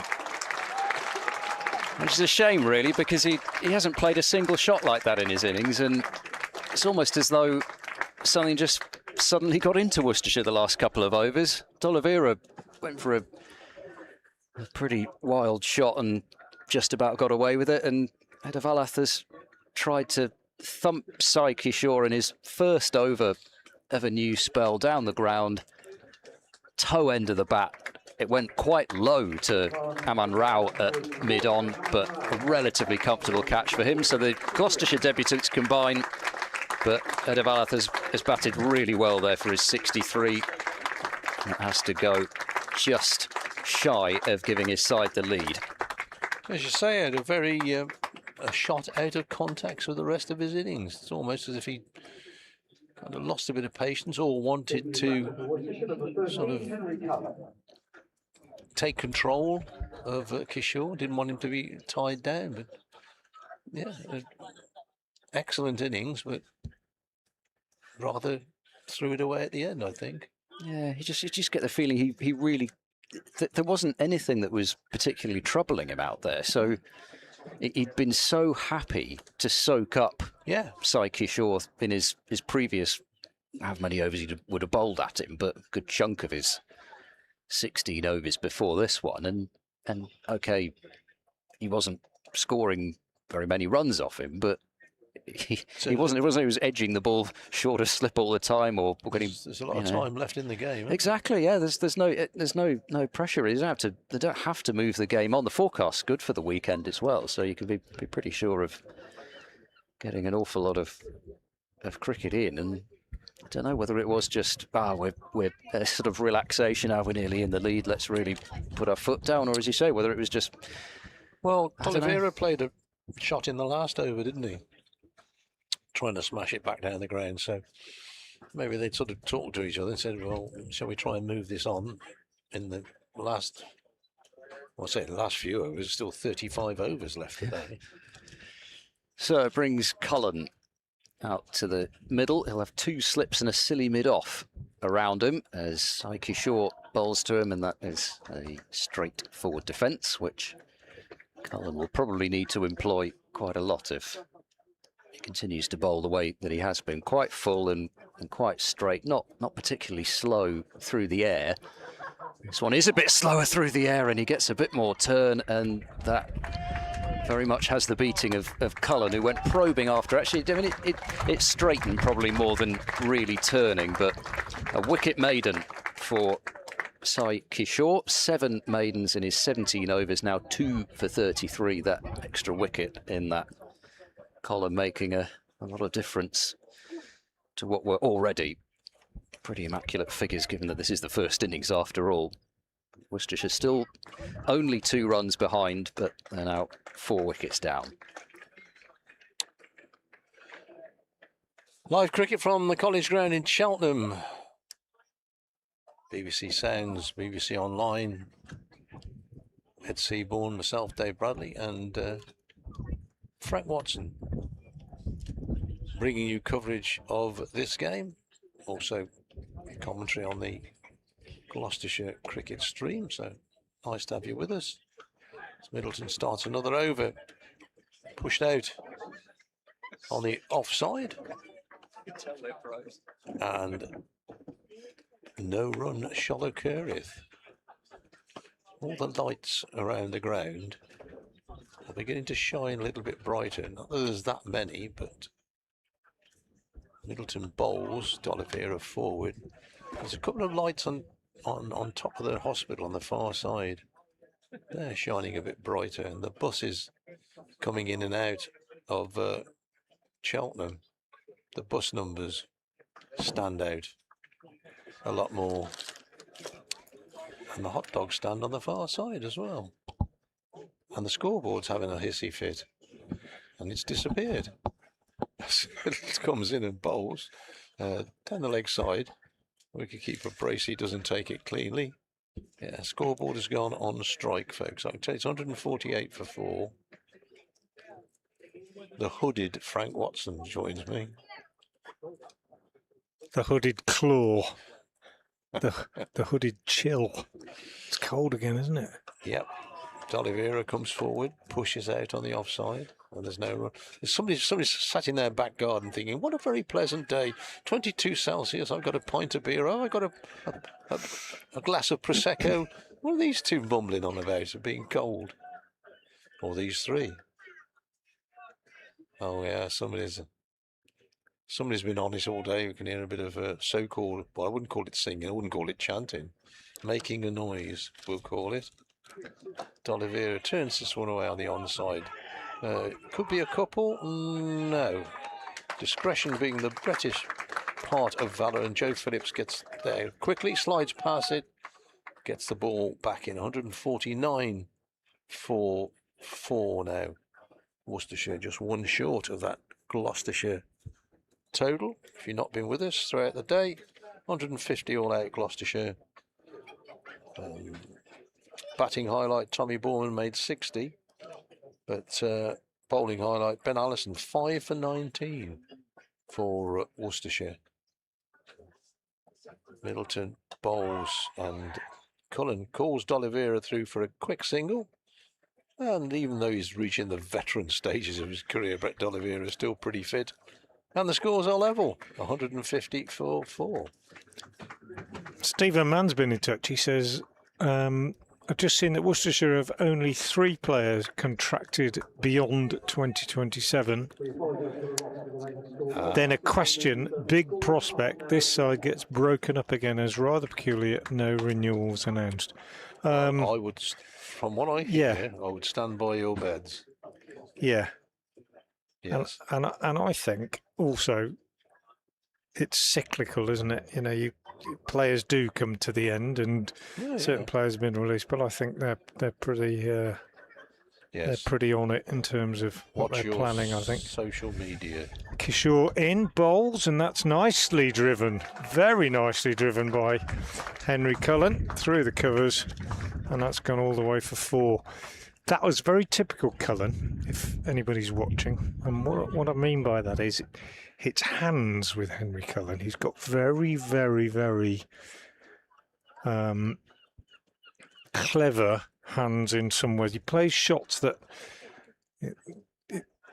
it's kind of leaning into that shot. It doesn't look as though he's going to hit it very hard, and then the wrists break and he steers it where he wants it to go. It was a very, very neatly executed shot for 4. This time he goes back to a much quicker ball and just chops down on it. Plays it down in front of him. Interesting, I mean, he's keeping now that Roderick's dropped out, but he was picked in this game as a batter, having done really well in the One Day Cup. But he's not particularly conventional. And he's out. Caught at silly point, short, well, silly mid-off, really. Pushed hard at it.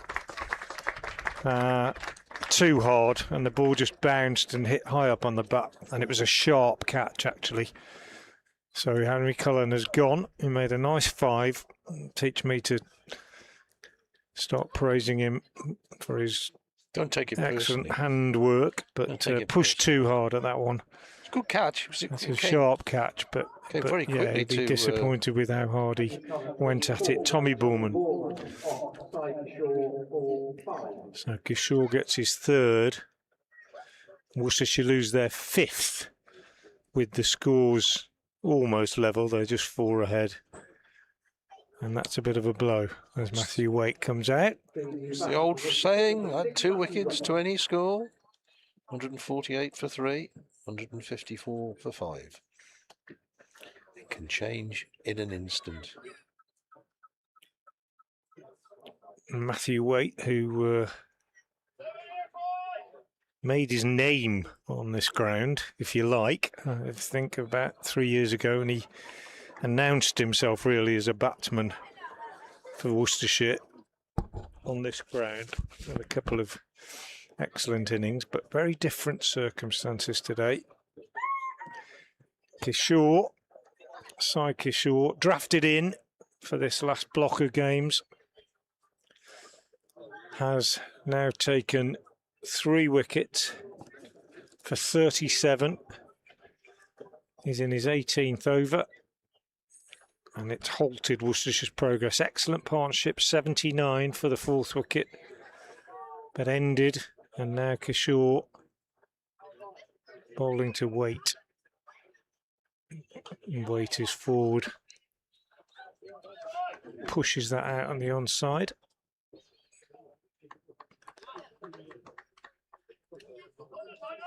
Scoreboard's gone again completely, but I can tell you, I hope, as Waite plays out on the offside. 154 for 5. D'Oliveira 34. Wait. With a bit of pressure on now on these two, I think. Yeah. Taylor, Swanepoel and Allison to come. They want a lead. Waite pushes out on the onside. They want a substantial lead.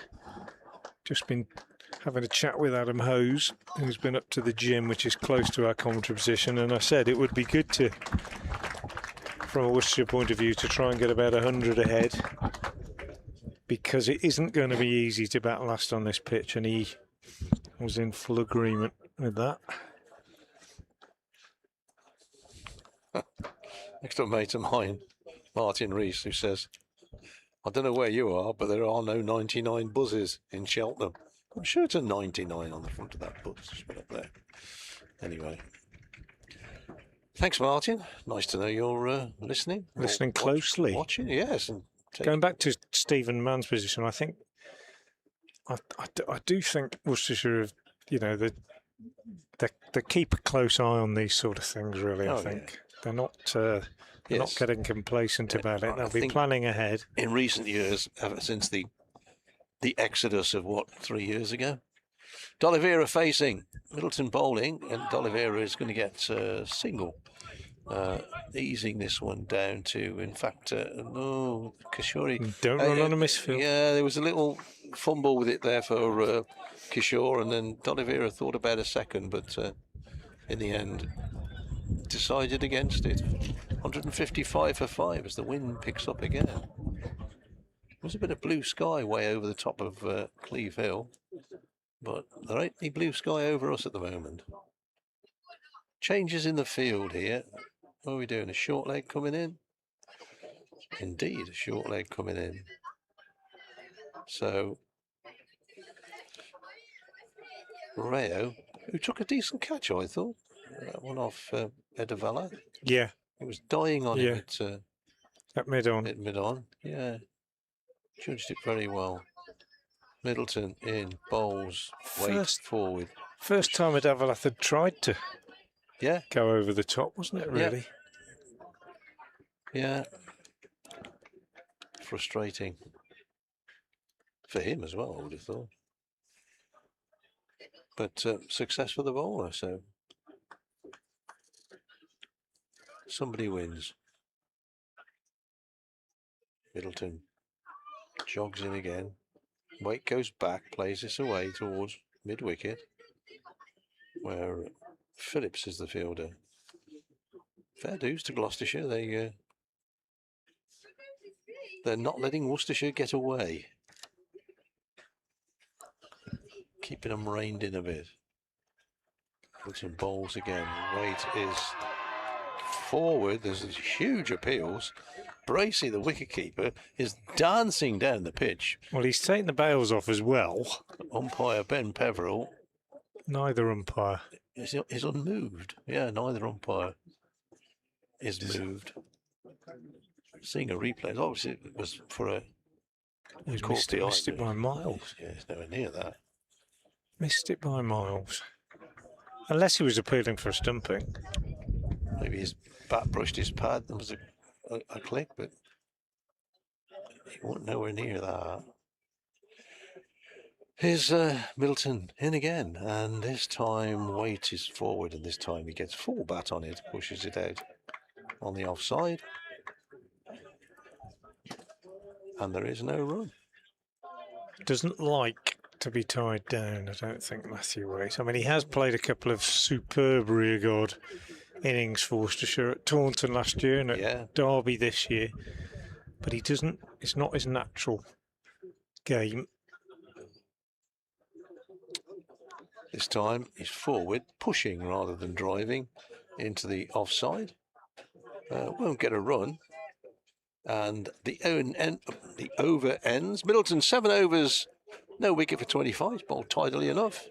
Kishore has taken the accolades with 3 for 37 so far. Worcestershire 155 for 5. They lead by 5. Wait to get off the mark, and D'Oliveira has 35. It's been hard graft for the batters in this game. It has. 305 runs we've had, and that's taken 114 overs between the two teams. That tells its own story. I think there's been some good bowling, but I think it's fair to say nobody. There were 2 half centuries, one from Bournemouth, one from Edavalath, but both of them at various points in their innings played good shots, but I don't think anybody's ever been really fluent. No. Nobody's been on top of it at all. No. Saika Shaw, the Indian left-arm spinner, round the wicket to D'Oliveira, who is driving, pushing really into the offside. Nobody's gone over the top against the spinner with success at all. Nobody's dispatched him. There's only been 1 6 in the game, and that was a long hop that was heaved away by Bournemouth. Kishore bowls again. D'Oliveira is forward. He's got that habit of Kishore of a batsman plays a shot and he has a look and then he makes a very demonstrative change to the field, as if to say, I've spotted something there. And when he's got two men really tight in terms of line, catching on the offside now. D'Oliveira drives to one of them. So he's got the man at Bournemouth in at silly mid-off, really close, where he took that catch. And then just behind him, I'm one pace to his left, but 15 yards further back, he's got Miles Hammond. And he bowls, and D'Oliveira's looking for the paddle sweep and taking on the pad, and there's a big shout. He's a heck of a long way forward. Bracey, always an enthusiastic appellant. Good word, that. Good word. If only I knew what it was. Appealer. Ah, okay. Appellant. It's a legal term, isn't it? You're the appellant, aren't you, if you're making an appeal? Ah, yes, yes. Good thinking, that. You can take the English teacher out of the classroom. And balls again and drives, and this time hits the man at silly mid-off on the shin pad. Ball rebounds onto the leg side. No damage done. Runs hard to come by. It's gloomy now, isn't it? As well as being chilly.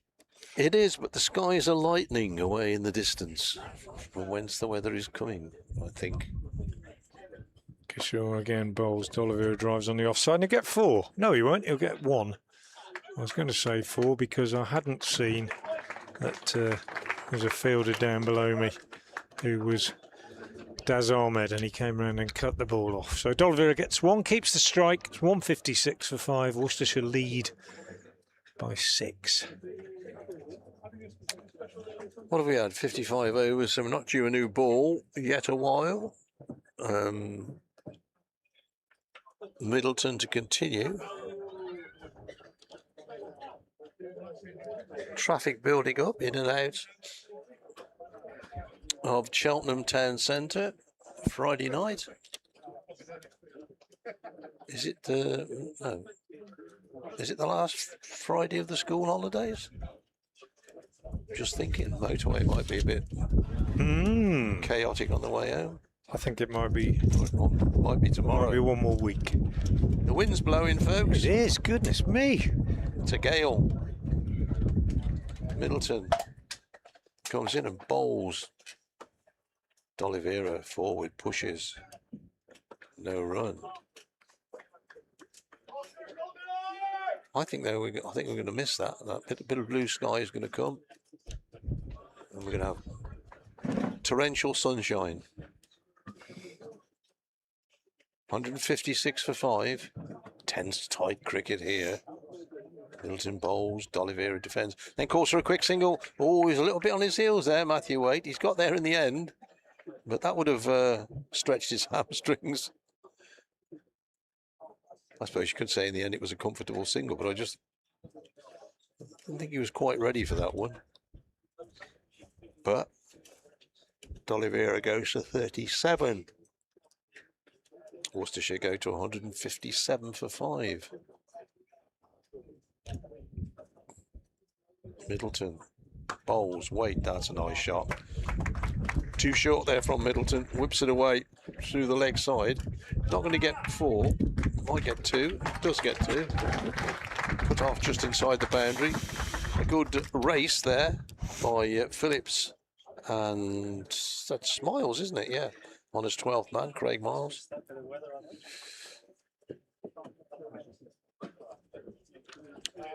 Those lights on the hospital roof, don't know what they are.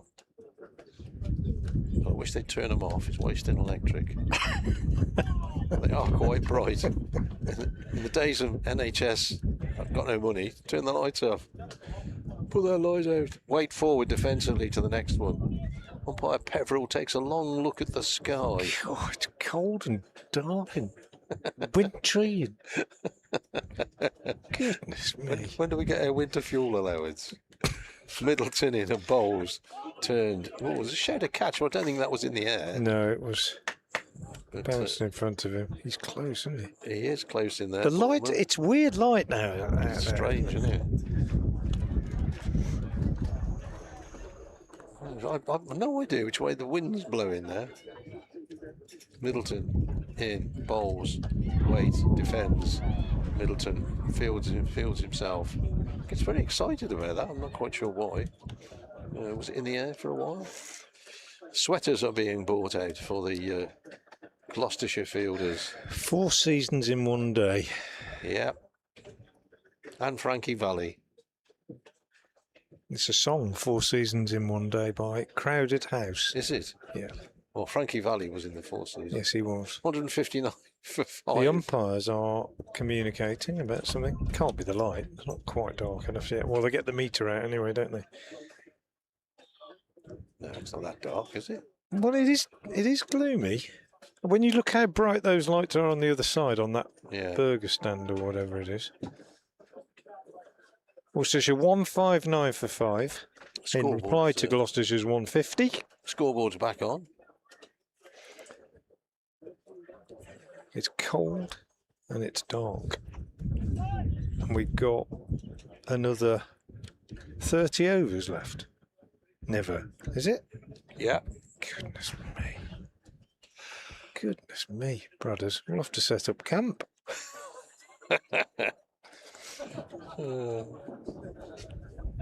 Kishore's going to continue from the College Lawn end when he gets his field sorted. He's just sending Middleton down to fine leg, long leg. Comes in there, round the wicket to D'Oliveira. No, over the wicket, in fact, to D'Oliveira, who drives again into his favourite man, Tommy Bullman. Silly mid-off. Hits him again. It's like a coconut shy. Leg slip and a silly mid-off, and a man on the drive at short extra. Over the wicket, Kishore. Short. And D'Oliveira says, well, thank you for that. That's an absolute gift. And he dispatches it to square leg for 4. That was a real gimme. There haven't been many like that. He's dragged it, absolutely dragged it down. And D'Oliveira's not missed out. 41 now to the Worcestershire skipper.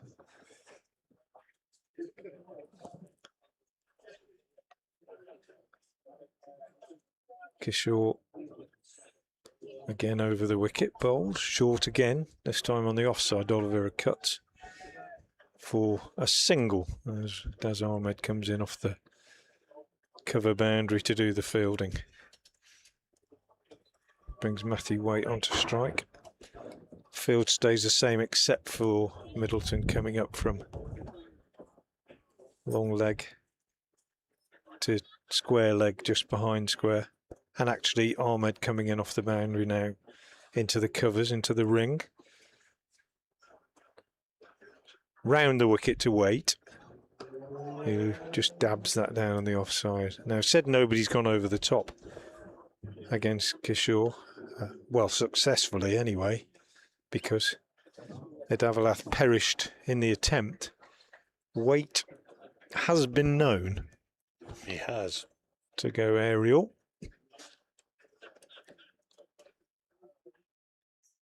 Kishore again to him. He's back to this one, just nudges it on the onside for a single.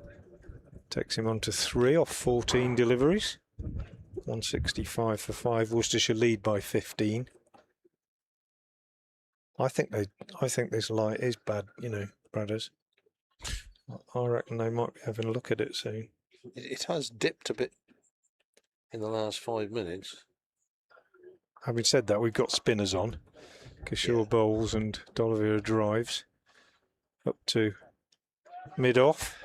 No run. End of the over from side Kishore. 20 overs, 7 maidens, 3 for 44 for him. And Middleton will continue from the chapel end. Give him a good spell here, Middleton. This will be his 9th over. He's been tidy, actually. Yes, yeah. Got to go about 3 and over. It's 28 he's conceded off 8 overs.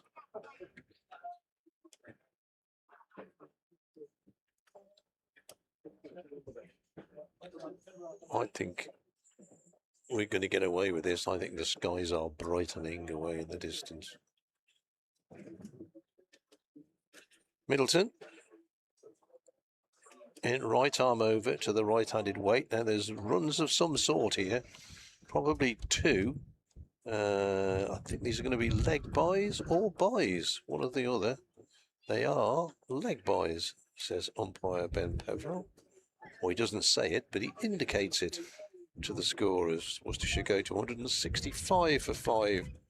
They lead by 15.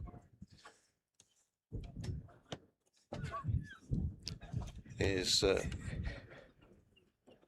Middleton's next delivery. Wait, forward, he's gone this time. Fingers up. Googly.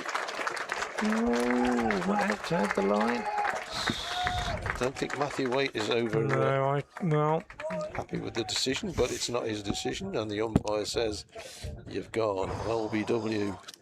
very, very, very close to. No, maybe not. Maybe not. I was going to say close to being outside the line, but Gone for maybe 3. not. It's a funny old game, this. Just say add 2 wickets to any score, add 3 wickets to any score. 167 for 6, having been 148. Sorry, 167. Yeah, for 6, having been 148 for 3. So was that 19 runs, 3 wickets? This game, you never know. That's why we turn up, because we never know. No, you don't. Nobody's tried to take it on, have they? No, D'Oliveira didn't. Not in, top edge not that in one. either innings. Yeah, no, I meant not just occasionally, but Yeah. nobody's gone out there and said, right, I'm going to see if I can hit these guys off their lengths a bit. It's just not happened. It's not that kind of pitch, I don't think. It was a bit tentative weight. And I think, well, initially I thought he might just have gone outside the line. I don't think he did, on looking on the replay. But it was umpire's call maybe online. Ben Peverell hasn't given much. Well, he hasn't given anything up to that point, I don't think. You're right, it's got a bit brighter in the last couple of minutes, I think. I'm also right, that's a 99 buzz. It is. So tell you. Where's my mate? He says there's no 99 buzzes in Cheltenham. Nonsense. Dear me. Let's get the important stats Yes. right. It's going to Gloucester as well, I can tell you that. It's Middleton in again. And, that's off an inside edge, methinks, of Tom Taylor's bat. And it's gone down to fine leg for a single off the bat. 167 for 6, 168 for 6. No, what I mean is usually, if we've had, what have we had? We've had 16 wickets. You might say, well, so-and-so came out and tried to take it to the bowlers, but nobody's done that at all, No. have they? Not at all. Kishore had a couple of... Yeah, he's Heroes probably done it, but he wasn't yesterday. in for long enough, really, was he? No. So Middleton this time to D'Oliveira, who's back across, pushes away on the offside, and there is no run. Which way is that flag blowing? This way. I thought you were going to say, which way is that bus going then for a minute? I said, sounds like I bet. Blakey. Gonna buzz out Butler. Here's the next ball, which is played back down the pitch. Stephen Lewis played the part of Blakey, by the way. Oh On the dear, I can buzzers. see him. I Classic. can see him. Get that buzz out, Butler. I hate you, Butler. There you go. Classic telly. Where's it gone? Dad's Army, still on the telly. Wonderful stuff. No swearing. No sexual innuendo. Well, there probably was in that. Ball pushed out on the offside, and there is no run. End of the over. Back to the cricket, 168 for 6. It's serious stuff. Men out for Worcestershire, Latigan 15 before lunch. It was 26 for 1 at lunch. 2 went in the afternoon. Libby for 20 and Hose for 2. 123 for 3 at tea. Since tea, Adavalath 63, Cullen 5 and Waite 3 have gone. Worcestershire lead by just 18 runs. And They're having to work really hard to extend this lead. Fair dues to Gloucester. Gloucestershire. They've really fought back in this game. That stand between Edavella and D'Oliveira, as I say, looked as if it was going to start to take certainly the day away from them. But they've struck back here. Shore will continue from the College Lawn end. And he's bowling to Tom Taylor for the first time. 2 slips stay in place, as does the silly mid-off and the short extra on the drive. He's round the wicket to the right-handed Taylor. And he is taken on the pad, and the ball runs out on the leg side, and Bracey appeals, as he generally does, or at least gets excited, raises his left hand. They've gone through for a leg bye. Might Tom Taylor be somebody to Why is take that it on? screen not staying on that? I have no I idea, don't know. mate. Tom Taylor, yeah, he does like to take it on. He's not had the best season with the bat. Did get a big score in the White Ball One Day Cup, the last game, of course, when he played particularly well. But not in the red ball so far. Kishore bowls and D'Oliveira defends. And it's gone again.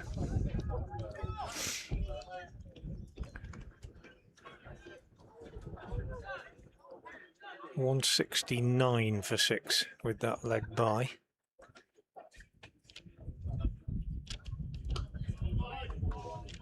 Pushed back to the bowler.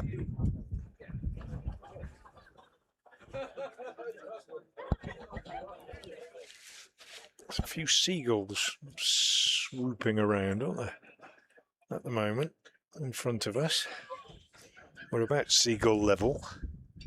Kishore in again, bowls, and D'Oliveira takes a hand off as he just dabs this down on the leg side. People will tell you they are gulls, of course. Yes, okay, yeah. I sit corrected. Or terns. Because we're nowhere near the sea. They're definitely not terns. I can tell you that. Kishore bowls, quicker one, D'Oliveira on the back foot, works it to mid-wicket. Fielded by Borman, no run. It's been a funny old game weather-wise, hasn't it? We've had some real sunshine yesterday. Then we had the flood. Kishore again, D'Oliveira turns it on the leg side off an inside edge for a single. Keeps the strike. No, yes, does keep the strike. This is the end of the over. 170 for 6. So yeah, hot sunshine, then the flood. Then this morning, quite pleasant. Then really Baltic. And now cold, dark and windy. Texting home to put the heating on. Nearly time for you to have a break, brothers, unless you've decided to put some overtime in. No, I don't mind. Yeah, I'm all right. I'm probably too stiff to move. Froze to me seat. I'll do this one and I'll get young Ed. Okay. His blood flows better through his veins than us old people. I'll go have a pint of Castrol, I think. Here's Middleton in, bowls D'Oliveira forward. By Jove, he's gone a long way forward there for a short fella, Basil D'Oliveira. For a short fella, Brett D'Oliveira. Yellow bus, yellow bus. Oh, yellow's bus warning, followed by a National Express. Wow. How interesting is that? As Middleton skips almost as he comes in, very high stepping. He does, yeah. Bowls pushed away. He's been very accurate, hasn't he? He's not. Can't hardly remember a full toss, which is very unusual for a leg spinner. No, nobody's got away from him. No, hasn't dragged it down. Usually, you get the odd genuinely loose one, don't you, from a leg spinner? There's not been many of those. In again, bowls short this time, and it bounces. Me. Turns and bounces. D'Oliveira does well to get out the way. Well, of that. he missed it by about 2 foot. Right. Well, he fell away and just decided not to play it, really. Bracey took it at shoulder height.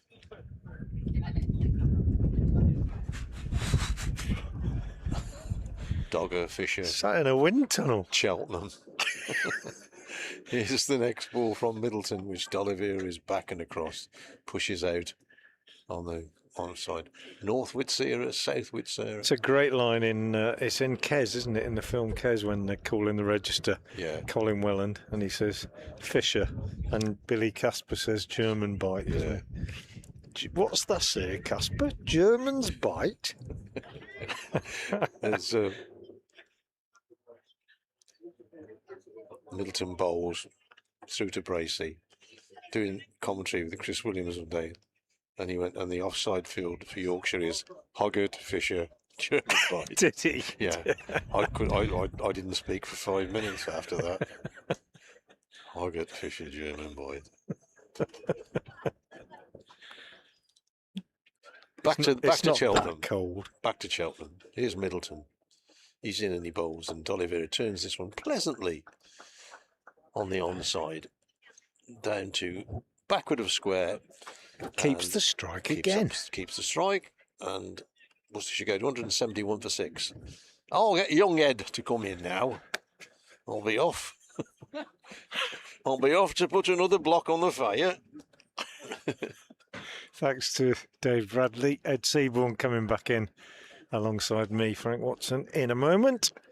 Worcestershire leading by 21 runs. My goodness me, they've had to work hard to get this lead. Appeared to be cruising at 148 for 3 when the Davalath was out for 63. But since then, Cullen 5 and Waite 3 have followed him back to the pavilion.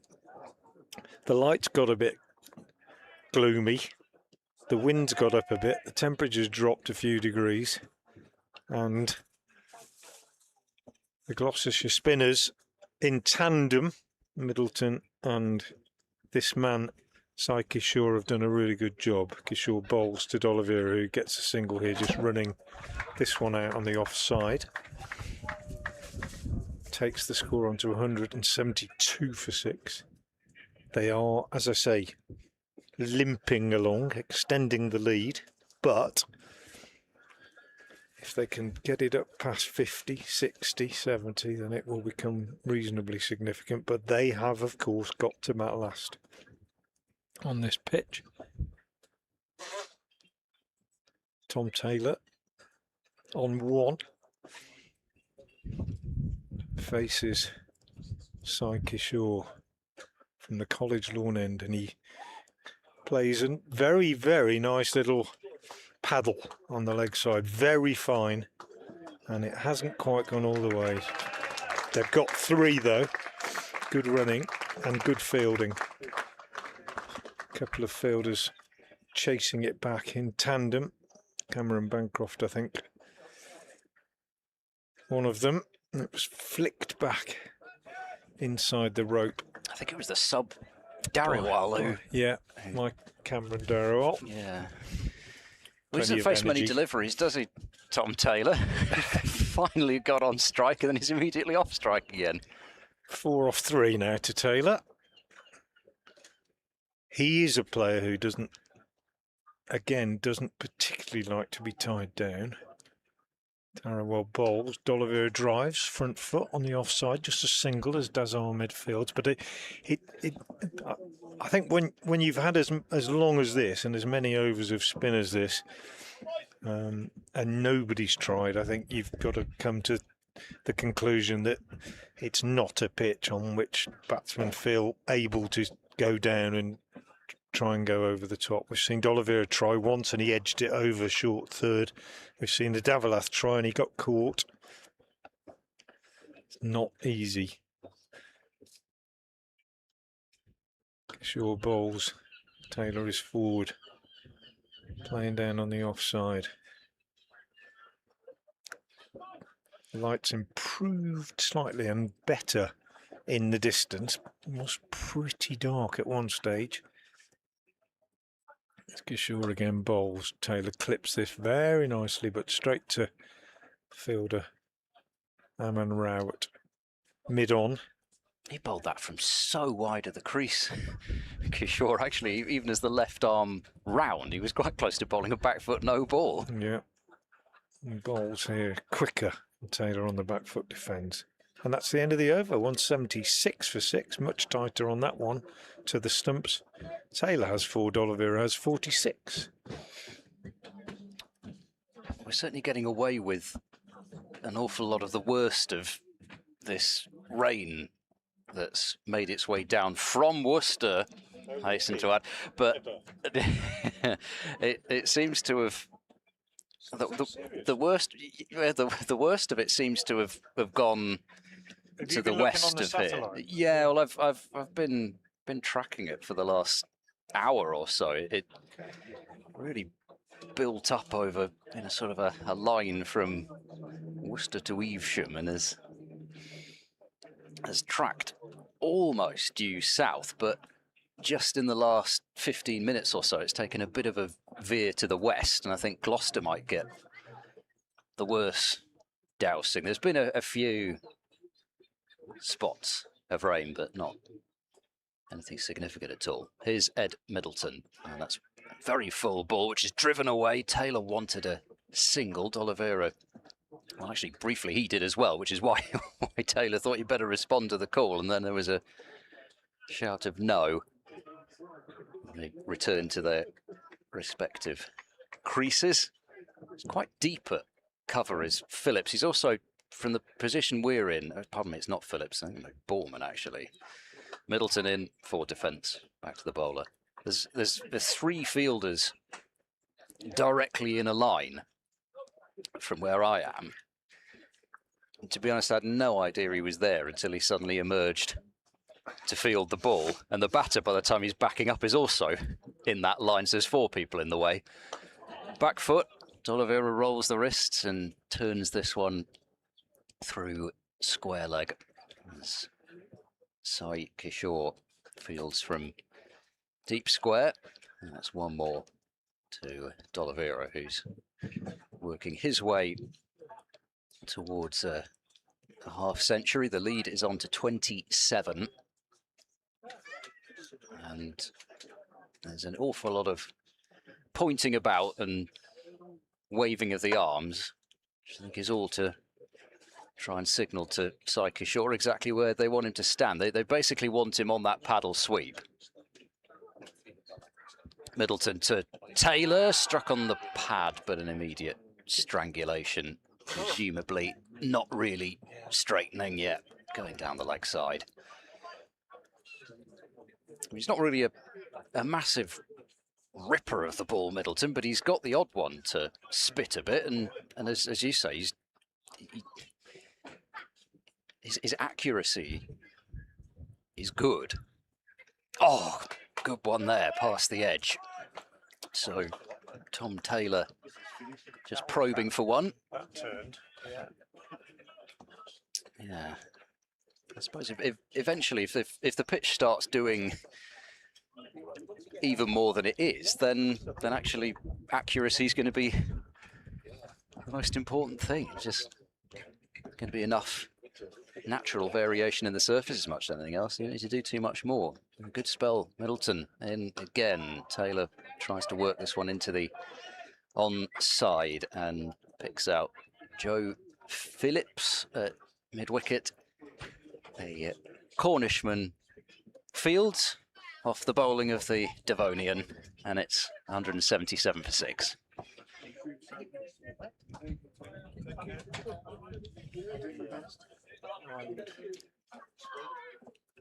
We're going to see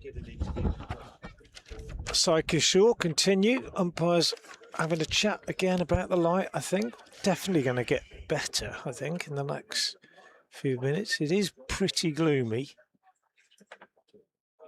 And they are having a chat, and they might offer it to the batters.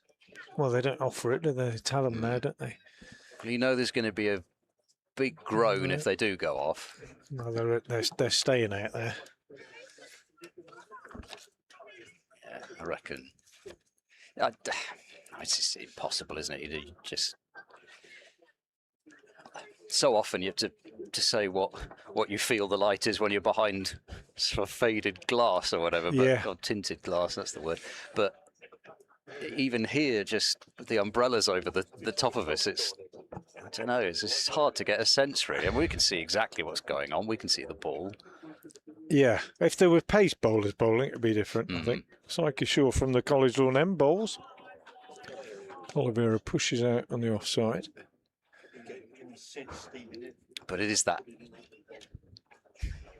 sort of quality of the light from the scoreboard and those lights on the far side. I mean, it's sort of lit up like nighttime, that coffee stall on the far side. Absolutely. Kishore again bowls and Oliveira pushes out on the onside. 177 for 6. It is slow progress.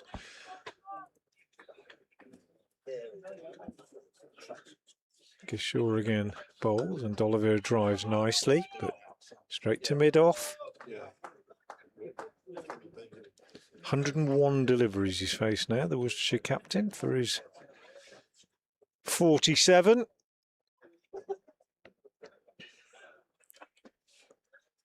Kishore again to Oliveira, taking on the pad as he plays forward. There's an appeal, but it is muted. There's definitely more starting to find the pad, even if it's not all going on to hit the stumps or even close. Definitely. Kishore again is in and bowls, and Oliveira is forward again and pushing out on the offside. Men out since tea. Davalath 63, Cullen 5, Waite 3.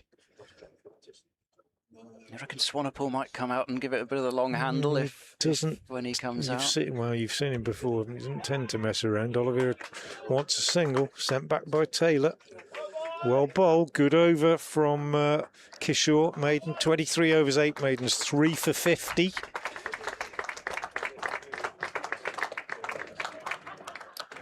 Further appreciation for his significant efforts today. Struck a couple of boundaries with bat in hand, but 23 overs of real quality. Left arm spin. Admittedly, there's already a bit there, but it's still first innings, and you just if you only looked at his stats when he bowled round the wicket as well, because he had the one over where he conceded 7 wides bowling over the wicket, and another one where he must have gone for a good 6 or 7 as well. It'd be ridiculous because if you took those out, which you can't. Middleton in edged, caught at first slip.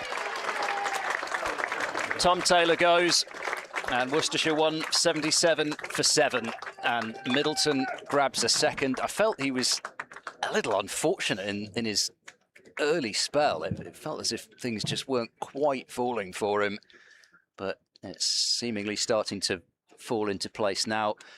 Decent amount of turn. Taylor just following the ball a bit with his hands, and Bancroft making no mistake at slip. So the lead 27.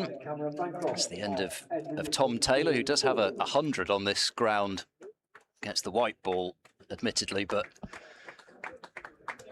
slightly different circumstances here when you've got the turning ball and a red ball and spin in tandem. He has departed for 4. And that brings Bayers Swanepoel to the middle. 12 wickets today. Could easily see another 3 or 4 or 5. And we'll be catching up in terms of the game, having lost all that time yesterday. Swanepoel, the left-hander, facing the leg spinner. Wonder if he'll be tempted to look for that short boundary as well, isn't it? Yeah, down the hill. It's a chip shot for Swanepoel, but we saw it earlier with Edavalath and when Oliveira tried to go over the top as well. And actually, even in what were some, not low-scoring 50-over games here, it was a fairly high-scoring affair between Northamptonshire and Gloucestershire here, but actually it was not easy to hit in the air like in those either. It's just difficult to read the pace and the bounce that it's going to come through at in order to really be able to line something up. But Swanepoel might manage it, so you can almost miscue it for 6. But I'm glad I'm not the fielder at short leg at the moment anyway. Middleton over the wicket to Swanepoel, who's gone to try and thwack that one through the covers first ball. He wasn't looking, I don't think, to hit it in the air. He was looking to hit it very hard. And I think he got almost as much ground as ball. It goes off into the leg side for no run. So this could be a slightly different pace to things with Swanepoel out there now. Middleton in to him, he goes back and leaves. Delivery pushed across the left-hander. A bit quicker, a bit further back of a length, so he was unlikely to be able to get anywhere near the pitch of that one. But eventually, Swanepoel must feel that Middleton will have to go more in his half. There's a lot of dirty stuff around where the bowlers are landing, but there's no real visible foot marks. It's that hard, but it's clearly still doing a bit off the surface. Next delivery, and that's what he was looking for first ball, and he's executed it wonderfully well. Just full enough, and Swanepoel was happy to drive against the turn with Middleton switching to around the wicket, but full enough that he wasn't bothered too much about the turn, and really strong bottom-handed drive out through extra cover for 4 runs. Fast hands. I mean, it'd have to have turned square also from that line, I guess, to hit the stump. So 4 more runs to the Worcestershire's total, 181 for 7. Middleton a bit shorter, angled away. It'll beat side Kishore at short third. Thought about a dive and then decided against it, but pursues it down towards the boundary, and they pick up 2 more. So he hasn't gone for a slog or... but he's injected a bit of energy, yeah. He's already 6 off 4, and a quick 20 or 30 makes a huge difference in this sort of a game. It does indeed. Kishore chased that like a man who's bowled 23 overs, didn't he? Takes a little bit out of you, even as a spinner, even as a relatively young man. There's a lot of bowling. Last ball of this over. Middleton round the wicket. Swanepoel, oh, it's gone right through him. 4 more though. It will be 4. Not sure 4 watts. Yeah, Buys. buys. Yeah, didn't think it caught anything. It just turned and beat Bracey. So 10 runs off the last 3 balls of the over, and over which started with Middleton's second scalp of this innings. But yeah, real turn out of the. Yeah, it's the what we expected, isn't it? stuff, And yeah. if you're Worcestershire, you've got to be thinking. Well, I know they are already. I mean, it's obvious. That's a real ripper. You are every run that you can get ahead is vital. It's 37 the lead. It's not. I don't think even 60 or 70 is particularly. It's obviously significant, but it's not as many as they would have wanted when they were in such a good position before, knowing they've got to bat last on this pitch against these 2 spinners. You spinners. have to get a lead, don't you? Yeah. Kishore bowls, D'Oliveira, on whom there is now a lot of responsibility, drives up to mid-off, and there's no run. I would say, they're 30 ahead now, 60, 70 be useful, 100 be very useful. Still got to bowl well again. Still got to bat well again. Kishore bowls, D'Oliveira forward. But on, here we are on Friday evening. What's this pitch going to be like to bat on Sunday afternoon if we get that far? That's what I'm asking. Against quality spinners. And this guy is a quality spinner, Kishore. D'Oliveira again just drives straight to the fielder at short extra cover. Those lights on that food outlet on the far side shining very, very brightly now across the ground as Kishore bowls, and D'Oliveira plays that lovely late cut of his, but doesn't beat the substitute fielder at backward point. Good sliding stop, and there is no run. Thought he was going to get runs there, D'Oliveira. Back to this next one, plays it back up the pitch. Going to be another maiden, I think, at this rate. I mean, Rao just keeping himself loose at mid-on. But I don't think we're going to see a change in the bowling. I think if a seamer came on now, the umpires would be very concerned about the light. Kishore bowls again, D'Oliveira blocks again. It is another maiden. 24 overs, 9 maidens, 3 for 50 from Kishore. And Worcestershire, as I say, limping along, leading by just 30. But Swanepoel, having come in, has brought a bit of energy. And who knows whether he will be able to hang around for any length of time. But if he does, then the lead will be extended, I think. It's the first time that Sai Kishore has bowled at least in a full-blooded fashion with the red ball since the end of January. So it's been a while, but he's gone straight in at the deep end with 24 overs here, and no doubt a certain amount of work to do in the second innings as well. He had been playing cricket quite recently. He's been playing in the Tamil Nadu State Premier League, which only finished, or his involvement only finished just over a week ago. Middleton round the wicket into Swanepoel, tosses it up, Swanepoel defends back towards the bowler. It's these state Premier Leagues that they have underneath the IPL now, they sort of feed the extraordinary machine that is the IPL and Indian short format cricket. We played a few games in the IPL, but last Ranji Trophy match end of January. Back into his crease, played it late there, Swanepoel, but quick on his feet. Got down to keep it out again, only in defence. So nothing too extravagant this over. They've also spread the field, Gloucestershire. They've put a deep cover out, long on and deep mid-wicket, but in fact deep backward square as well. I've almost lost deep backward square in front of the old Petesians. 187 for 7, Middleton to Swanepoel. Again, it's tossed up and blocked. Back to Middleton. Good little contest, this, isn't it? Yeah, and even with two fielders deep on the onside, you feel that Swanepoel will absolutely back himself if he gets the right ball still to clear that boundary. As yet, he's stayed patient. Middleton into him, a shorter delivery, cracked away off the back foot. This will be a long chase for Phillips from deep cover. He will get there just, sliding across in front of the deep point boundary.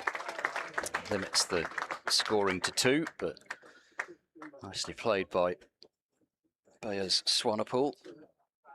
He moves his score on to 8, lead 39. Middleton just loosening up his shoulders a bit.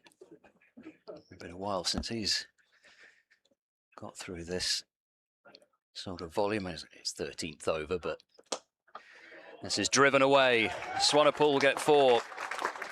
There's no fielder at extra cover inside the ring, and once that beat Williams at mid-off, which it did comfortably out to the longest boundary, but at some pace. 12 off 10. 193 for 7. A bit of a counter punch here from Swanepoel. Playing his shots, but not swinging in Rusty Gate fashion. And you sort of know that, I mean, eventually there's going to be a very good one, but I think that's an excuse to go out there and play recklessly, and he certainly isn't doing that as he gets a full ball and digs it out back to the bowler. So 6 more runs from that over. Worcestershire beginning to make some progress again after that flurry of wickets. 193 for 7. And the other matches in this division, Derbyshire 79 for 2, Durham made 283, so it's been a sort of off-on affair there and fairly slow progress. Northamptonshire bowled out for 284 at Old Trafford. Lancashire 19 without loss. Middlesex avoiding the follow-on against Kent, who made 350. Middlesex 235 for 9, but there's been a lot of resistance from the tail there. Bosch is 33 not out. Roland Jones made 36 off 26, and Tom Helm, it's not bad, number 11, Tom Helm, 22 not out from 17, but they still are behind by over 100 runs there, Middlesex and Kent. I mean, when you think the start to the season they had and where they are now, Yeah. on a tear. Kishore starts a new over, bowling to D'Oliveira off the back foot. The Worcestershire captain drives into the offside, picks up a single, takes him on to 48. Worcestershire to 193 for 7, and it brings Swanepoel on strike against Kishore for the first time. Kishore will go over the wicket to the left-hander. No, he won't. The umpire says no, he's staying round. It's interesting. Sending a man back at long on. He got his LBW of Latigan bowling round the wicket, didn't he? Yeah. Just before lunch. Seems ages ago now. Long on his back. Deep mid-wicket is out. Will Swanepoel go against the spin and try and hit to that short boundary on the offside? I think that's why he's staying around, because you've got to go against the spin and the sort of direction of the ball to hit it through the offside. Still does manage to hit it on the offside, but too straight to Rao at mid-off. Got a short leg and a man on the catch at short mid-wicket, and a slip for the one that just slides across. 3 saving, 1 on the offside. But that gives Swanepoel enough room to cut that for 4. Not a good delivery.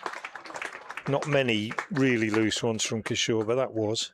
And as I say, it's a small boundary, and all he had to do was make sure it went through the gap.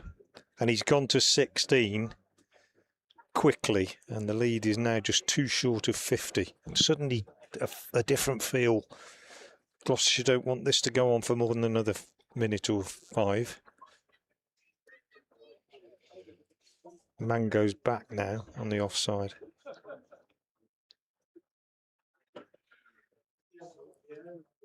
For the cut and the drive, so he can't overpitch and bowl it wide.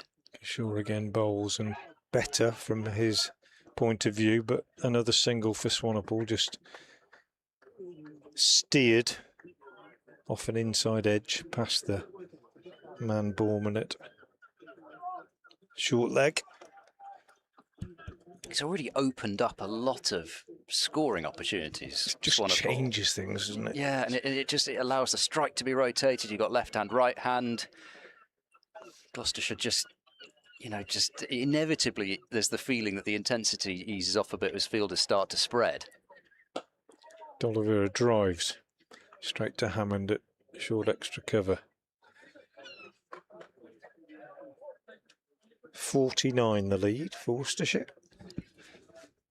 Don't know where Brad is. Should be coming back on in a minute. Forward again, D'Oliveira to Kishore. End of another very tidy over, albeit one that produced that boundary for Swanepoel.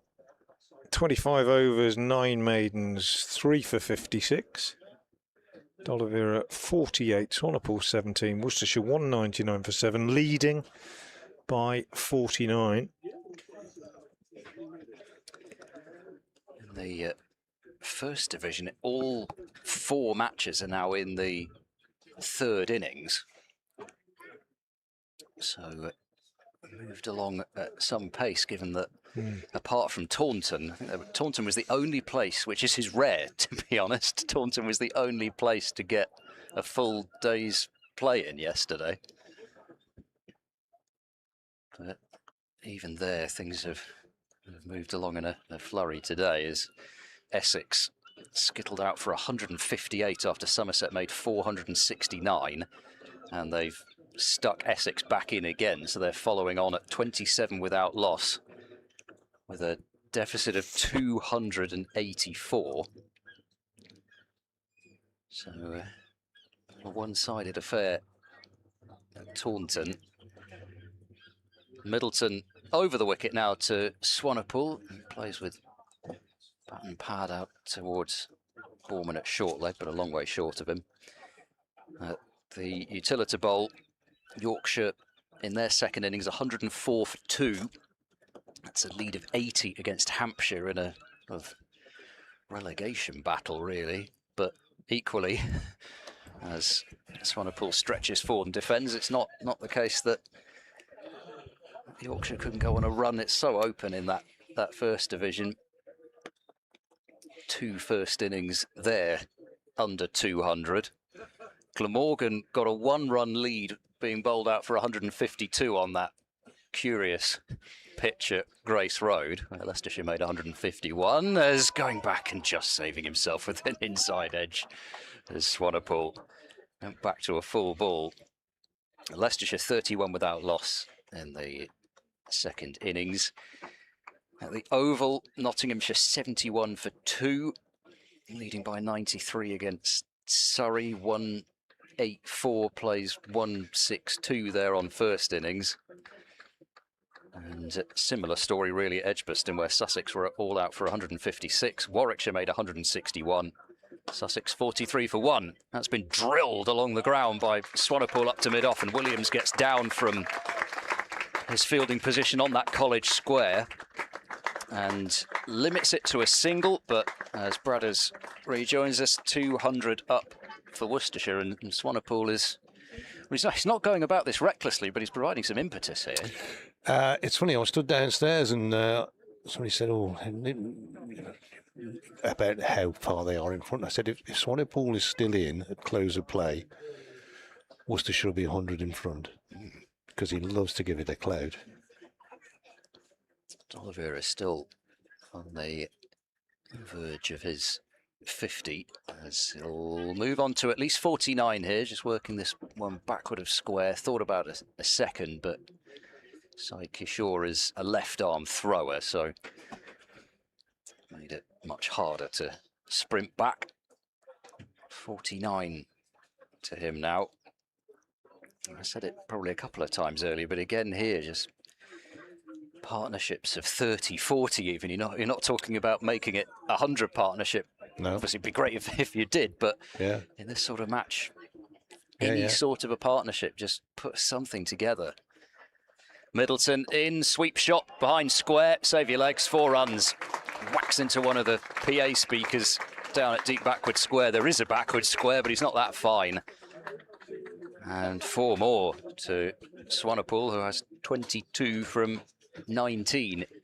Continues to get a little gloomier here. The umpires have already had a couple of meetings, and they're having another one here.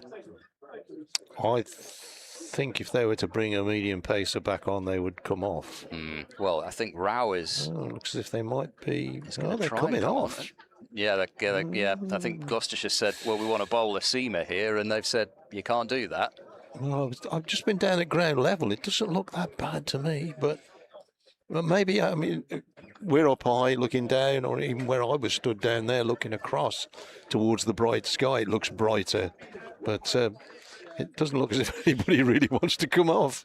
Yeah, it's notoriously a fairly bad seeing ground. This, you're all the trees and then the stone buildings and the red ball. But yeah, I don't know. It's always a tricky one, isn't it? And the umpires have been in discussions for a while. There are still 18 overs left, so we're going to be here for a good half hour, 45 minutes longer. They'll stay up. They'll stay on, even if they only bowl 4 or 5 overs at the end. They'll still stay here. There'll be a scheduled close.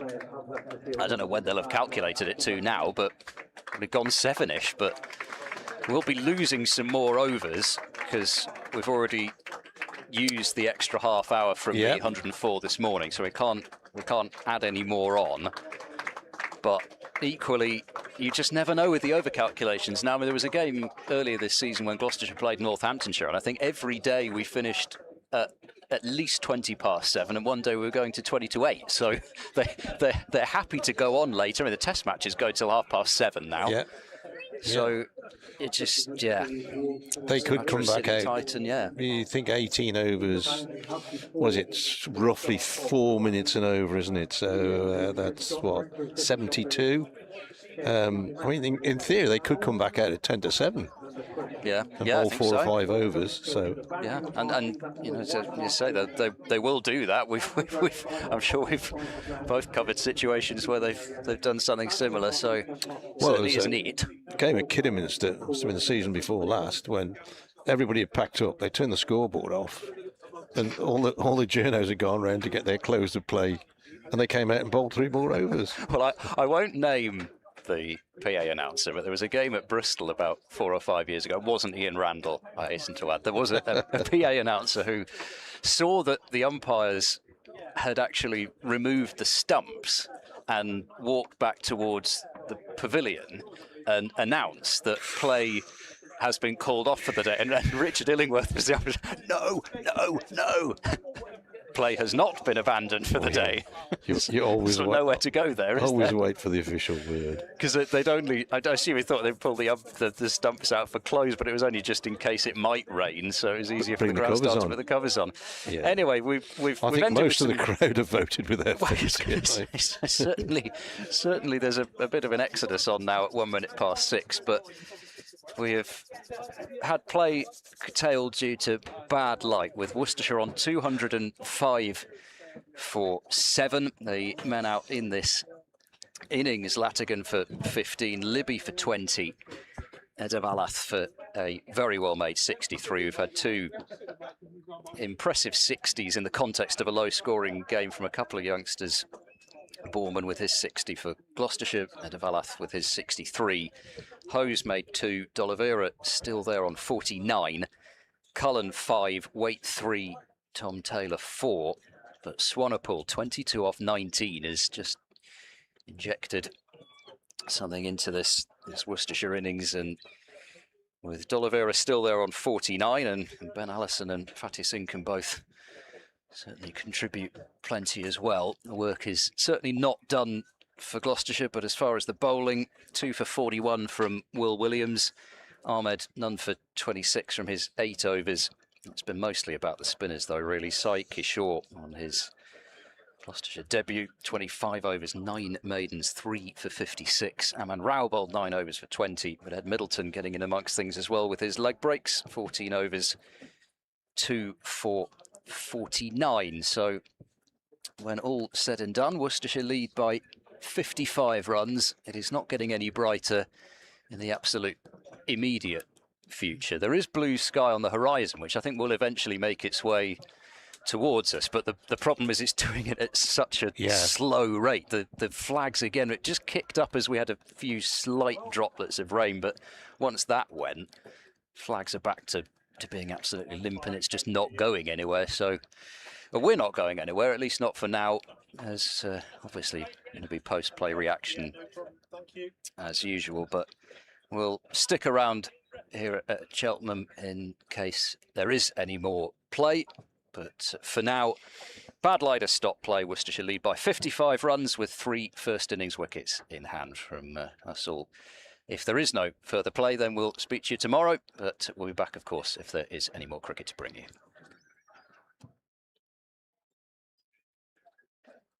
Marvellous.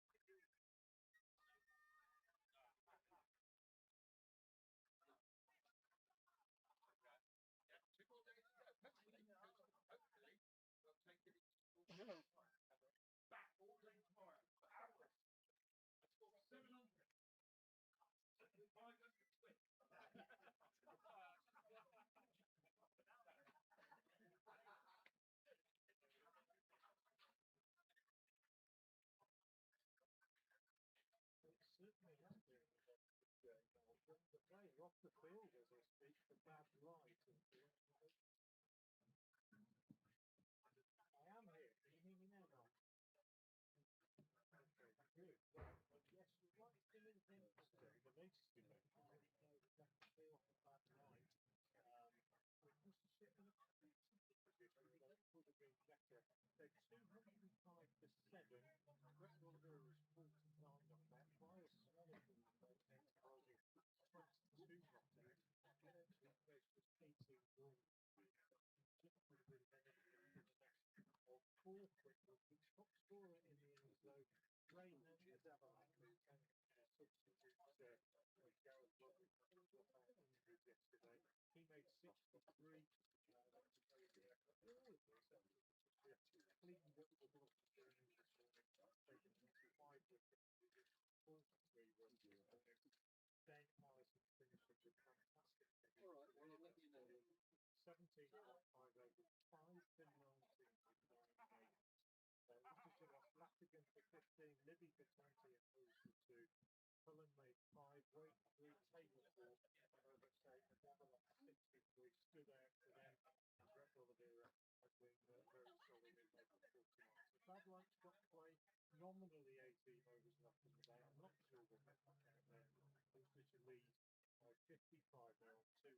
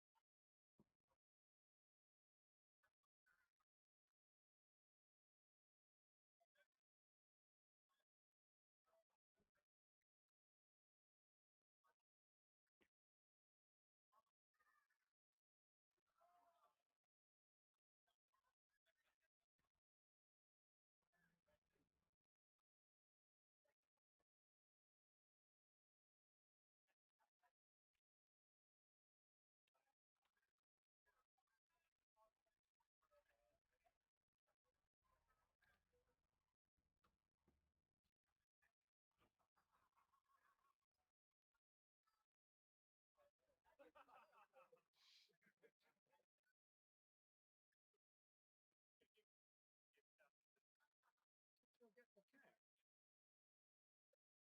That's coming too slow, isn't it? It's a bit surprised. It's not moving, look.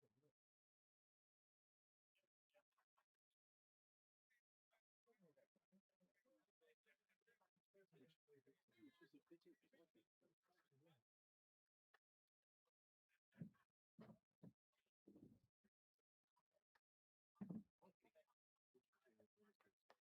Yeah, definitely. Well, Brian's at the top.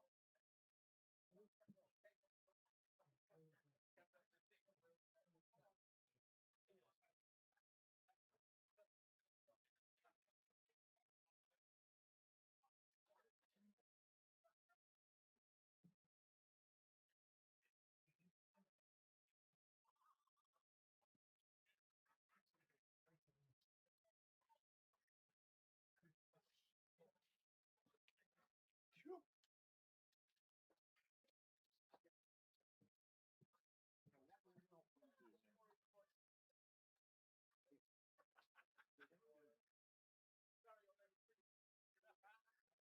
Loads of play, really, haven't I?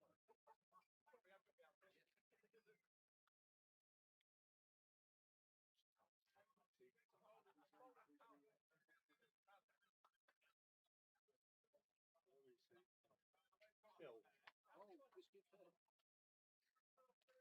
Phil says he'll be with him in just a second. Yeah.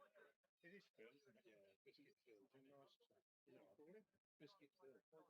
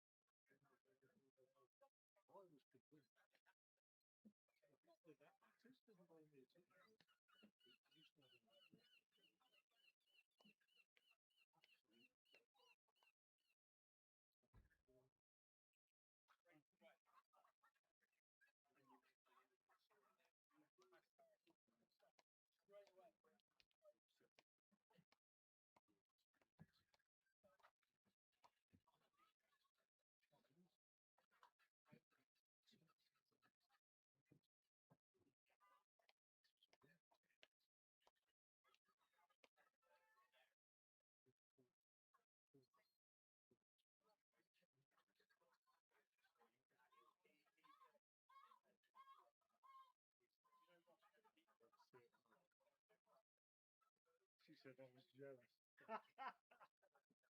Yeah. Well, Max. Max told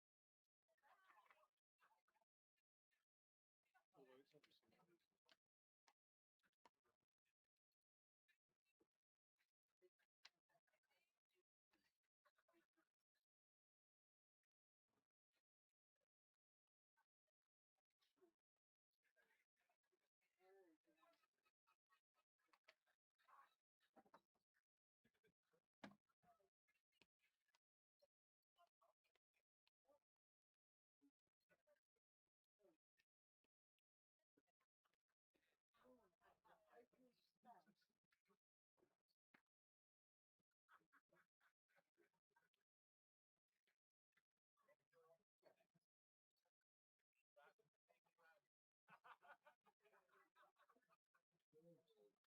I don't know, not necessarily. What's wrong? Although it's obviously Because that will actually extend the time from yesterday. So that will be the close of play. I mean, some umpires say you can come back out if they think the right one. Yes, everybody got changed. No, I think they can call it off at half two. That was just turned up to carry my bag, bless him. good game, Chris Chat. Good game.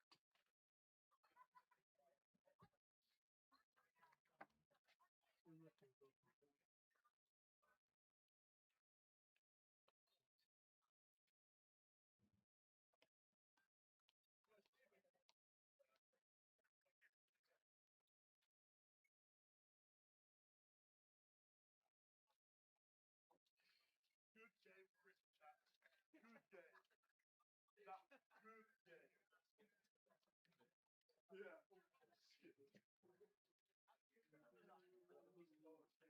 Yeah.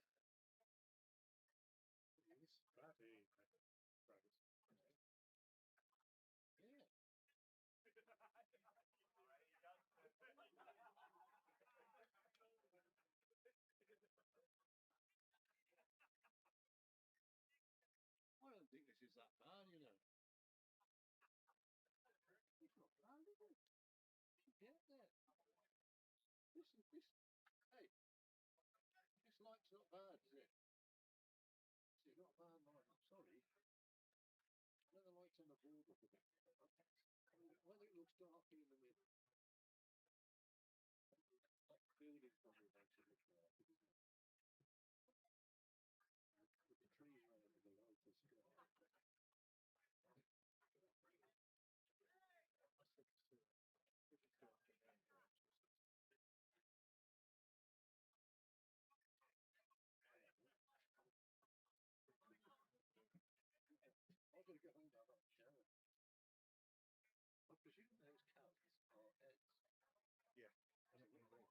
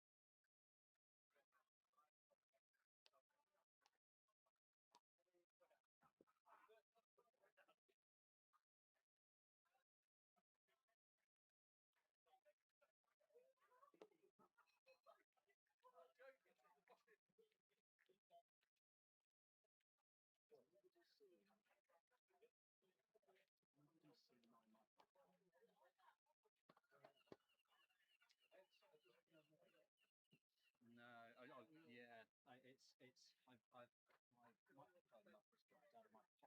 Oh, I've lost so many of those. So many of them. I haven't got. Actually, have I got? I've lost. I don't know if I've got one tatty old one left. Do you need it? Well, I'm just thinking if. Well, it might be. Are you doing your interview now? No, I'm just thinking because it might be that it's a case of, you know,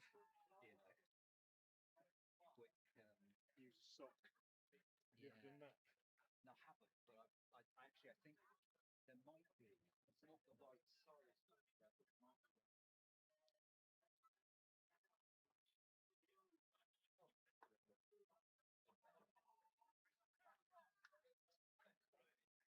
I lost my latest one. Definitely, I'm not through it.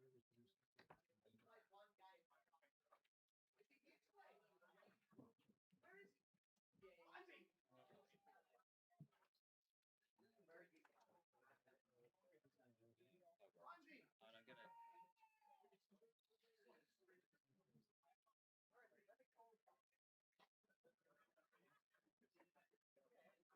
I have not, mate. I'm wearing something in my bag.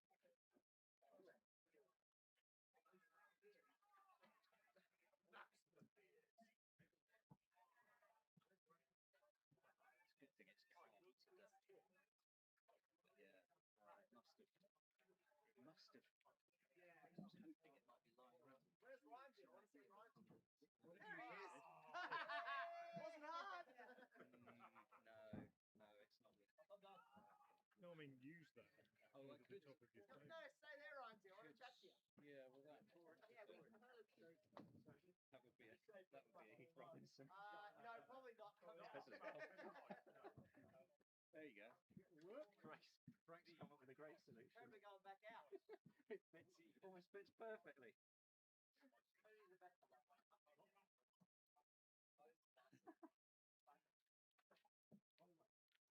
bet it's lying on the road outside, probably where I tried to get my headphones. I don't know where they go to. I'm trying to get my headphones. And they're like the isn't it? Hey, mate. I said